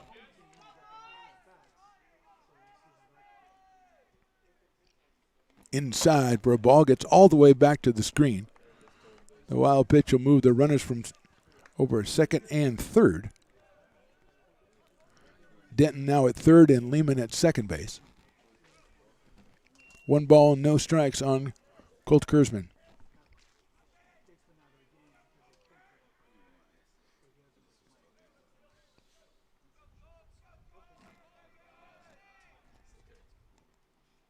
Outside with the fastball from Nielsen. He's behind the count 2-0. Freshman out of Casa Roble. Facing Kurtzman. They're going to give him the intentional pass to load the bases. His 5th time he's reached base. And this one brings up Jared Stevenson, who struck out 3 times, walked twice, and then had a big single back in the 12th. So he is 1 for 4. That is on the outside corner for a strike. Bases are loaded here in the 13th. Eagles have already scored twice. They lead 8-6.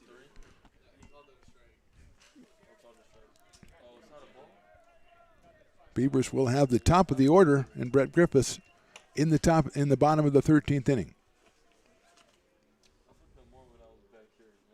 That's line, but foul down the first base line. Barely misses the first base coach down there.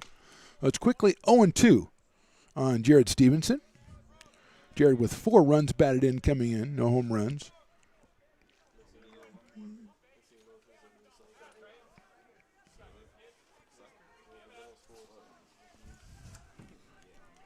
(0-2) coming up. Swing and a miss. He got him on strikes. 2 runs scoring for the Eagles. We go to the bottom of the 13th. They lead it 8-6.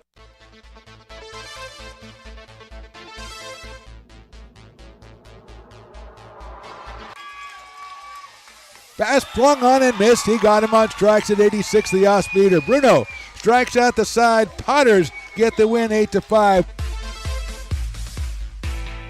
Sanchez 1-on-4. She gets it back, trying to get it back to Gallegos. What a spin move. Her shot is blocked. She has it controlled, puts in the goal. Witt trying to set it. She sets it over for Marley Harrison, pokes it over. Short set for Barrios, and her slam goes out of play. He's going to look that way. Now he's going to duck down the middle. He's got a guy wide open at the 18. Get it. That's Robert Freeman. And Robert's trying to make a couple of moves. He comes back to the 15. Comes down to the 10. He gets a block to the 5. Funny, but I wanted to ask you about that because I remember you doing that show, and you kind of. Go ahead. You know, that's our new show. Really nice. Yeah, Beneath One Fern is what we call the show. Between a flower? Yes. Well, we're working on we're workshopping the title. Yes. Ooh. Well, you may not see that $10, my friend. That woman does not like to fork over the cash. I heard him say he'd pay you next Tuesday. So, That's right. I didn't bring pad and paper, so I don't know what to tell you what's going to happen when I come back. First of all, I got to take notes. We may end up in one, especially on this episode of the Stones and Toys Show. Oh, snap.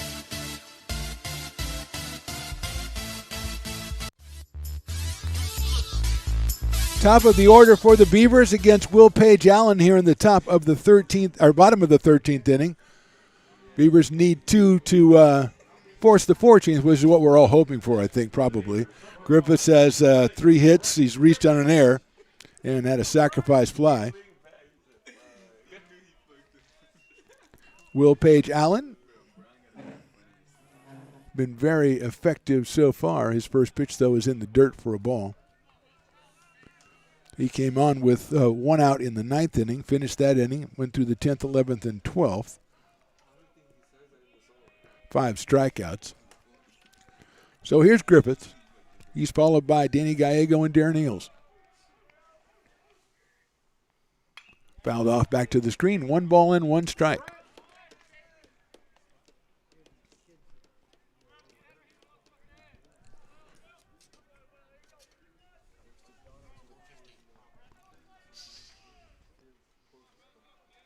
The Beavers the last 2 days have put together a real work day, 8 hours of baseball. That's a fastball, but it misses outside, 2-1. Brett's job, obviously, to get on base. Beavers need 2 to keep this one going. And who wouldn't want that?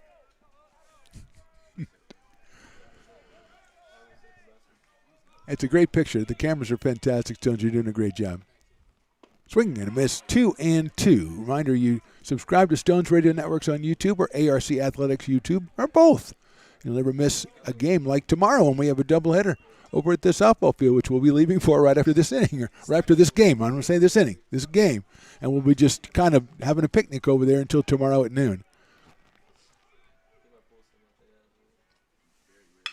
That's a leader into left center field. That's going to drop in for a base hit. Brett Griffiths with his 4th hit of the day, and he starts it off here for the Beavers in the 13th. That's the first hit, I think, off Will Page Allen. And it brings up Danny Gallego.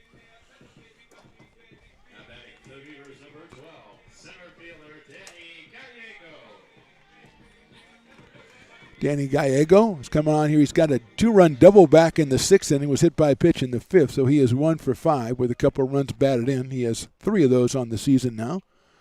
Griffiths over at first. Darren Eels to follow. Shows bunt. Bunt's at it. It's a strike.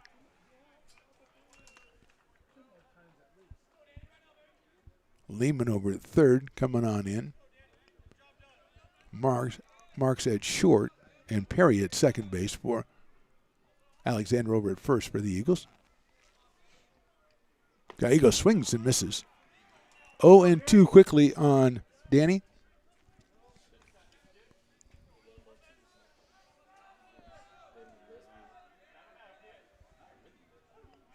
Out of Bear Creek High School, just a freshman. Sharply hit to short. Third baseman cuts it off. Going to go to second for one. Got him at first, not in time. Nice play at third by Lehman to go to second, get the lead runner. So fielder's choice. Gallego is at first base, but one out now. And we'll bring up Darren Eels. Darren with a couple strikeouts, an RBI single, then a couple of flyouts. So he's 1 for 5 as his second run batted of the season today. The sophomore from Bear Creek steps in here. Jack Williamson on deck. Now it's Gallego at first.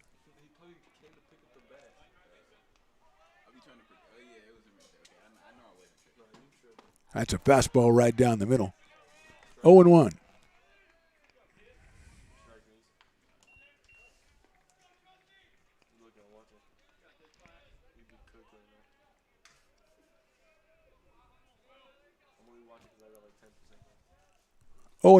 Popped up infield.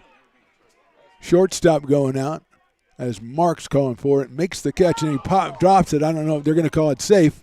So it's going to end up being a fielder's choice. 8-4, which is most fielder's choices are. Not really much that Danny Gallego could do. He's not like he's got to keep going because the ball was dropped at the last possible second. So 2 outs.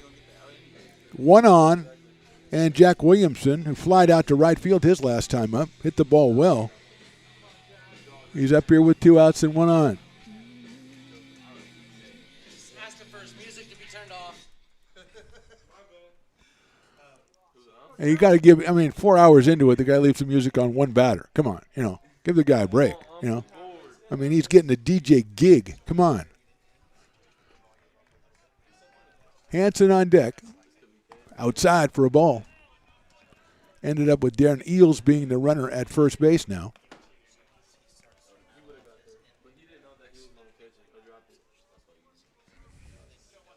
Williamson came on for defensive purposes, flied out to right in his only appearance at the plate. Freshman out of Jesuit. Takes that one, it's in there for a strike, 1-1.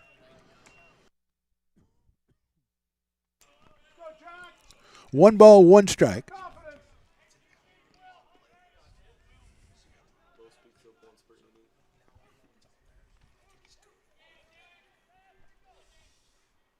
That is called strike 2. 1-2. So after 4 hours and 20 minutes, it's down to 1 strike here in the bottom of the 13th inning. Eels at first. Paige Allen checks at first. Not even being held really by Reed Alexander. Williamson takes that one inside and low, 2-2. 2 balls, 2 strikes, 2 outs. A 2-run lead for the Eagles.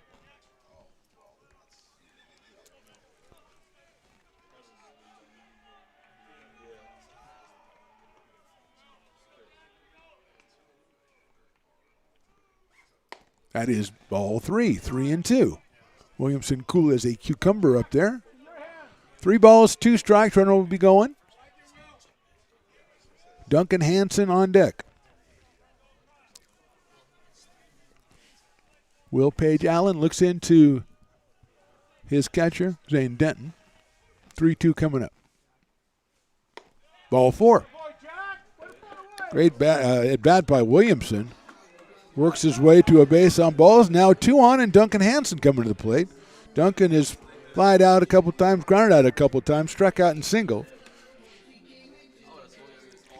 And we're going to have a meeting at the mound by the Golden Eagles as Paige Allen loses Williamson. Again, an excellent at bat by Jack Williamson to work it from 1 and 2 all the way for the base on balls. That moves Darren Eels over to second base. So first and second, 2 outs, and Hansen at the plate. Terry Baumgartner is the head coach of Feather River, who, as we mentioned a couple of times, will stay around the area and play Sac City tomorrow in a doubleheader at noon and 3:30. So here's Duncan Hansen, the sophomore out of Del Campo High School.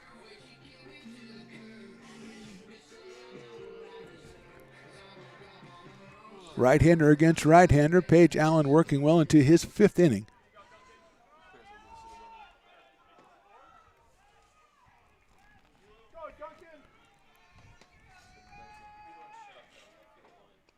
Hansen popped one over down first base. It's probably going to drop. Chase was Alexander. He couldn't get there.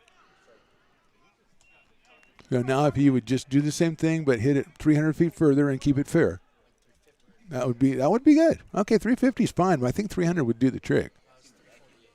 Well, but he hit it like 90 feet, so he doesn't need 350 more. He only needs 300 more. And they said you wouldn't use math in real life. 0-1. Hole at second base again as they keep the runner on outside. 1 ball, 1 strike.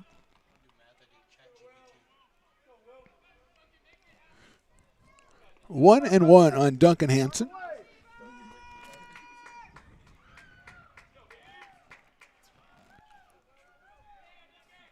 Paige Allen comes set. In there, call strike 2.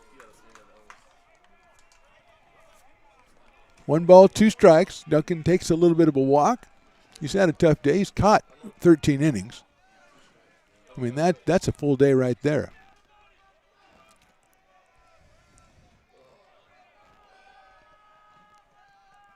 One-two pitch. Swing and a miss, and that's your ball game.